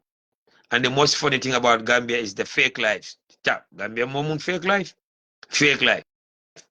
Could dem si club duga si benn bathroom rek mu natal ko post ko dem si benn hotel rek natal ko post ko but they will never be on the street Gambia ñu natal post yooyu noonu ak some photo shoot yi waaw photo shoot anyway I have a very free day today so I could be here for another hour but again mulbe do ko la tilo candidate and I need to call my Sarah Dima and start talking because I saw her missed calls. And in bita shala kora jilote so nimbe la salo ko natal dota kala mata mo dina mako ako they are only second hand generators. It's always maintenance due. Gambia is a sad nation. No, Gambia is not a sad nation. Gambia is already dead. Nalka for Gambia is a sad nation. That's an understatement. Gambia is already dead. You guys are on a life support. You're talking about Gambia is a sad nation. Brother Segu, Gambia is a dead country or Gambia is on a life support. So it's not about Gambia is a sad nation. Enjoy the suffering. Enjoy it. Mburo botala rek lekalen. Kumuna jenda sen fu nga jëna sen fu ku mëna jël tapalapa ngeen jël tapalapa ku mëna poncer nga poncer ku am njëgi meew nga def ci meew ku amul njëgi meew nga def ko ci wot ndox kesse rek nga def ci sa sukur nga naan so enjoy len ndaka falé ñaw manage len rek ala manage yeah in fact any Gambian in the diaspora apart from your biological father and mother ñoko jar apart from your biological mother and father moko jar so at the end of the day kulem ko rek ala fa ya manage ala manage oh for sure Fender whoever is the president in America is better than Gambia belegi whoever is just that Trump is racist. Trump doesn't respect people for who they are like for us he doesn't respect us because we are black. He doesn't like us because we are Muslims. He doesn't like us because we are immigrants. That's the only problem with Trump. And he doesn't have respect for women. So, but at the end of the day, he's still far better than Gambia. Because we will still have a better electricity. There will be nothing like jumping lights. Or there will be nothing like we are in a nightclub. We will go to hospital. Whether you have an insurance or not, they will take care of you. And after they will send you the bill. Our kids are going to better schools. They're enjoying. We have security here. The better roads. We drive any cars, any fancy cars that we want. So we don't you compare with Gambians? Whoever we have as president, the family we are still in heaven. If you want to see heaven on planet Earth, come to America or go to Germany or go to Angleterre. Heaven on planet Earth. Enjoy. Kulen ne America nehut, wala Europe nehut, wala ngay ñu ñibbi ci Gambia. Musuñu am jumping light. Our lights are on 24/7. We don't buy stabilizers or step-ons to protect our TVs or to protect our fridges. Danga nga pull straight to the wall. Sa TV bi di taka, sa fridge bi di taka, sa AC bi di taka. You don't think about it. You have to spend $3,000 on stabilizers or step-ons. There's nothing like nga jël essence def ko ci moto mu melni ndox nga fa def. $1,000 will not take you to from Banjul to Brikama. Mu jeex. We don't think about criminals attacking us in our homes. There's no poto here. Whether it's raining or not, you still go to work. The moment you open the door, singa de hamne hay daf don taw. Wow. Ñu nehe fi dañu tok, dañu xoti sim passport di tok. Ñu bay la ngeen enjoy fo. Yen tam yalla yalla la yalla may sa ngeen gëna Gambia yen. So if you are in Gambia, yalla leen yalla may ak yoon bo ngam ngeen gëna Gambia. So that you guys can also be in plan a heaven on earth, because we are in heaven on earth. Wallahi naxuñ leen de. We are in heaven on planet earth if you compare Europe or America and Gambia. Dafa melni aljana ci kaw suuf. So the time that we are spending here talking to you people, sensitizing you people, this is not about we are UDP or we want a UDP government. This is all about we want a better Gambia for Gambians. Gambia is our model and we love the Gambia. Why should be tanga? Ñun dañu acc suñ tankay tok fi def lu ñu neex te suñ waajur yi dañ sona parce que mënu ñoo nekkat fi suñ waajur di sona. No matter how much a bag of rice costs, we will still then send them the money. No matter how much cash power is costing, we will still send in the money. But how many percent of the government populations are suffering? If you look at the number of people that have traveled out of the Gambia, it's less than 1% or it's less than 10%. So 90% of the Gambians population are living in the Gambia. So I suffer for no. Do you know that the African population in America, I'm not talking about the Gambian population in America. The African population in America is less than 5%. It's less than 5% of the American population. So, Gambian yi gëna ñoo jina tuuti dan Gambian yi nekk biir Gambia. Gambian yi nekk biir Gambia ñoo ëpp Gambian yi nekk outside the Gambia. So who are suffering? The majority of Gambians. 90% of the Gambians live in the Gambia. Only 10% of the Gambian population are outside the Gambia. I know it looks like Gambian again. It looks like there's a lot of Gambian in the diaspora. But if you go to the population-wise and look at the percentage of the population, only 10% of the Gambian populations are living outside. So 90 or 80 or 85% of the Gambian populations are living in the country right there. So let them suffer and enjoy the show. Ay ñun su mburu sa soko jëlé nga dugal ko ci oven bi nga tangal ko mburu yoy nonu nga dugal ko ci oven bi nga tangal ko def fa bota bi ba bota bi yoy daf de melni mbuda kéra wala daf de melni xawma yaangi arjana di lekk mburu du tapal papa yoy nonu am suuf de sen tapal papa yoy nonu sen four yoy ñu am suuf de sen yapa yoy nonu daf de melni carton soy lekk yapa fi la pay day ñoy fi dibi bi afra bi dafa noy yapa bi soko xécé ni rek mu dog hay juice bi mom la so ñëwé gis lo mairie de ñoo America the moment they start drinking the juice ne bu ga ñëbi apul juice ak orange juice suñ ko commencé de no wara godu Gambia maire bu magé sa su ñëwé America du dé bu ga ñëbi maire bu magé bo xamna du dé géna du dé dem fen xam nga yow awaso nga ne Gambia is okay you are not crying. I'll tell you the truth today. I'll tell you everything. Hay so demé ci hôpital yi ni da nga fogg ne yaa ngi dugg ci biir hotel. If you going to the hospitals here, you visiting the hospital, floor bi njëkk moo la welcome. Floor bi dafa melni seetu. The tiles, the floors in the hospital, you can see yourself It's like a mirror on the floor. If you just came to America, maybe you will take your shoes off if you are entering the hospitals or some of these stores in America here. Bena supermarket so for duye danga melni bena supermarket danga funa dekala it's a town the size of some of the supermarkets, the town of some of the stores. You think that you are in a city or in a small town. No, the malls are not like malling in am bakote mall de. Yem bakote mall lol Marcela de. Lol the mall de. The mall that you call bakote mall at Tipa Garage. Lol the mall de. Yen I biting in am fofu no you call it in the mall. Wow. So the most beautiful place that you guys can go and enjoy my village bi Tamala ay bori Senegal you know. Te lol nak day times so gisee lampa yi nga foog ne dëkk bi fii la wala bëccëg soo ko gisee nga ne no this is not the place that I was last night. Guddi bi sax yàlla daf la dee sutura tuuti when the place is dark and because of the jumping lights you think that the place is beautiful. Just go back there during the morning or afternoon time. You will say that no, this is not the place I was. So some of the police stations, if you see them, you think it's a no one could ever Buddha Barfuser. If you see some of the police stations, it's like Barfuser. I was so humbly Barfuser. Maybe you are too young to understand that.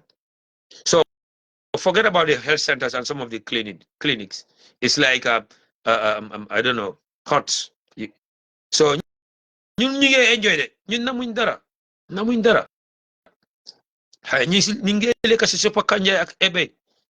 Bena $50 soo ko amee dem jënda sa yàppa sa jën lu la neex nga lekk ko. Yan Gambia ku amut $1,000 sa mun loo lekk sopa kanja bu baax. So poto yi nag su ñëwee nag loolu mooy seen kii poudre yi seen poudre yi poto yi sa daala num rafet soo duggee si poto bi mu génna doo mun a sol sa coquette nga yow fu nga dëkk Banjul. If you live in Gambia right now and if you live in West Coast region, yow I challenge you also solal sa coquette nga doxaak sa tànka ba si tali bi nga bugg a dem jël moto. Before you get into the car, you will wash your feet again because the color of your feet will turn into brown or ox blood. And you are telling me that you are not complaining. Good luck. Enjoy the show. Hey, enjoy. Those living in Canada, the US, Germany, France, even if we sleep on the street, we still live a better life. This is why I said that Gambians living in the diaspora supporting Adama Barrow or NPP government are the wicked souls that have the wicked soul that I've ever seen in my life because they don't have any peace. Busy, yes, you are right. Let me just go and call my Sarah Dima. Yeah. Budung nale kumbo kama wala nale nguru kama la salongo Sarah Dima la kamfar because she's been calling me ever since and I couldn't cancel this show to answer to her call. So thank you for your time. It's good to have people like you here. Like I said again, on a very serious note, I'm begging you, please, not because I want you to vote for UDP, not because I want you to support my party, but for a better Gambia, a very developed Gambia, a better Gambia for Gambians, especially the future generation. And if you want to develop Gambia, a Gambia boo xam ne jigéen bu omba doo xalaat na danga dee na sa doom dina dee. A Gambia boo xam ne yow jigéen bu omba, you will not be thinking about how will I get to a better hospital or how will I be able to see a better doctor or nurse or midwife. Te fekkee ne danga bëgg a Gambia boo xam ne you will not be thinking about na courant bi dina dem na du dem. Su fekkee ne danga bëgg a Gambia boo xam ne if nawet bi di ñëw wala taw bi di ñëw wala we are expecting the rainy season, you will not be thinking about poto yi ndox yi. Let's debate honestly. Let's debate with fairness. Let's debate with integrity, having this at the back of our mind that Gambia is at stake. A better Gambia is at stake. A better hospital system, a better health system is at stake.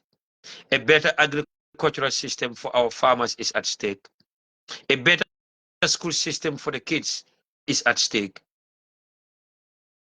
A better education system for the younger generations, for the future leaders is at stake. A better security system is at stake. And more importantly, a country free of injustice, free of nepotism is at stake. Let's come together as one Gambia, one nation, one people. Let's put political differences aside. Yes, there must be political parties. And all these political parties will campaign and sell their agendas to you, the Gambian peoples. So vote wisely and choose wisely so that tomorrow you will not cry. Tomorrow you will not be crying and seeing yourself as a victim. If not, that's not that we will come back here and tell you guys, now enjoy it. Manage it. So thanks for your time. And thanks to each and every one of you for joining me here today. Mbizu Mbizu. My vice president was here today, guys. Sarata Suwane, Abaraka Bake Fender, thanks for your time, Sister Aita Sad, thanks for your time. We Danso, thanks for your time. Brother Sekou Cisse, Animen Kamtoko, Philly Fati, Aninja Hesila Bafra Biokala Baraka Bake, Brother Abdullah Sedi, Animulman Kamtoko, Brother Sonko Gambia, I'm from La Partner La Modi, and Sister Fanta, wala Sister Fatu Kante Jula, anin Domel Jawo, ani monument come to ko brother Lamin Conte, Bafra Biokala Baraka Bake for your wonderful time. Kacha Jam Fata, like I always said, Ninko 2 hours Akatambi Wotile. But thank you to each and every one of you. Alma Alain Sawokenye, Alma Alain Beso Hakilola, many along come tribalism putla aside. Anytime we talk about politics, we will see Gambia. Alma Alain Sujusola, Aningani Yola, Aning Hakilola, many alongo. Anytime we're talking about politics or anytime we're debating about politics, we will always see a better Gambia, a progressive Gambia. We will see a Gambia that is free of tribalism and nepotism. Yes, it is okay to be part of any political party or to be affiliated with any political party. Be proud of who you are, but let's be tolerant to each other. Be proud of who you are, but let's be tolerant to each other. So whenever we're discussing about development, let's be honest to each other. Let's give the credit where it is due. Ni ada babaro ku kendo kan ba fulale. Banam ku kendo kan ta fulano. So UDP chairman ni mayor be do ko be ku kendo foka alafo. Ni du the corruption of an and say condemn. And so far so good. My UDP mayor wala chairman you can men dunta ni corruption scandal kono. Wala mayor alonko during his or her term he or she was involved in a corruption scandal. Mojo follow. So at the end of the day, I tell Gameno, I tell be carto file, Kate so battle level. Iminate lenni la kotenke, ye karelo diala, ye posamburo sambalenang, ye kalamal sambalenang, anin generatoru. Pula ali ye carto file. Nin carto fighter far preta, alteje la kotenke. In fact, NPP deputy bogo, the menkalo akadiam. NPP unkol mbal challenge nyinna. Mbal challenge nyinna. Ale finti, ale député killing ali ya tofo. Ale safo nyin député me alonko a vocal tale. Nyin député me alonko he's always there. Nyin député me alonko al kaka umole wato wade. He's always participating in every debate. Al NPP député killing for. UDP unkol al ne challenge nyinna. Let's make this a slogan and challenge every NPP unkol. Ye député killing bondi na safo me noko ele nyin député is very vocal. Ele nyin député is always there for government. Only person men kana deputy bungona kadia muje and deputy katara nyosa bola is Fabakary Tombong Jatta wala deputy Sidi Njai and we make elected deputy. They were not elected by the Gambians or the Gambian people. They were nominated by Adam Barrow to be there for him. They are the only ones in that National Assembly. Many along they are going back and forth with the rest of the National Assembly members. But all the NPP deputy men along Kanyata NPP Karta Wolto mote kona me along akafang express no for in English. Mote ko melon ka se diamuno for 2 minutes or at least 3 minutes ama English barama wala man chankacha kono itate dum molle men ya lon ko e man dunia long e man luwal bondino nyoto e me bulbali mara boni danko drom itelewol mol so ta député bu kono aliya wo bay election odi member no men kada no nyamina west ele biram so ale biram so mo men ko nabe lodu num fang ni mamuta ka boyle ale danko dro ka député bu ko e lefta wala o fana ba har jodo maka biram so have never participated in any debate. The only thing he is doing at the National Assembly was raising his hand and putting his hands down. Nico yes, Ulindi. Nico no, Jindi. That's the only job that Biram Sow is doing at the National Assembly. And not only Biram Sow, all the NPP deputy ball keka. Yes, sir. No, ma. Yes, sir. No, ma'am. They cannot deliberate. They cannot deliver. They cannot debate on anything. They cannot express themselves. They cannot debate or bring anything that Gambian Safoko. We want to see the videos. All video body. All video body. The only people many along Kekadiamu demanding apart from UDP, DPO, or them the no to the alliance. The no to the alliance. What are the independent member for Janjambure? That Omar, I think Omar Dabo. That man is great. Yeah, I'm NRP the deputy odor. Seni, I think Seni Ture of NRP, and in Fasiabu Ture Lembang Doi. What that might be a many alongo. NPP deputy, Ali Chalem. NPP deputy clean together out of the 17 or the 16 National Assembly members for NPP. No one there can debate for 5 minutes without tumbling. So Fatih Hejutfi, they're not tell you that.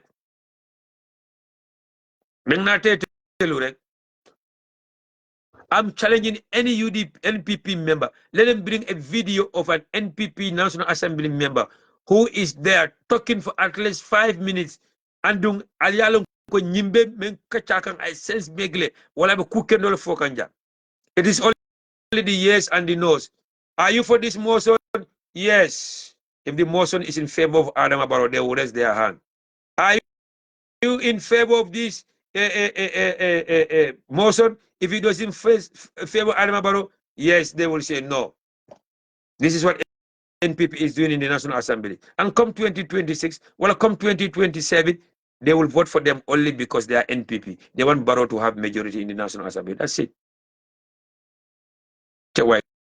Gambia do them. Gambia do them. And I've been in Aduna. Well, Gambia don't go where I direct. You had the benen haj bi dem Senegal, benen haj bi ñu jox ko Guinée Bissau ak Guinée Conakry. Wa ñu bëgg féto Sénégal ñu féto Sénégal, ñu bëgg féto Guinée Conakry, ñom ñu féto Guinée Conakry, ñu bëgg féto Mali wala Mauritanie wala Guinée Bissau. Man mom sumay féto Mali lay féto. Wa côté Mali lay féto wala côté Mauritanie lay féto. Wow. So Allah baraka bag. Good morning to those of you in the Gambia. I believe in Gambia now is 1:54 p.m. It's about 2 o'clock there, and then it's around 2 or 3 in some parts of Europe. So the Gambia is 6:54 a.m. in the morning. So those of the Gambians, America, East Coast like New York, is about 9:54 a.m. in the morning.